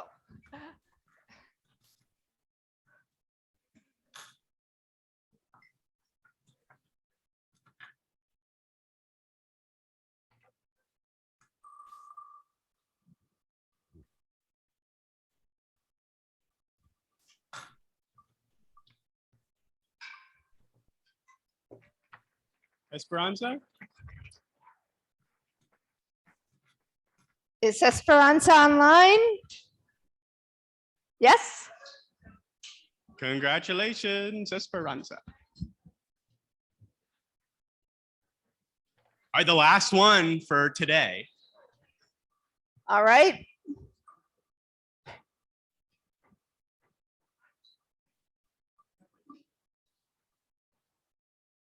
Gilda. I know she's here.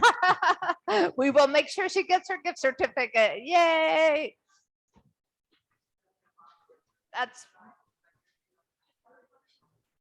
I've got her email, so we'll just send it to her directly. Okay. So thank you all so much. So our next session is enhancing training and development. And our leader for this session is Dr. Mary Beth Bruder, who's been in the field of early childhood and special education for 47 years. 40 as a faculty member conducting research and providing education to graduate students in early intervention and early childhood special education. She has directed over 100 federal and state-funded demonstration, training, outreach, and research and technical assistance projects and centers focused on enhancing the quality of life for infants, children, youth, and adults with disabilities and their families. Most of these projects have been in interdisciplinary personnel preparation or in professional development. Currently, she's a professor of pediatrics, public health services, and special education at the University of Connecticut School of Medicine, and the director of the University of Connecticut Center of Excellence in Developmental Disabilities and Education. She's also in the leadership education in neurodevelopment and other disabilities and the Early Childhood Personnel Center. She's a mother of 4 daughters from China, all whom have special needs. And Mary Beth, she's been one of our consultants and also one of our work group members. And she's provided us so much guidance as we go through this project. And Mary Beth, thank you. And I also want to introduce Teresa Cantu, Selena Perez, Esmeralda Mora, and Stella Moreno. So those of you who are here, please come join us as our panel presenters. And this will be one of our hybrid sessions of today, or our very hybrid session of today. Thank you. The first thing I have to do is thank all of you. I have had one of the best days I've had in a long time because I was able to sit here and listen to all the really good things that are going on in Texas, all the great questions, all the great strategies. You guys need to take a breath and pat yourselves on the back. We get to work with a lot of state teams through the ECPC Center, and your state is stellar in its commitment to children and families and to the task at hand, which is how do we recruit and retain a quality workforce so our children and our families are going to reach the outcomes we know we want to help them do. So thank you for all of you. I also want to thank the team that I'm getting to present with, because I just love the information they're going to share with you. It is, again, if not, I think it's evidence-based for sure, but what I was going to say, it is way up there in terms of strategies for training and development. At ECPC, we focus on a system of personnel development, of which recruitment and retention is one piece. But that is interrelated with personnel standards, pre-service, which I was so glad to hear about the previous session, in making partnerships. I cannot encourage you enough. I know it's hard with universities, but if we don't start when our youngsters, I call them so young because I'm so old, start as freshmen to see this as a viable career path, we are going to continue to see shortages. So we're actually really recommending start with high school partnerships, middle school, get kids into this field. But the strategies I heard were great. But pre-service then leads to in-service, which is, again, a support for recruitment and retention, but also a support for all of us being at the top of our game with the tools we need to implement change with families and for families. And then our last one, which is leadership, which all of you are demonstrating leadership capacity. And we know that leadership leads to sustainability of good practices. So that is really my take on what you're doing here and how well it fits.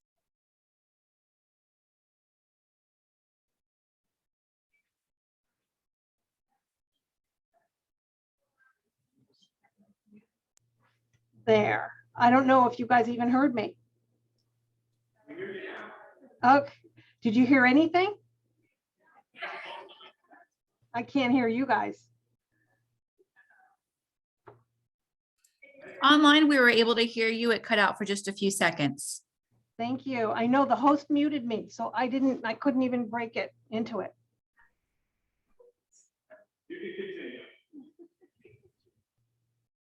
Okay. I was going to just turn it over at this point to our wonderful panelists. And I think Teresa and Selena are going to start first. Good afternoon. Thank you for having us. My name is Teresa Cantu, and I am the Region 1 Early Childhood Intervention Administrator. Hello, and I'm Selena Perez, ECI Director with Region 1. Unfortunately, my camera has been disabled as well, so you're seeing a very old picture of me. I wish I was still looking that young, but not so much. And I'm gonna go ahead and start with the presentation today. First of all, I'm just thank you for having myself and Mrs. Cantu here. For me, it's a huge honor and privilege to present to such experienced staff within our program. Obviously, we love what we do. So, you know, it's a privilege to be able to speak to many of you that have so much experience. So hello. Again, so what I wanted to start off with just beginning what we do in order to enhance training and development for our program. And do I have this to change? I wasn't sure if I was changing slides here, but I have my own notes here, so I don't need a PowerPoint. But so what we do is we begin with our goal setting. And for us, it begins at the service level. Our Education Service Center, they require us to do that as part of our evaluation, employee evaluation. And so it starts at the beginning of the year, but we took that a little bit further and you know, and again, we do it at the division level, and then our administrator requires our program to do set goals for the year, and then we take it even further and go to the individual level. So we set goals. We meet individually with our staff on a one-to-one, and we start with goal setting at the beginning of every year with our staff. And so again, we set our program goals and as well as professional and personal goals, because we feel those are important to address as well, not just our program goals, which we want to be able to do in order to meet all of our requirements, but we also need to ensure that they understand that what is important to them is important to us too. So we also sit down, and what we do is we develop a strategic success plan. And that is specific for our program. No one else at the service center does this, but we feel like this has really helped us set the stage for success, not only for our employees, but our program as a whole. So what we do is we tailor this strategic success plan to meet our individual needs. Again, not only to meet our contract requirements, but also our professional goals. It helps us identify those professional development that may benefit our individuals and support their interests, because at times there may be our staff that have a lot of children on their caseload needing vital STEM, perhaps. So we will look at that being a need, and we need to obtain certification for them. So that will be something that we could tailor their strategic success plan to include. Or some may need cultural competence training, and so we will embed that as part of their strategic success plan. And so that's something that we do, and I'll share a sample of one of our strategic success plans in a minute. But one of the other things that we do is we have an ECI specialist who is a full-time position that we created specifically to train all of our staff. This individual has over 20 years of ECI experience. She's been a case manager as well in the past. So we feel like that always benefits our staff, because she's been out there, she knows what the paperwork entails, and she's able to really hold their hand as they're entering our program, but not just when they're as new employees, but for our experienced staff that may need a little refresher training.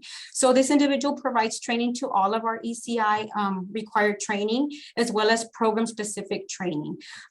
She also provides specific discipline training whenever needed. So for instance, if we feel like our case managers can use documentation training on targeted case management activities, then she'll set a small group of case managers, and she'll schedule that, and they will all come together and discuss that. If we need support staff training, then she will sit with them and review maybe data entry and T-Kids. So we tailor that training specific to our disciplines as well, and she leads those for us. The other thing she does is provide field observations and give feedback for all of our required training, as well as just ongoing training, and also one-to-one training as needed. There's times that as our team members will identify areas of need. For instance, we'll have data entry. Maybe they're rejecting a lot of notes for the same errors. She will let us know that, and then in turn, we refer to our ECI specialist to let her know this individual needs this type of training. Or they may, our QA case manager who does all of our quality assurance reviews, if she reviews charts and sees that there's repetitive errors on eligibility, maybe determination, which God forbid that ever was the case, but just an example, then that would be something that we would address again, and we would refer this individual or our staff member to our ECI specialist to, again, go through the basics of ECI eligibility, and then go in and assist with observation and in making sure we ensure all the way through until the goal has been met.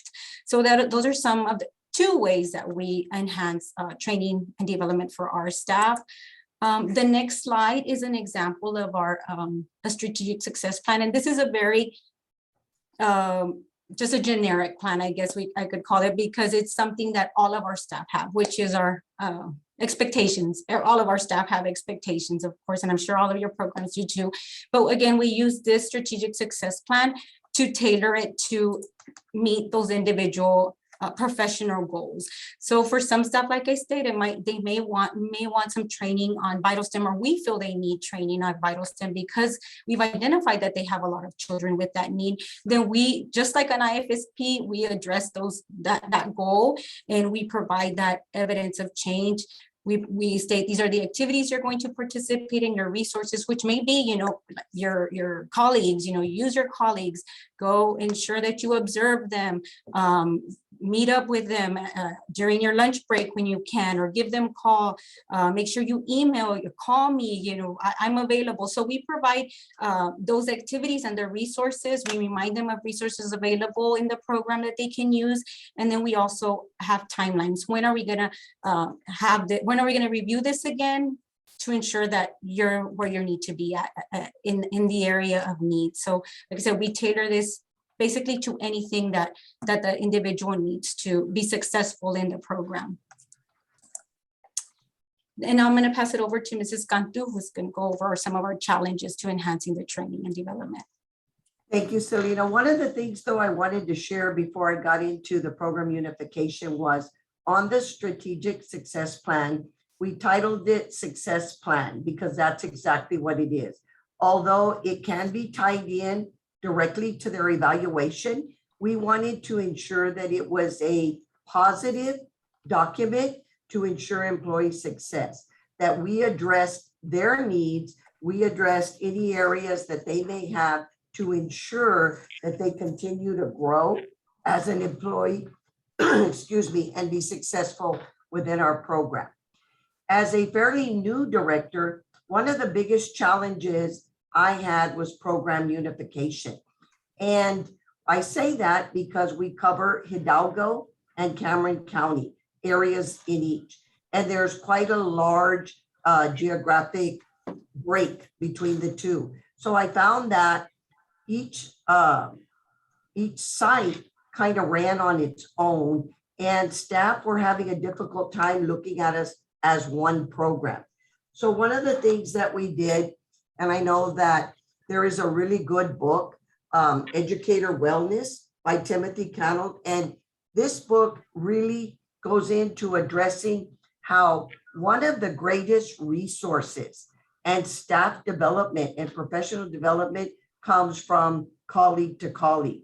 So there's a chapter in the book that talks about you can have the most phenomenal EIS case manager, and if they don't come together, work together, share ideas, brainstorm, that there's a disconnect, and it impacts the children that we serve. So one of the things that we do, we try to Friday afternoons take that time where we can pre-staff cases, where they come together, and it may not always be struggles. It may be sharing, positive things that work, that I, as a therapist, tried with a baby that was really, really successful and wanted to share with my colleagues.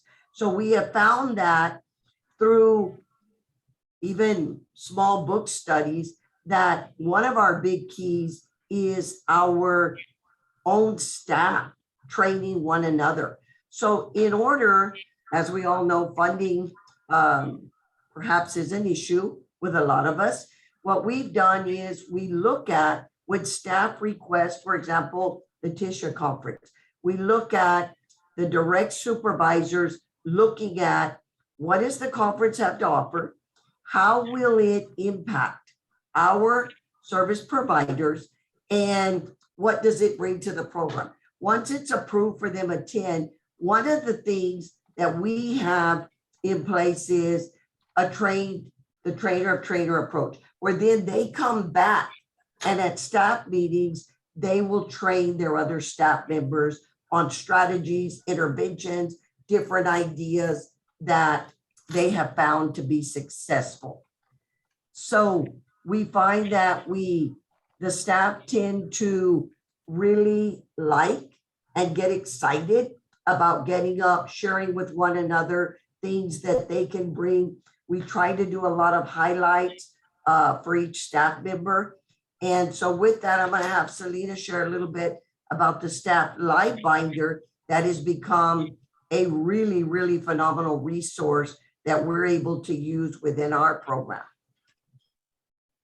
So we do have a staff live binder, and it started with us not being able to have enough time to share all of the information or to retrain staff, because as you all know, many of our staff as do yours, have high caseloads, and even when they're allowed the time to attend continuing education training, the time doesn't allow for that, because they always feel, oh, if I take those 3 days to attend the TISHA conference, I'm going to not deliver my hours. So, even when you tell them, no, you need to go and attend, you have some staff that are very dedicated to their job and want to deliver. And so what we did was we developed a staff live binder, and I call it a PD hub, because it's not just a PD hub, but it's a resource hub for our staff. And so it's an online quick access to internal and external professional development that we have provided, or we have done.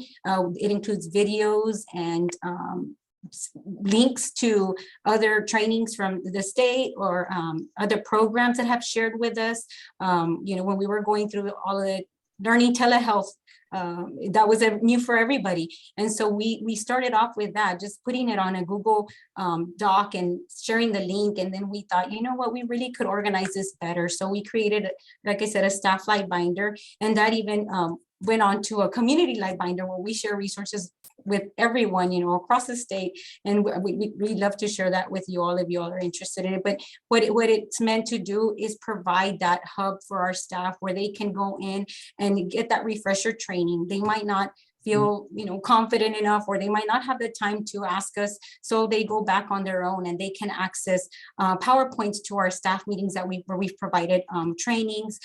They can go back and access webinars, or videos to our staff, our own staff, where we have that have volunteered for us to videotape doing a coaching model during their service delivery. So they can go in, and that's very beneficial for our new staff coming in, because they're able to actually see. And I know that state has now come up with a training of their own, which is great. But before we had that available, we would provide those videos of our staff showing how to do it, because it's very different, of course, for some of our staff to be able to see and just read and know what to do. So we really thought that was very beneficial for our staff, and so that's what we're doing. And then we also share PD at our ECI staff meetings. And Mrs. Cantu said, for that individual this year that attended the TISHA conference, he's scheduled to provide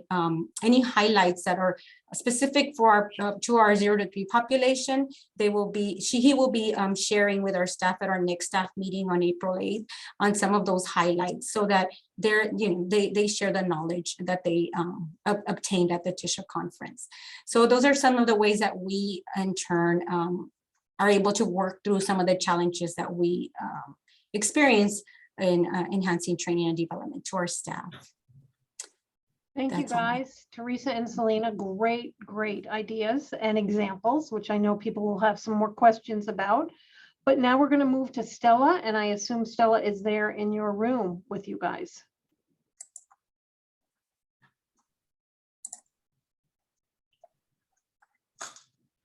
Yes, thank you. I'm here. And so I'm also here with my program administrator, Liliana Ruiz, and program supervisor, Veronica Ruslet. And I apologize that their name is not there as well. That's my fault. So I'm going to stand up because I'm tired of sitting. And it's after lunch, a few hours now. I'm even sleepier than right after lunch. So please forgive me, but I'm going to move around a little bit just back here. So I was told to keep this to 10 minutes. I'm going to try to keep it short and hopefully just give you practical information as to what we do. So basically, we can go to the first slide. And if not, that's okay. The most important thing we have is basically we have to hire the right candidate. What I have found is that you have to hire right. It's really important. So we're taking a bit more time. We're taking a bit more time in the interview process. So for example, we are fortunate that in our area in El Paso, we hire LPHAs that have a minimum of 5 years experience. That in itself says a lot. Okay. The other thing, because we have in part of our agency, we are hooked up with a Head Start agency. So we have a wealth of EISs who are applying or future EISs. So we look at that as well. One of the other things we ask for our area are functional bilingual skills, English, Spanish. For our LPHAs, we require functional, which is just foundational basic, but they can communicate with families. For our EIS service coordinators, we want them to be bilingual, and we're very fortunate in El Paso that we do have that pool of candidates as well. And when I interview people, I am Hispanic, but just because I'm Hispanic doesn't mean I have to speak Spanish. So when I interview people, I let them know when I look at Spanish, I see it as a skill. So regardless of your ethnicity, if you live in El Paso, it's just a great skill. That's one of the things we look at. The interview questions that we have, they're specifically tailored to the position we're looking at because we get a lot of information from that. Part of the EIS interview process also, we do have a clerical part, I guess, where they actually have some questions that they have to respond in an essay type response. So we look at writing skills. We have found that not everybody can write well or well enough for others to understand it. And that's a skill that's very difficult to teach sometimes. So we do look at that as well. So that's basic for just trying to find and hiring the right candidate. And as you can see, this is what we look at when we hire them, that little smiley face there. It's so apparent. Next slide, please. The next thing we do is create opportunities internally. So basically, that's very important because we do have our LPHA staff. I would say the average year's experience is probably about 10 to 15 years. They have a wealth of experience. A lot of our EISs have about 10 to 15 years experience as well. So we have a lot of professional knowledge within our own staff. So we just recently created 3 new positions, ECI leads, 1 for motor therapists, 1 for our SLPs, and 1 for our EISs. We created 3 new administrative positions by redelegating positions upon retirement of 1 administrative position.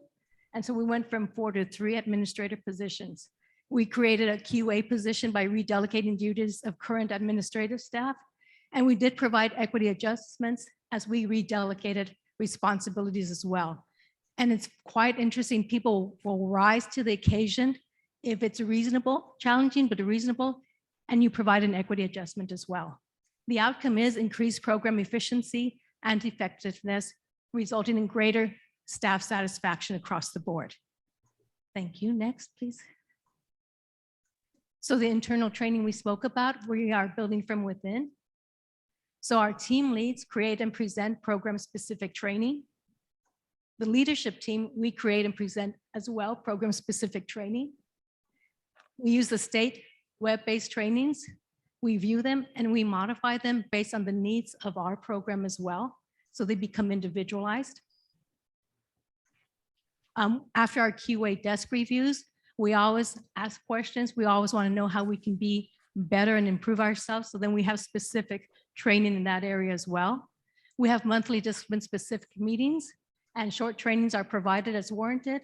And the minutes of the meeting are shared and emailed to all staff. So for example, we have an LPH meeting and it's 1 hour. We are very prompt. We start and end right on time because we don't want to take away their time. We have another one specifically for our EISs/service coordinators. And then we share whatever is discussed in that with an email addressed to everybody, so everybody has that communication as well. We have intense half-day trainings provided 2 times annually by leadership and ECI leads. We do record them as needed as well because we use them as a training resource. And then we contract with local talent in El Paso who can provide specialized training. We happen to have an SLP who has a lot of training in Greenspan, floor time, et cetera, and we contract with him. He has become a vendor for our region, Region 19 Education Service Center. So it's very easy to use them as well. And we collaborate with our host agency, Region 19, to address training. For example, Cheryl Wilcox is here from Region 19, and she'll present for us. And then we give her information as well as she needs it for Head Starter, et cetera. So we train each other back and forth as a resource. Thank you. So these are past and present challenging situations. One is, of course, monies for training and staff development, QA issues that arise, client caseloads, documentation, staff absences, both planned and unplanned, delivery of services, staff expertise, travel to work site, and teamwork. These are challenges, and then we have solutions to these challenges as well. Next slide, please. So we did create an internal training based on staff experience that I had discussed. Number two, random is QA is conducted by leadership. Leadership, we participate in team evaluations, and that's how we assess strengths and areas of growth of our own team members. We created the new QA positions and redelegated responsibilities to current staff. Regarding the caseload, we did decrease the client caseload. Team evaluations are assigned based on an FTE status. For example, if you work 40 hours a week, you're assigned 4 team evaluations per month, etc. We used a primary evaluator to decrease overall caseloads. So we have found that makes it it's very reasonable. And I have had new hires recently. They come from the hospitals. I had one come from the State Center. Another one came from a home health, both PTs, and they have both told me that the expectations we have are very reasonable, which is nice to hear. We went to an electronic management system, and we provided a mobile Wi-Fi to each service provider. The expectation is they document, they do collaborative documentation. I know it's preferred by the state that we use it. In our program, it is an expectation. We give them this tool so they can do that, because that family work balance is so important. And if people are taking home their documentation to complete, they're not going to have that family balance. Number 5, we do utilize PRN hourly positions for service providers and a temp agency for administrative staff. And we do provide cross-training. So all our administrative staff is cross-trained. So if somebody is out, we're not in a bind. Somebody else can always do the job. We do have number 6, performance zone expectations in place. And also providers submit a monthly report at the end of the month. So we have that in real time as to how they perform for the delivery of services. And the service providers do have complete flexibility on scheduling, but based on the program needs. So that means the expectation is by the state, we have to have extended hours just a little bit. So we do about a 7A to a 6P right in there, 7:30 to 5:30 right in there. But it works because there's such flexibility. The service providers get to know their families, and they know their work schedules of the families as well. So it works out very well. Years ago, I might have a staff member say, you know what, they want a 7:30 p.m. visit or whatever. So you have to see what's reasonable. And we always remember that our client is the baby. Usually a baby at that time, unless you're working on a bedtime routine, that's not going to benefit the client. So you always have to keep in mind the client, not just the parent's preference, but is it a benefit to the child as well? So we look at that. Number 7, we have ongoing training. We use ECI leads as mentors, and their staff and our staff share the knowledge based on their expertise. That includes administrative staff, that they have some expertise in the area of technology, as well as our professionals also. We provide, because IT, since we are using an electronic management system, we have a tutorial computer class once a month that's held by our secretaries, and anyone can join that. And so they bring, at that time, they bring any questions they might have to make them more computer literate as well. Let me see. Number 8, regarding travel. So our providers are grouped geographically to keep travel time to a minimum, and there is overlap amongst all areas. So once they're in the worksite area they're assigned to, usually the travel is less than double digits, below 10 miles from one home to another. And we do serve Hudspeth County and El Paso County. So depending on the length, there's a rental car if it's greater than about an hour and a half to 2 hours. So it works well. Some of you all travel much more than we do, so I know that as well. And one of the bigger things is communication. So we make sure that all correspondence is returned within 24 hours. That's a biggie in our program, because I really believe that communication is the key to a very successful program. And I think that's it. Any questions? Okay, thank you.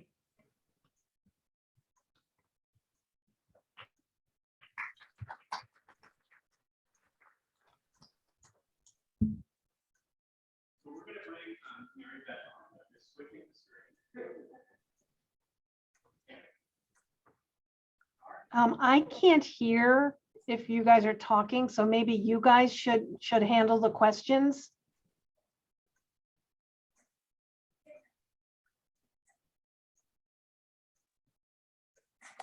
And now our feed is frozen. Beth, can you hear us now?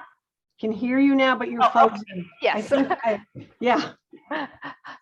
So why don't you go ahead and take it from here, and then we'll open it up to questions and after your talk.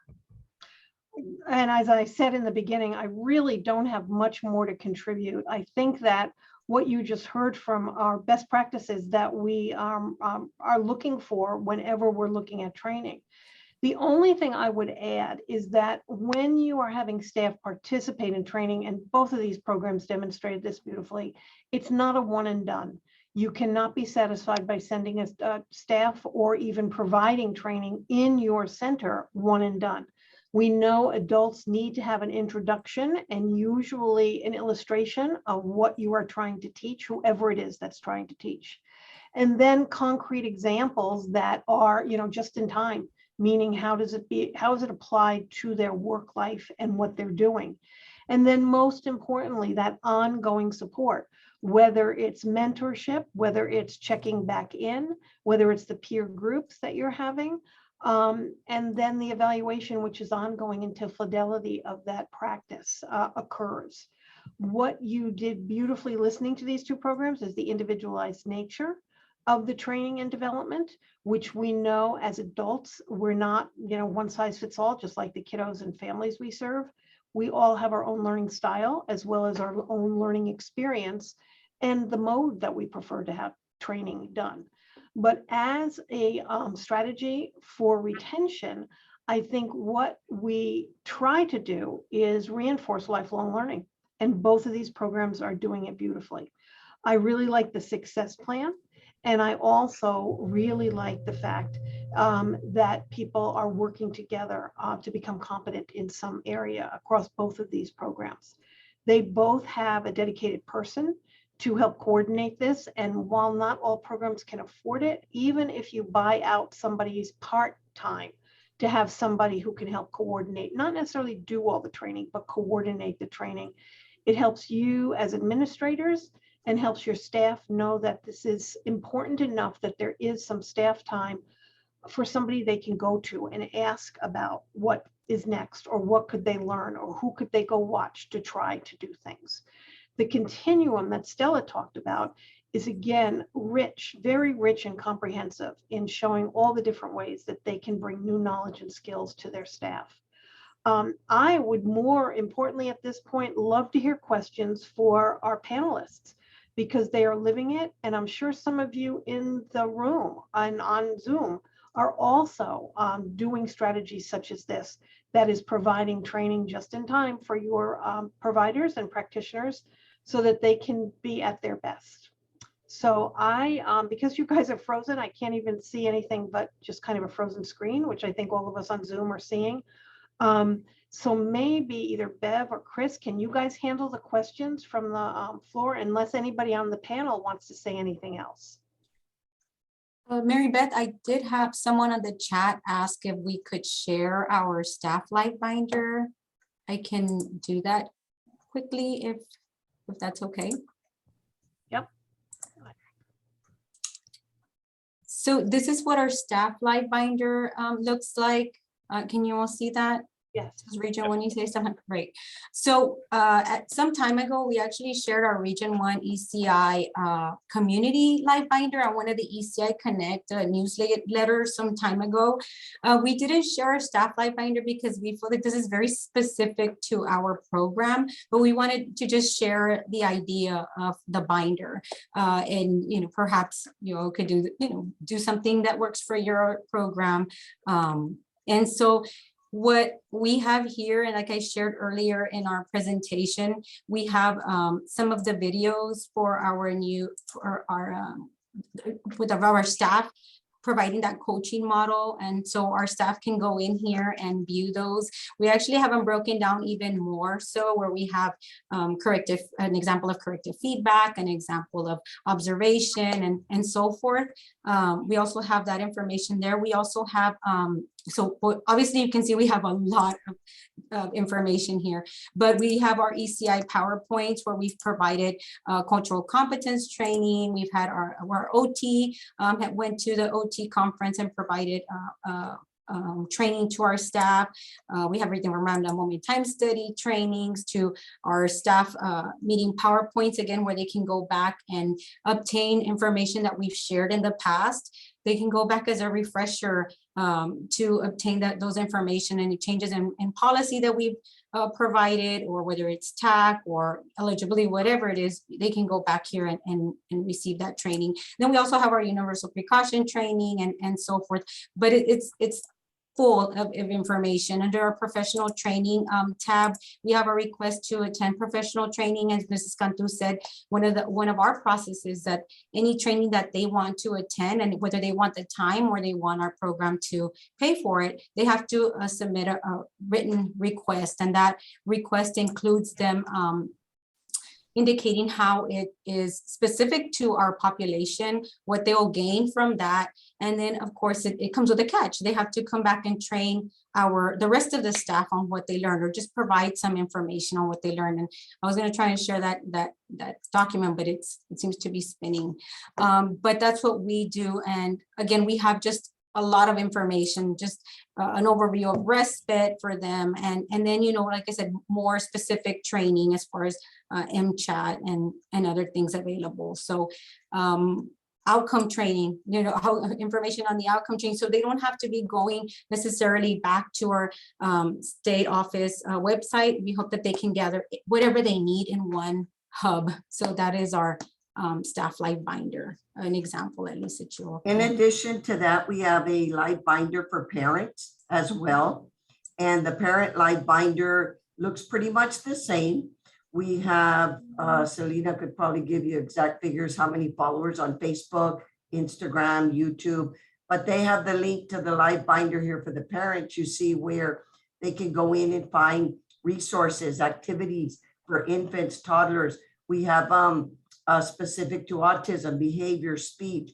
So we learned that this is a really good resource for staff development for our staff, because a lot of this they can access on their own time, and or if they're struggling in some particular area and they don't have the opportunity to maybe at whatever time or weekend to reach out to us, they have it right there at their fingertips.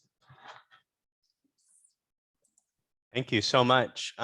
Questions from the audience for our panelists or Mary Beth Bruder about Chris, there's training? a question, I'm sorry, about the electronic management system, what we do when we have trouble with internet connections, perhaps. So that does happen. So this is the first year we went ahead and purchased a mobile Wi-Fi, and it works very well for the most part. However, we use Prometa, so we can also use that offline. So you don't have to be connected to Wi-Fi at all. So it works out. And then we always encourage our service providers to at least have a few templates of progress notes, et cetera. So if something goes down with the laptop, they can go ahead and write hard copies as well. And then with regards to the live binder that Region has, we have something similar, not as fancy. It's very basic, but on our agency's website for ECI employees, we go into that. And that under ECI employees, then we have a website for ECI. And so we have all our templates in there for them, our progress notes, anything that can be signed, I think PDF, yes, developmental resources. So all of that is on the ECI website for our agency for employees only to access. Thank you so much. Any questions, comments about training and enhancing training to promote personnel retention? The one thing I wanted to add is our live binder was created by our staff.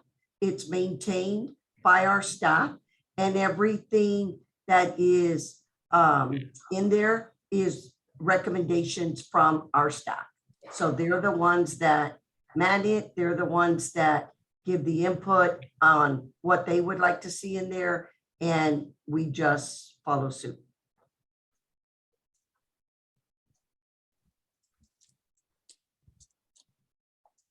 Any other questions? like, it's okay, it's late, it's afternoon, you just had a snack. I think maybe one of the biggest challenges is there is so much information out there, is how do you streamline it to really target what it is that you want to do? And how does this impact your programs?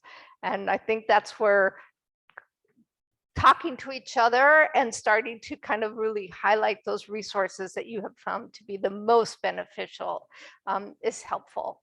Because sometimes, time is an issue. And by the end of the day, when you had that intention, it's like, oh, I'm going to go back and watch that video.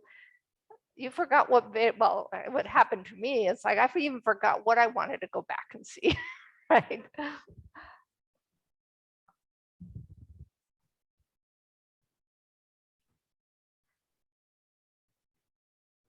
Well, Thank you so much, panelists. Let's give them a round of applause. yeah, thank you. So you have time to think right now and to kind of reflect before you kind of tune off for the rest of the day. But I had two people who wanted to share kind of an afterthought. And Sarah, you wanted to share something that you do with your community and how you partner, and I'd like for you to share that with us. Well, this is kind of going back a little bit to our partnership, of course, in Lubbock. We have Texas Tech, go Raiders tonight.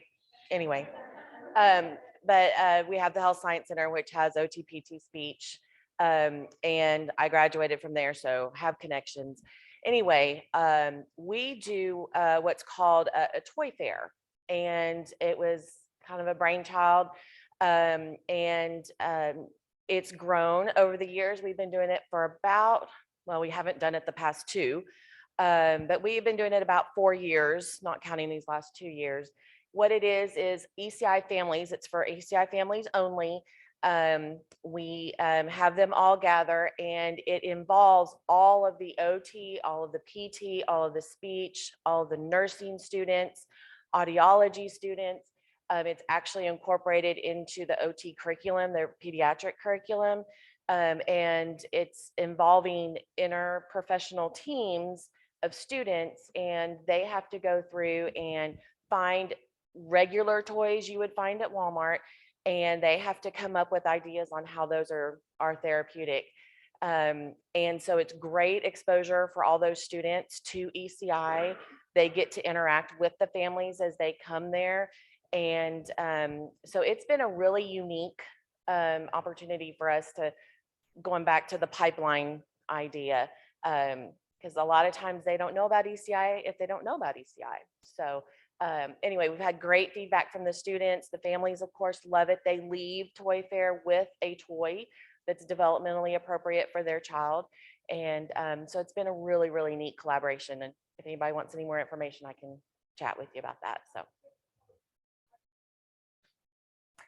Well, so my connections with the OT school, and the faculty was just thrilled with it. And the component of where so the students at the Health Science Center have to have certain amount of interprofessional developmental credits, right? And so this whole event counts for those IPE credits. And so then we started bringing in the PTs, and we started bringing in the speech, and then nursing, and audiology sometimes participates, but OT is the only one that it's built into the curriculum. But they are working as interprofessional teams with that. We use donation/grant funding to purchase the toys. And so we have demonstration toys, and each family gets a catalog of those, and they get to kind of go through with their service coordinator and select what toy they would like. And we say, okay, that's pending, supply chain, especially right now. Anyway, it's just gotten bigger and bigger. Our first year, I think we had 9 families across a whole afternoon. Now we're up to like 150, 200 families are coming through, and it's pulling from our whole county, our 12 county region. And so families are traveling an hour and a half to come and participate. So it's been a really neat experience. So hoping we get to do it again this year. So yeah. Thank you. Thank you so much for sharing that. And again, I think, as a faculty member, we're always looking at ways that we can expose our students to the real life situation, right?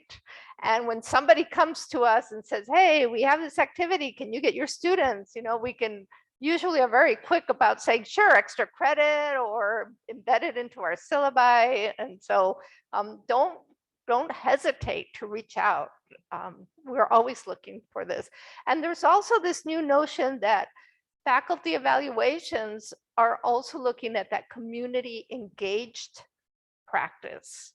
And it is now part of our ongoing faculty evaluation. So it's an expectation that we are involved in community-based activities. So that's just on the other side of things. And Carlos, you had something you wanted to share with us too. Yeah, about 10 years ago, my executive director told me to come up with some recruitment strategies for therapists because we were having a lot of program growth and we were finding ourselves having to recruit therapists more than normal. So I came up with 7 different strategies, and I'd be glad to share this or I already sent it to you, Dr. Calvo, by the way. So there's 7 different strategies. Some of these have already been mentioned. And I made them more formal where I have a strategy and then procedures. So for example, I have staff recruiting bonus to involve employed licensed staff in the effort of recruiting other licensed professionals. And then I have procedures for that. Student mentor bonuses to motivate experienced licensed staff to accept responsibility of supervising and mentoring student interns who may later apply for employment. And that was like $50 a week. And I have like dollar amounts. And you may say, oh, that's too much or that's too little, but at least it gives you ideas if you go through these. Third one, annual student receptions to invite graduating students, PTs, OTs, SOPs out to the center or host a lunch presentation at their university to orient them to the services that are provided by our agency and specifically for ECI program. Fourth one I have is annual continuing education trainings to provide continuing education opportunities at Paso del Norte Children's Development Center to licensed professionals in the community in order to expose them to the center and services provided at our agency. That I learned from a another competing agency in our area. They would invite our staff to their presentations and they talk about their services and, hey, this is a great place to work. And I said, what the heck? I'm not sending anybody over there. You're just trying to recruit them. But I said, I could kind of do something similar to that, but maybe, not the way they were doing it. And just like, for example, give a presentation on autism. That is always a big area that people, or on feeding. Feeding is a big one for speech therapists, that they want to know more about feeding and issues and how to treat children that have feeding issues. So we would do presentations, we would invite people out in the community, and then at the same time talk about ECI and what we did there. So that we've done several times. Attendance at annual job fairs, if you have universities where they have job fairs, where you can, our community colleges to recruit graduating students. Sixth strategy, ECI in-service presentations at local colleges and universities. And that we've done on and off. If you have colleges and universities, you should regularly, and I know we were talking about that here a minute ago, that we're not taking opportunity for those of us who do have universities and that have PTOT speech programs. Are we doing it regularly to try to recruit students? And then the last thing I have here is student stipends to motivate students to complete their student internships at the center and motivate them to apply for future employment. So, so just some ideas that I put together a long time ago. And some of them we've done successfully, other ones not as successfully. So I think that could be helpful to some of you. Thank you so much. And yes, if you have any other ideas that you want to share with us, we now have your email, so we will be reaching out to you. So unless there's any other comments or questions for today, we do want you to take at least 10 minutes to kind of like wrap up your thoughts about enhancing training and development. I don't know if Mary Beth is still online or if you wanted to add any last minute comments. And then we will break for the rest of the day. And we will come back early tomorrow morning at 9 o'clock. We will start up again. We have one more session. What? Oh, 8:30, 8:30. And we will have one more session like we've had today, and then you'll have work time from there. But we will have again a light breakfast tomorrow. Coffee will be served as well. Hopefully that gets you going. And any other comments or questions that you might have? I don't think they'll do anything. If you want to leave anything in the room, bags, or you just want to come back tomorrow where you were, you can also do that. But anyway, so go ahead and take 10 minutes for your action planning, talk to each other, and we'll then call it a day. Thank you all. Mary Beth, did you want to say anything else? No, I don't. I just think training is important, and I think everybody there understands that. Thank you. And we will be reaching out for follow-up later on. Definitely. Thank you for joining us. Thank you. I'll probably see you tomorrow too. Okay, great.